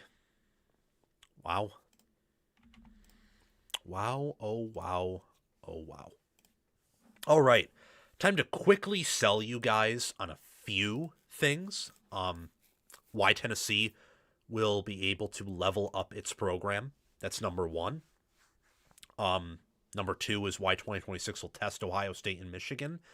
And then we have a few more topics. I know it's been a very long show. It's going to be the longest in the show's history, but I just want to get this over with, and we can do it. I think this has actually been one of my better shows in terms of analysis. Josh Heupel has made Tennessee competitive again, but Tennessee is still not respected by the top contenders in the sport. Heupel is aware of this and had a fantastic 2026 preseason. On the field, 8-5 at Tennessee is unacceptable. However, back to the off-field stuff, Jim Knowles is an A-plus hire. Derek Owings is an A-plus hire. Tennessee just signed its best overall recruiting class under Heupel, high school and portal. That's incredible to have all of that in one preseason, and all of these actions point to an intentional project to level up the Tennessee football program. It does remind me a bit of what Jim Harbaugh did in 2021 after his first several seasons were good, but not great, and then he had a really disappointing season in 2020, and he could not beat his biggest competitor, Ohio State. For Tennessee, that's Georgia. They've beaten Alabama, who probably is their biggest rival in terms of historic rival, but Georgia's their biggest competitor, and Tennessee has not been able to overthrow them, whether close games, whether blowouts, etc. And in the same way that Harbaugh had to modernize his offense and fix the defense to make 2021 and beyond work, Heupel has to modernize his offense and fix the defense to make 2026 and beyond work. So with Tennessee and with Heupel, they have done a good job, I think, modernizing the offense. And you saw that this year, how they were able to compete with Georgia. They've done a better job, I think, being able to run the football in big games. It feels like the offense has gotten grittier and tougher. And this year, their receivers are able to get open as they have been able to in the past with their scheme and athleticism. I feel like they did a really good job, mastering with Brazel the 50-50 balls and making especially physical catches. But the defense was horrific. They had to fix that. And the team, I don't think, was tough enough to be a national title contender and SEC contender. Now, that was just this individual team, but we've seen this under Heupel at Tennessee. They, at best, are a great team. At worst, are above average, but they never really touch elite. They've made an elite hire at strength and conditioning coach in Derek Owings. He was fantastic in Indiana. Think about Indiana winning it all, going 27-2 under Cignetti and Owings. And think about the amount of NFL players on that roster, most of whom were not recruited at a high level, and what they will do in the pros. A lot of that is credit to Cignetti, his assistants, his coordinators. It's also a credit to Derek Owings, who was an assistant of his. They hired an elite defensive coordinator, Jim Knowles, who built elite defenses at Oklahoma State and Ohio State. It's just that simple. Jim Knowles is one of the best DCs in college football, one of the best defensive minds. At Oklahoma State and Ohio State, he had a combined 3 top 5 defenses. That's incredible stuff right there, to say the least. And his systems do take time to implement. A lot of that is because every situation he's taken over, except for Penn State, it was a pretty bad situation. And Penn State, it turned into a bad situation pretty quickly because the offense wasn't good. Linebacker core got decimated with injuries, and it felt like Franklin and his staff were never on the same plane, were never communicating on the same wavelength to begin with. Tennessee's improved its recruiting. Their 2026 class is its best ever under Heupel, bringing in players like Tristan Keys, Faison Brandon. You get the point. And then David Sanders, true freshman last year, did a pretty good job at tackles, going to be even better this year. Their recruiting is leveling up. Got 5-star wide receiver Mike Matthews, who did well this year. I love their outlook. This is a team that I am high on, especially in 2027 and beyond. You look at their win-loss record under Heupel, the past 4 seasons, Heupel's been there for 5. 2021 was the low point. That was his first year where they entered. 2025 was their second worst season. I would say pretty confidently. The win-loss was their second worst. Their FPI and efficiency scores were pretty much their second worst. 2023 was a much stronger year top to bottom in college football than 2024 and 2025 were. The only thing that's been improving is the recruiting, I think. Outside of that, so far you look at this graph and you see a downward trend. That's why he had to make a change at DC, some changes with the assistants, and also a strength and conditioning change. He had to, because the program was not going where he nor Tennessee wanted it to go. You look at this year's schedule, and, they play Furman at Georgia Tech, Kennesaw State at home, Texas at home, Auburn at home, Arkansas on the road, Alabama at home, South Carolina on the road. They get a bye in the last weekend of October. They get Kentucky at home, Texas A&M on the road, LSU at home, Vanderbilt on the road. This is a probably more workable schedule than what they had last year, or similar to that. And last year's Tennessee schedule was pretty workable, even with Vanderbilt evolving into a really good team. But they were not physical enough on defense and not complete enough on offense to make that work. I don't quite know if that's going to be the case this year, but getting LSU and Texas and Alabama at home are huge. The Georgia Tech game in week 2 is also going to be a pretty good litmus test, because Tech is a physical team that will have a deadly offense that will test this Jim Knowles defense early, which is the newer part of the team. Tennessee also set a standard for itself. Great teams and programs do this. They set standards. If they don't make it, they make changes. If they make it, they might even make changes anyway to ensure they can maintain that standard. He made drastic changes after an 8-4 season. That shows that he doesn't just want Tennessee to be good, which I think a lot of Tennessee people would be happy with. He wants them to be great and punching with the elites of the sport. And that's fantastic.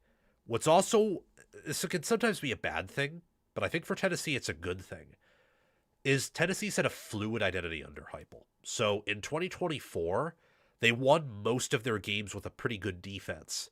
In 2022, they won their games and had an 11-win season with an elite offense. In 2023 and 2025, it was, they were kind of a master of none and a variety of different things. Still won 9 and 8 games respectively. They've been able to win in a variety of ways, not needing one unit to always carry the other. They've just been incomplete. And I think that's better than always relying on one unit and neglecting the other, because that shows kind of a philosophical stubbornness. Being fluid can sometimes just show that you're not where you want to be yet roster-wise. And I think Tennessee is on track to getting there roster-wise. That's why I'm high on them in 2027 and beyond. And I think in 2027 and beyond, Tennessee is going to be an annual SEC and national title contender. Or maybe not that early, but 2027, 2028. You get the point, for sure.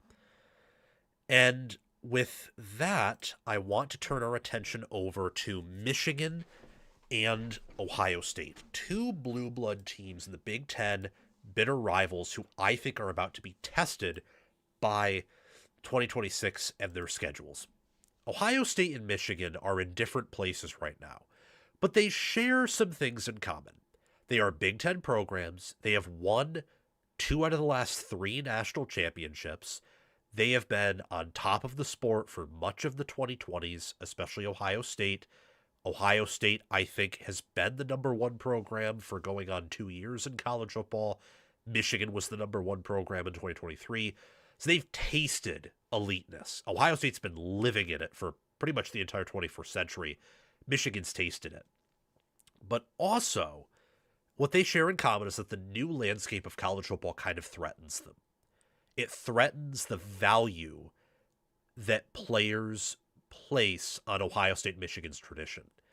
It threatens their monopoly in the Big Ten with talent and with being the most storied programs.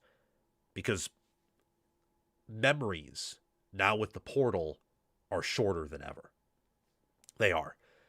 Players care about other things than just tradition. When you used to go to Michigan or Ohio State, you would look at, okay, what's their development been like over the past 10 years or 15 years? Because coaches had longer tenures, and because, you didn't have the portal, the infrastructure was pretty continuous throughout different regimes. The players, rosters, etc. Now you don't have that. So now when you look at Ohio State and Michigan, players may be used to choose them because, they've had a great developmental track record over the past decade or 2. That doesn't really matter anymore. It might matter to some, but not entirely. The floors and ceilings, consequentially, for Michigan and Ohio State are probably lowered compared to what they were. And the Buckeyes and Wolverines could be in a world of hurt this year because Oregon, Indiana, and maybe even USC and Washington are kind of trying to compete with them for top-tier talent. Ohio State's no longer guaranteed to be the best and most talented Big Ten program as they have been for decades because Oregon and USC exist. And they've been able to recruit USC, the number one overall high school class this past cycle, and Oregon in back-to-back cycles has had probably the best quality high school recruiting class, just overall in America. Michigan is no longer guaranteed to be the best and most talented when they have their head coach right. Ohio State's been more constant and consistent. Michigan, with Harbaugh for 2023 and maybe at times 21 and 2022, were the best Big Ten program and had the best rosters or close to it. They're no longer guaranteed to have that even if they have their head coach right because the field is tougher. Both play tougher schedules in 2026 than they did the prior year and than the average Big Ten team. And they have plenty of new faces on the roster. So 2026 is going to be a test for these teams' DNA and the fabric of their programs. Let's take a look at Michigan's schedule first. So Michigan, they host Western Michigan September 5th. They host Oklahoma September 12th, UTEP September 19th, Iowa September 26th. They play at Minnesota October 3rd. They then get a bye on October 10th before playing Penn State at home October 17th, Indiana at home October 24th.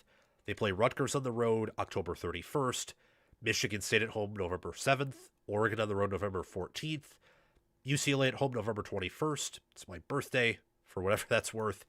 And Ohio State on the road November 28th. That is a tough schedule. That is Michigan's toughest schedule since 2024. Now, 24 they played the national champion, the Big Ten champion, and the final SEC team remaining in the college football playoff. On top of playing 11-win Indiana, on top of playing 10-win Illinois, you get the point. Like, that was a pretty tough schedule.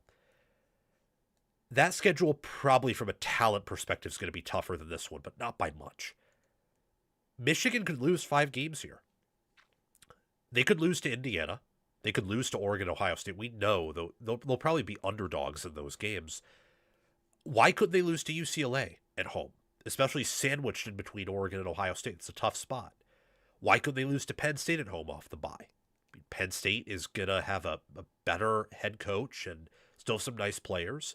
Why couldn't they lose to Oklahoma at home? Oklahoma beat them last year. They kind of crushed them last year. They returned a lot and did a good job in the portal. Why couldn't they lose to Iowa? Iowa's some of the best line of scrimmage in football, and they'll be as good as they were last year, if not better. And last year they were power rated higher than Michigan was. Why couldn't Michigan lose 5 games? They could, even with an upgraded head coach, even with a roster that should be better. The floor of this team is 7-5, and that is pretty low for a great team with an elite staff and with a storied blue blood, background and history. For the Ohio State Buckeyes, it's a little different because Ohio State, with how they've recruited and the fact that they have a fully functioning program while Michigan's kind of rebuilding, they have a much higher floor. And their ceiling, I would say, is higher too. But keep in mind, look at who they got in the portal, look at who they lost, and look at who they lost to the NFL. So they got a good kicker. That's good. They really needed a good kicker. Dominic Kelly from Georgia, I think, could have significant upside. They got Hunter Welsing from Northwestern, older player, just kind of good tight end. Earl Little Jr., James Smith, and Qua Russa are ex-Alabama players. Earl Little played at Florida State, who are only ranked high by 24/7 Sports because they were ranked highly out of high school. I mean, none of them are really eye-popping great players. They're anywhere from, I'd say, average to maybe good. They got a tackle from Dartmouth who's not 300 pounds. Their corners that they got in the portal, Cam Calhoun, backup at Alabama, and also Dominic Kelly, backup from Georgia, who could have played a major role for Georgia this upcoming year, higher on Kelly than I am on Calhoun. They got Jacoby Jackson at running back. They got Kyle Parker at wide receiver. I love Terry Moore, the addition from Duke. McCuin, addition from UTSA. Mason Williams, a tight end from Ohio. Christian Allegro, a linebacker from Wisconsin. And John Walker, a D tackle from UCF. Compare that to Kane McDonald, Arvell Reese, Sonny Styles, Caleb Downs, Igbinosun, Carnell Tate, Max Clare, Caden Curry. Yeah. And also compare that to some players like Jarquez Carter, Quincy Porter, Mylan Graham, Aaron Scott, James Peoples. Like, enough players who weren't, like, great, but had the potential to be great and left for other Power 4 teams. And you have a roster that is not going to be as talented this coming year as it was last year. You then average that out with a schedule. Ball State at home September 5th, at Texas September 12th, who did not lose as much in the portal or to the NFL as you did, and did a whole lot more in the portal. Host Kent State September 19th, Illinois September 26th, at Iowa October 3rd. Should be a win based on talent and history, but you never know, those things change. Maryland at home October 10th, at Indiana October 17th, where Ohio State loses more than half of its alien players. Indiana loses their only one, but Indiana's also upgrading their talent roster. Ohio State's is downgrading. Still have an edge there, but now you got to play Indiana on the road. You get a buy-in between them and playing at USC October 31st. You got to host Oregon November 7th, who I think along with Texas, I would not be shocked if the team talent composite has them with more talented rosters recruiting-wise than Ohio State does. Doesn't define everything for sure, but as I mentioned earlier with the transfer portal additions, there's nothing about a lot of those guys outside of Terry Moore, maybe Dominic Kelly and some other players that screams that those portal additions are all going to pan out and be as good as their replacements. Northwestern at home November 14th. November 21st, they play at Nebraska before hosting Michigan November 28th. Ohio State's ceiling and floor is higher than Michigan's. I'd also say their schedule is probably tougher than Michigan's is this year. And with Ohio State, they'll probably make the playoffs. Pretty sure about that, actually. But say this team goes 9-3 and they don't win at all. The fans are going to be pissed. And there might even be this feeling internally that someone has to be fired. Or that multiple someones have to be fired. Or that even more drastic roster changes are needed. I don't know if I would do that with that schedule and the resources Ohio State has after 9-3. And what I mean by resources is they have pretty good resources, but Ohio State, it's kind of a known secret now that they don't have Miami, Texas, Oregon, Texas Tech money. Like, those teams can outspend them. And that matters in an era where there is no cap. And you can just keep ratcheting up that, spending amount for your roster. These other teams are doing that right now. I don't necessarily know if Ohio State's in a position right now to where they can do that. So it's not like Michigan exactly. But both are in a position entering 2026 where the fabric of their program, the DNA of their program, and everything about their coaching staff and roster is going to be tested. Michigan, unlike last year, where they had a talent edge in 9 of their 12 regular season games, they're only going to have a definitive talent edge in like 8 out of 12, maybe 7 out of 12, if you factor in development. Like, Iowa could be just as talented as Michigan when you factor in development or factor in how just scouting panned out. Ohio State last year was the most talented team in all of their regular season games. Top to bottom roster-wise, they were the most talented team in all 14 of their games. That's not going to be the case this year. Texas and Oregon, from a starting roster angle, ace this current starting roster.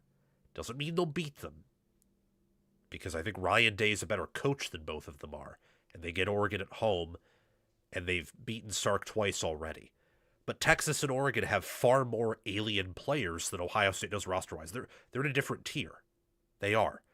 Like, Ohio State's best corner would be a backup for Oregon corner-wise. That's why Aaron Scott, like, made a lateral move. Actually, I'd argue he took a downgrade. Like, he's not going to play for Oregon probably as much as he would have for Ohio State. I don't think. You look at, like, safety. Like, safety is going to be, those rooms are going to be pretty similar. Linebacker, Jerry Mixon would probably be starting for Ohio State, I think. Oregon's entire defensive line would probably be starting over Ohio State's. And that's because Oregon's just really good. It's not because Ohio State's bad. I mean, it's the same thing with, like, Michigan and Ohio State. Ohio State right now, both their linebackers would start for Michigan. Their safeties would start for Michigan. I think that Ohio State, one of their corners plus nickel would start for Michigan. And I think that the majority of Ohio State's D-line would start over Michigan's right now. The point I'm trying to make is that both of these teams are not going to have the same talent edges they're used to. And if they don't tread that carefully, 2026 could be an uncomfortable year for both teams. And you could see a situation where in the game, you have a 3-loss team against a 2-loss team, or 2 3-loss teams. You could also see a situation with how good the coaching staffs are of 2 1-loss teams in there. So I'm excited to see how both Ohio State and Michigan pan out this year. Very excited. Oh, we're so close, guys. And yes, I am still live. I'm insane. I kind of hate it at this point because I'm not going to get much out. But this means we're going to have a lot of good content over the next few days. In fact, so I will tell you guys this right now, just to get it out of the way. We will not be going live Wednesday. This is just, it's too, I'll tell you guys right now, we're not going live Wednesday. It's too long of a stream. Maybe I'll cancel that and say, actually, we will. But if we do, it'll only be like 10 topics or 5. This is just too long. I was overzealous in trying to return, and it may have backfired. So, yeah. Next, though, I want to talk about, like, we only have 4 more topics left. We'll be done with this probably by 6, maybe a little bit earlier than that. I can't believe we've been live for this long, but I just love it. And we're going to have like 19 videos out for like the next 3 or 4 days, which is just insane. It's crazy. So that's going to be awesome. Okay. Here's what top Big Ten programs can learn from Indiana. Indiana just won it all. They went 16-0 with the 72nd best team talent composite. What happened? And more importantly, what can the top Big Ten teams, Ohio State, Oregon, USC, Michigan, Washington, Penn State, let's add in Iowa and Nebraska for fun, learn from them? Well, for starters, Indiana had 10-plus NFL players on its roster, most of them starting, which is a requirement to win it all. They had that much NFL talent because of their unforeseen developmental process, discipline, and selective usage of the portal. Not because they lacked resources or commitment, but because they wanted the right fits. That's a key term and a key idea. They had elite coaching. That's key. Michigan in 2023 and Ohio State in 2024 actually had similar attributes. Low penalties, best defenses in the country, fantastic development. Indiana had all those things. That was downstream of elite coaching. Indiana took it to another level, which helped them compensate for the fact that their roster was not as talented as those last 2 Big Ten national champions.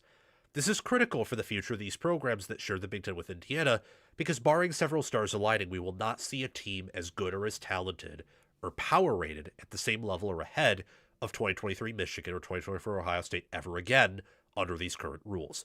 Making sure your players do the little things right, not losing a fumble in 15 consecutive games, not committing stupid penalties, not missing tackles, and being smart, playing smart, coaching smart, working smarter and not harder, that is key. Those Most of those are foundational elements, by the way. So strive for your foundation to be the best. That is one thing these programs can learn from the Hoosiers. NFL caliber scouting is another area. This is something that, again, you need good coaching and great foundations to do. Michigan, with Sharon Moore, sucked at this because they didn't have good coaching. Even the best coaches, though, have to adapt to that. I think USC with Riley has missed some there. Lanning's done a good job scouting with the portal and with recruiting.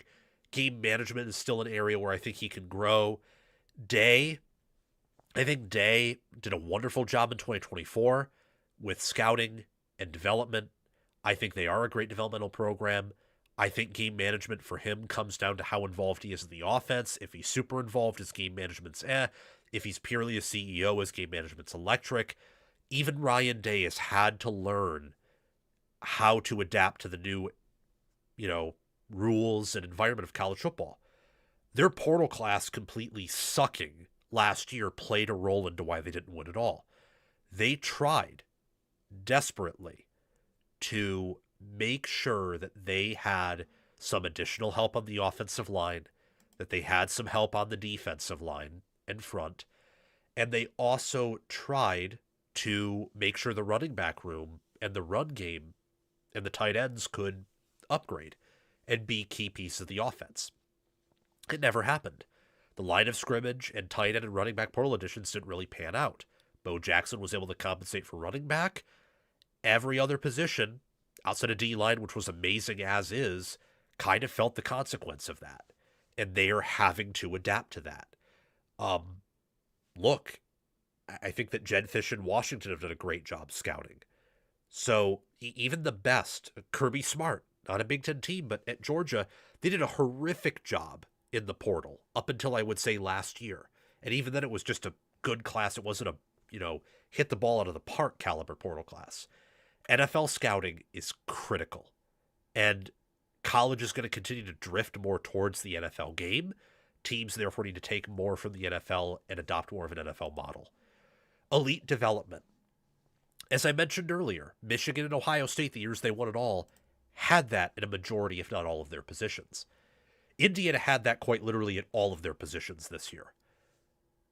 Coaching is a premium, is the top-end currency now more than ever, because you can't hoard talent as easily. And what can help compensate for a talent disadvantage or a lack of a talent edge? Coaching. This all ties back to elite coaching, guys. And of the coaches in the Big Ten right now that I think are close to that, I would say Ryan Day. I'd say Ryan Day is an elite coach. I'd say Cignetti obviously is. I think he's in his own tier right now. I think Dan Lanning and Kyle Whittingham are close to that, and they have elite moments there. Riley has looked like it before, looked the part. I think that Fish could be right there. The Big Ten is a lot of potential elite coaches. Again, only two of them I think are elite right now, that being Day and that being Cignetti. Cignetti is probably, you do this again and you're a GOAT in a certain sense. Day isn't there yet, but Day's in the elite category. Like, in most years, he is in that top tier of coaches. Just happens to be in the same conference and same era of college football that Cignetti's in. And Whittingham and Lanning are near elite. And I would say the next tier down being great. That's where you would find Riley. That's where you would find Jen Fish. You'd probably find even Kirk Ferentz in there, but Ferentz, because he's older and runs his program a certain way, probably has limited upside. But Iowa's also an example of they have elite development. Defense, O-line, running back. Maybe that'll extend to quarterback and wide receiver even now that Lester's system's had a few years to incubate. We'll see. Important as well is administrative backing. This is something that Oregon had basically the minute Lanning walked into the door. They had total administrative backing. This is something that Harbaugh didn't entirely have with Michigan, and yet Sharon Moore did, which is really ironic. And now I think Kyle Whittingham has it, but we'll see. It's something that Ryan Day had in 2024, but then didn't have after that. And that also played a part into why Ohio State didn't win it all this year, despite having the most NFL players and most first-rounders. It also has not helped, say, Ohio State in terms that Bjork wants to kind of tighten NIL funds and abide by the clearinghouse and NIL Go rules when those don't exist. De jure, in law, they do, but the law isn't enforceable. It's a lot like some of those laws that still exist that, ban certain types of marriage. Just going to leave it there because I don't want to get too political.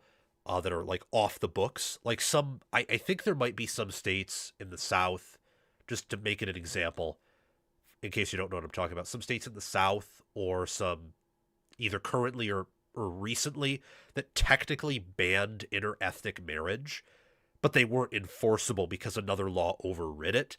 That's kind of what's going on here, where technically there is a law on the books that says you cannot spend higher than this amount, but in practice it's not enforceable when you back check these different laws that override it for a variety of different reasons. It's a little bit complex, but I also think it can be simple if you're pragmatic enough.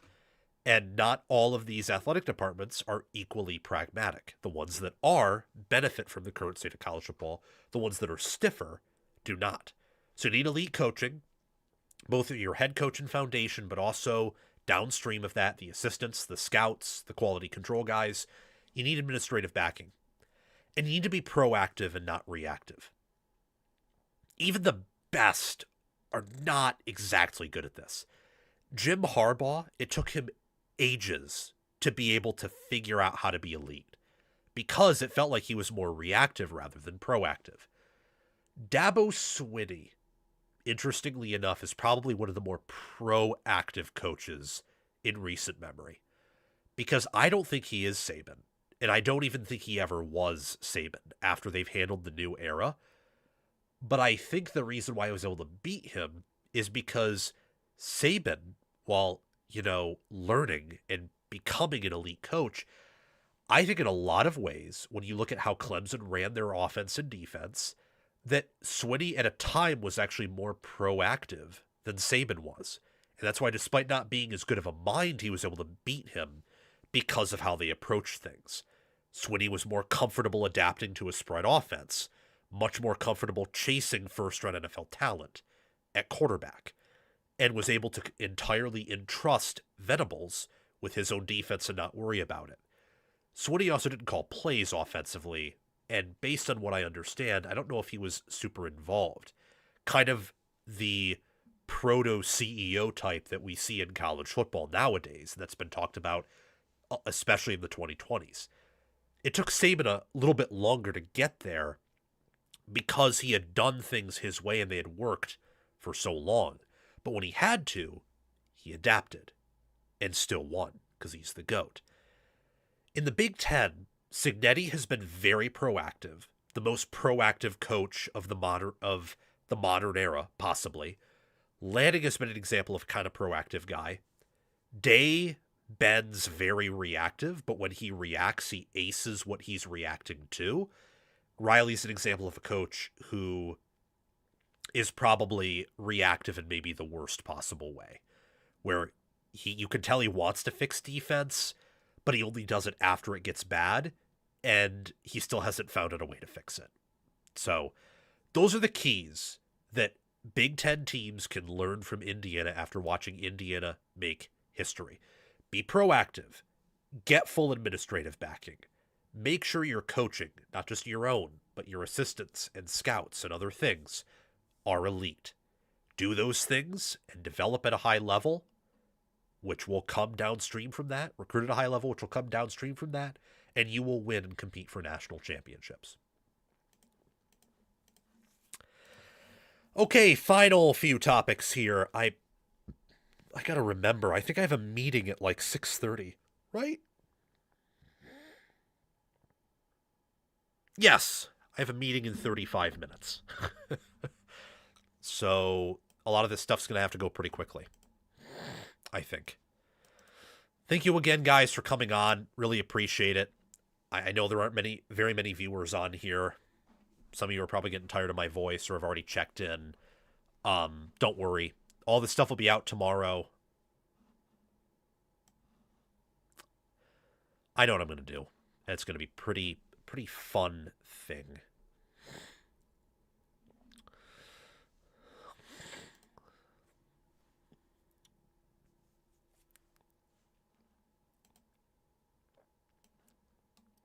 Okay.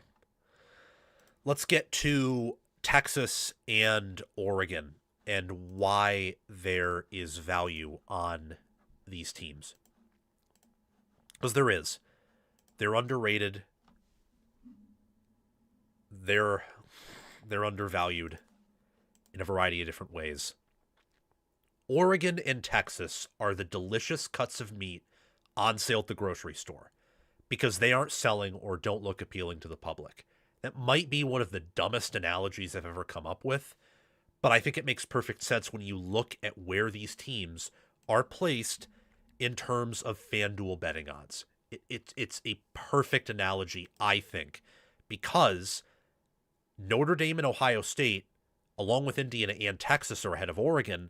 Texas is tied with Ohio State and Indiana for second in odds. And I'm telling you right now, from a pure odds standpoint, not factoring in having to balance the books, just looking at the rosters, coaches, the staffs, the schedules, everything about it, I have no flipping idea how both of these teams are behind Notre Dame and Ohio State in odds. I have no idea. None. Especially when you can make the college football playoff as a 2-loss team, and in some cases even a 3-loss team. The college football public and consensus analyst opinion is that Ohio State and Indiana are better than Oregon and Texas entering next year. And in some cases, even that Notre Dame is better than those. And they might be. All three of those might be better than Oregon and Texas. But I also want to say that a lot of this, as is the case every year, I think has to do with taking what was the case last year and imprinting on what is going to be the case the following year. And it's not accurate. Just because Ohio State and Indiana were the top 2 power-rated teams last year does not mean they will be this year.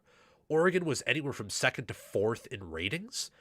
FEI actually had them ahead of Ohio State, depending on where you look. And they returned 8 starters on defense, adding 1 in Coy Parrish, and on offense they returned 6 starters, in addition to adding 2 in Iverson Hooks and Michael Bennett. They also get a healthy Evan Stewart back. Neither Ohio State nor Indiana on paper return that type of production, nationally and in the Big Ten.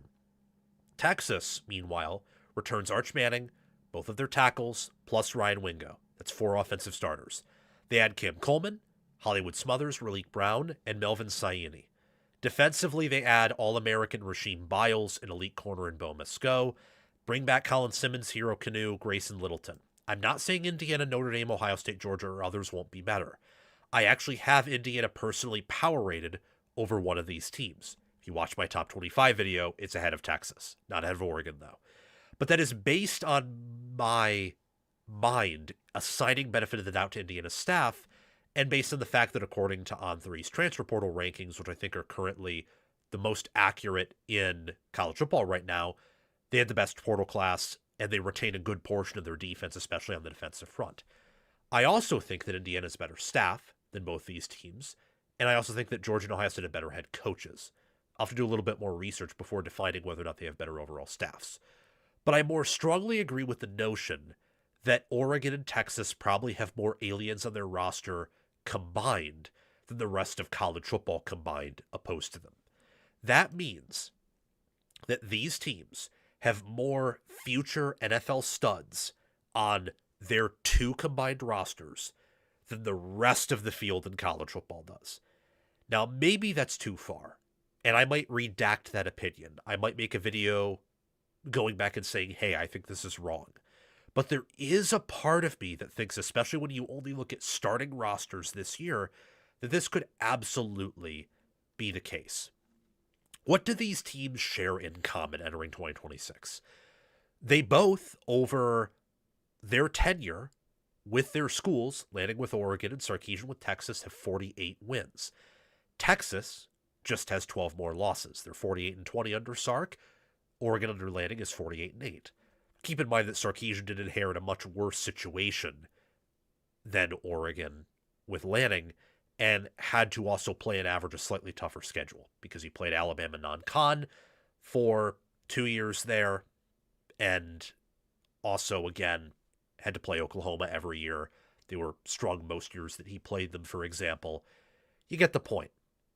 I do think Oregon right now is a better program than Texas, along with probably having a better team this coming season. If you're a Texas fan, though, or you think it's Texas, I don't have enough evidence to disagree with that, though. Both recruit at a top 5 level, both develop at a high level, both have built their programs up to powerhouse status from just being good at Oregon with Cristobal and probably average with Tom Herman at Texas. They have cream of the crop rosters. So both had top 5 talent rosters in 2025, and they return experience. They return experience in a way that Ohio State does not, and they gain aliens and protected aliens from leaving in a way that Georgia couldn't, for example. They also have much better rosters now than Alabama does. And the way that they have leveled up their program through cream of the crop recruiting, through hitting on their evaluations in the transfer portal, and by maintaining depth and firing assistants or replacing them when necessary, it's admirable. These are 2 of the top tier programs in all of college football. And when you look at Oregon and Texas, I think that, look, Oregon probably has, they could have close to 20 aliens on their roster, top to bottom, future and present ones. Texas could too. And I don't know which other rosters might have that. I just don't.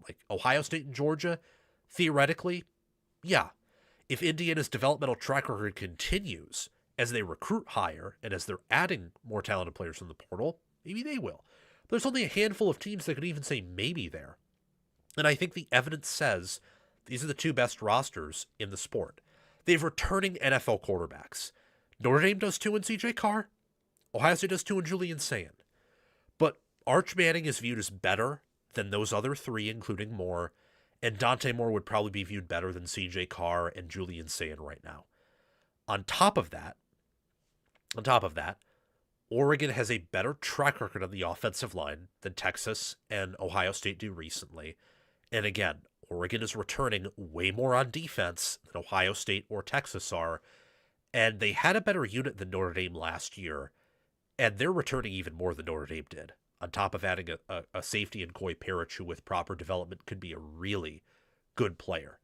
The returning NFL QBs thing, though, is important to me because Dante Moore has multiple games this year where his offense was actually at a talent disadvantage. Indiana twice. Indiana's defense was better than Oregon's offense. Texas Tech once. For Arch Manning, it was that way with him against Ohio State and against Georgia. For Ohio State and Julian Sayin had that maybe twice again against Miami and against Indiana, for sure. Games in which against Miami he looked, pretty dreadful at times.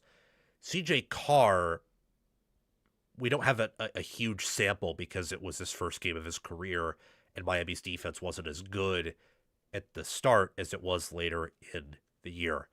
So again, this is another category that doesn't directly exclude other teams instead of these 2, but you begin stacking these, the fantastic programs, cream of the crop rosters, returning NFL QBs.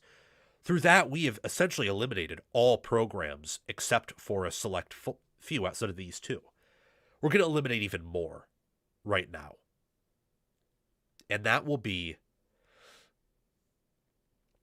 through both Texas and Oregon upgrading their rosters at a variety of positions.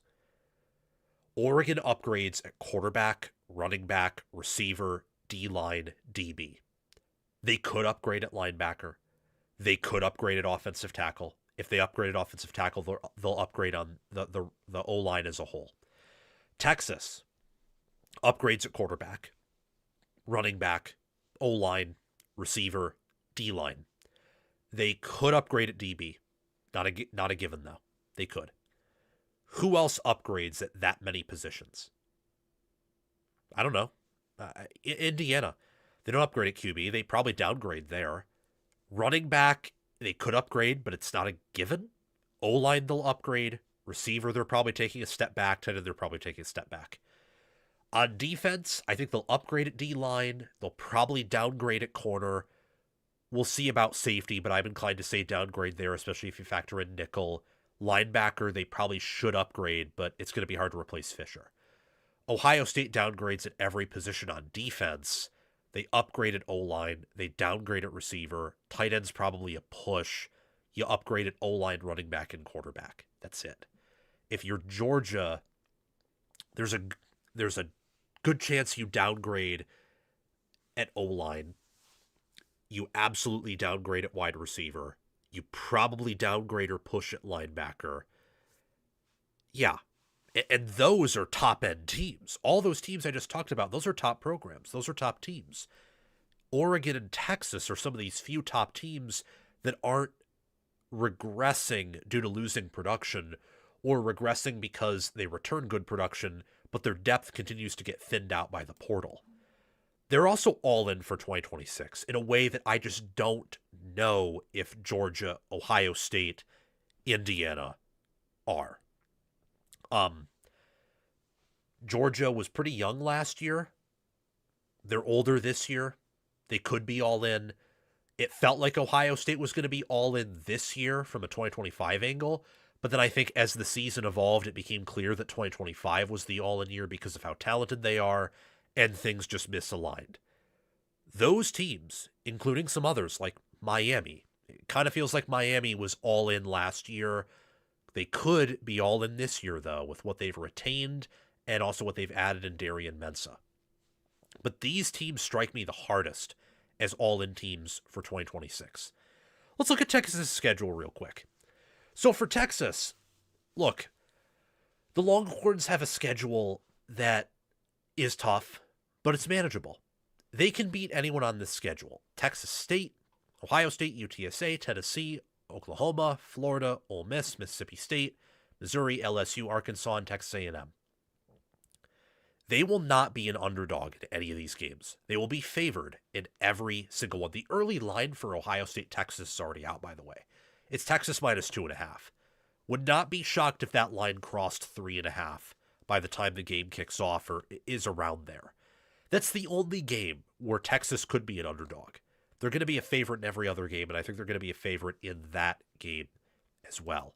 And to focus it a little bit more on Texas, they have aliens galore. Quarterback, running back, line of scrimmage, wide receiver, linebacker, and DB. They all have players that have had moments in game or have proven, production that shows they are top-end NFL guys. Arch Manning, both of their running backs, Cam Coleman at receiver, Ryan Wingo could evolve into that. Trevor Gooseby at tackle could be that. Same with Brandon Baker and Saini. At D-line, Colin Simmons is a bona fide NFL stud. Hero Kanu has done well at D-tackle. Rasheed Biles is an All-American. And I think Grayson Littleton in that first game against Ohio State, where he had some good reps against Jeremiah Smith, that guy has alien potential. And there are other players too, like, say, Bo Mesco and maybe some others that I'm not naming off the top of my head right now. They return 5 offensive starters, Texas does, and 6 starters defensively, while adding 4 quality starters, like top-end starters via the portal, and 3 on defense. So the starters they added offensively, Hollywood Smothers, Raleek Brown, Saini, the tackle from Wake Forest, and Cam Coleman. Defensively, starters they added, Rasheed Biles, Bo Mesco, and Ian Jeffrard, the defensive tackle from Arkansas.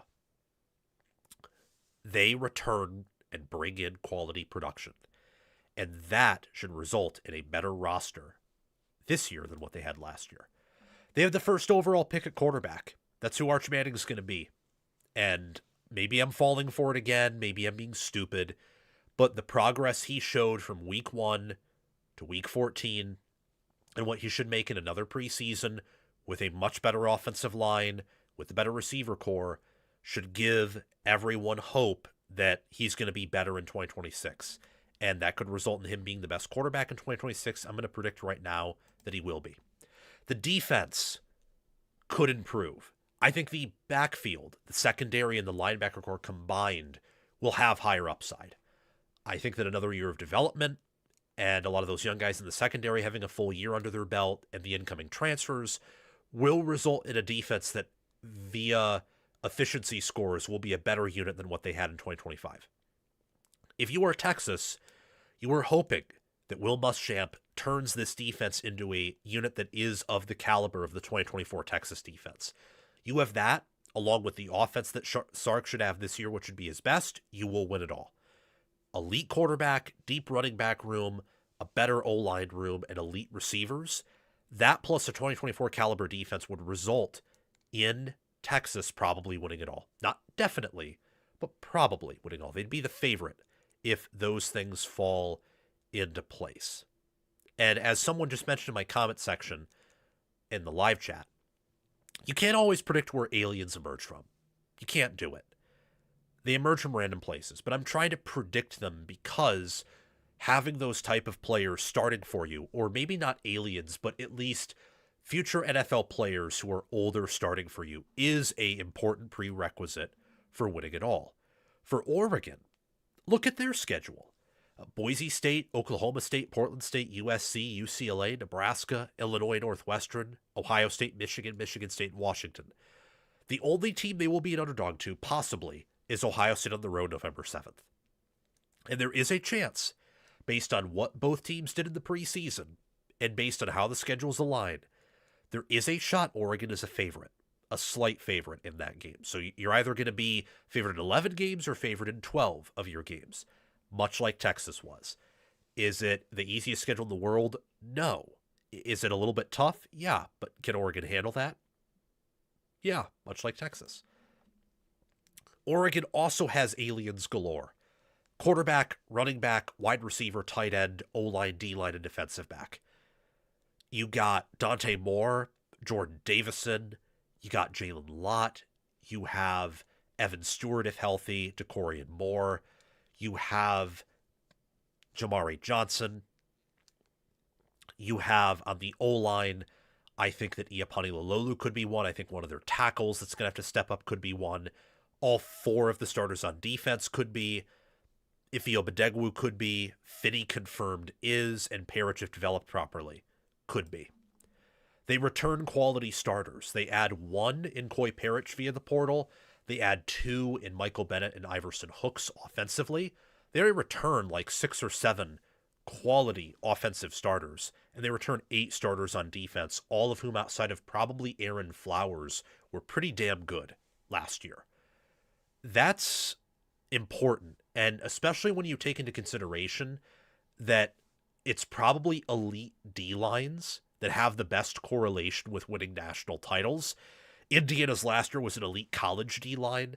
Ohio State and Michigan were elite NFL D-lines, same with the Georgia teams before then.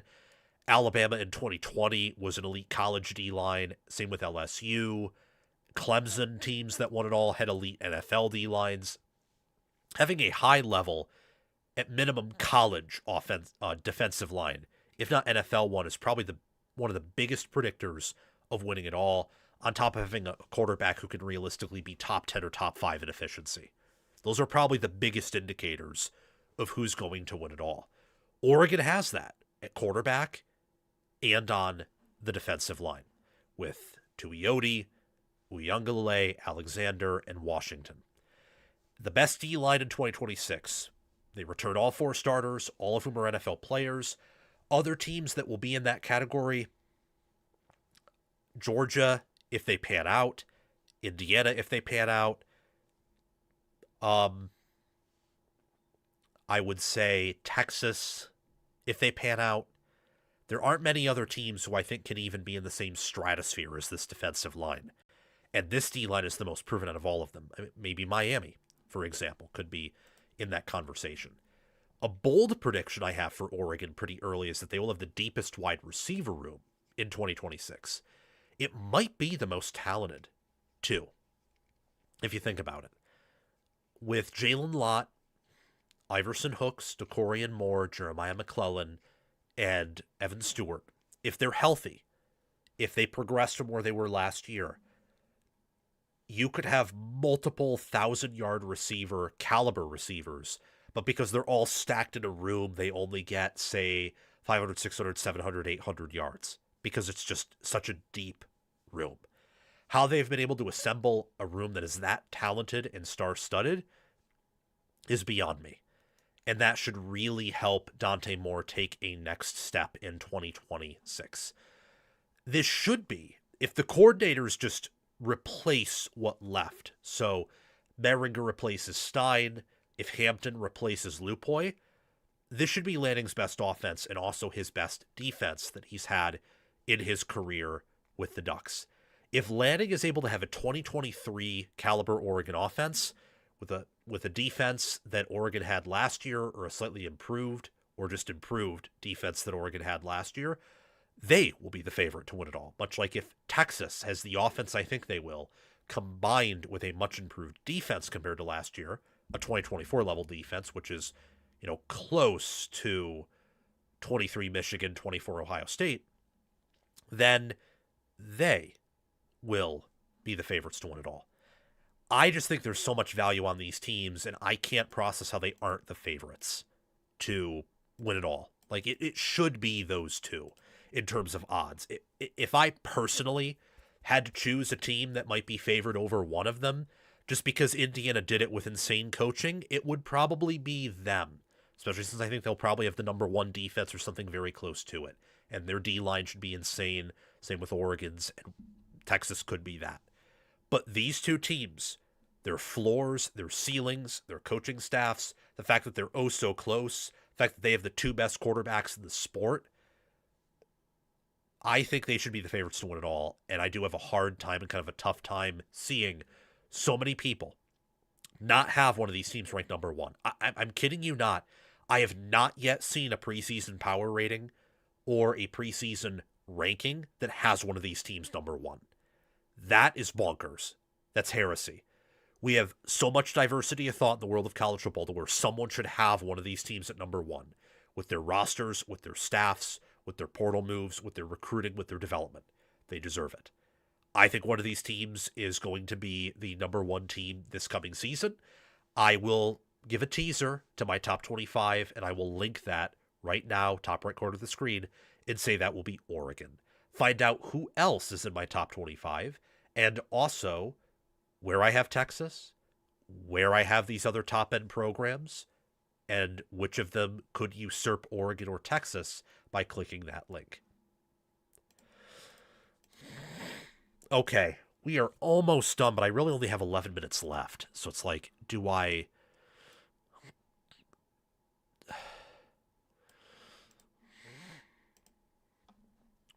Yeah, okay, that I can end right there. I need to end it.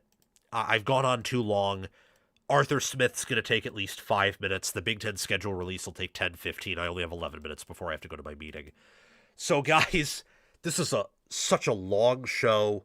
Way too long. Glad I did it, though, because it shows that I can push myself to a certain limit. It's good to be back. All of these videos, all like 17 of them, many of them being very long, will be out. I don't think any of them will be out tonight, because it's been so long of a day. I want to take a little bit of a chill pill. All of them will be out tomorrow. Like, not all, but they'll start to release tomorrow. You'll see some more Wednesday. You'll see some Thursday. I think I'll be back here Friday with a show that will be probably longer than what I usually want to be, but much shorter than this, like 2, maybe 3 hours at the most. We'll save Arthur Smith for an independent segment that I'll record tonight or tomorrow along with the Big Ten schedule release. And later this week, we'll go over what I think the toughest and easiest Big Ten schedules are, and some of the toughest schedules in college football. Thank you guys so much for watching. I will see you all around. Love you guys so much. Have a great day.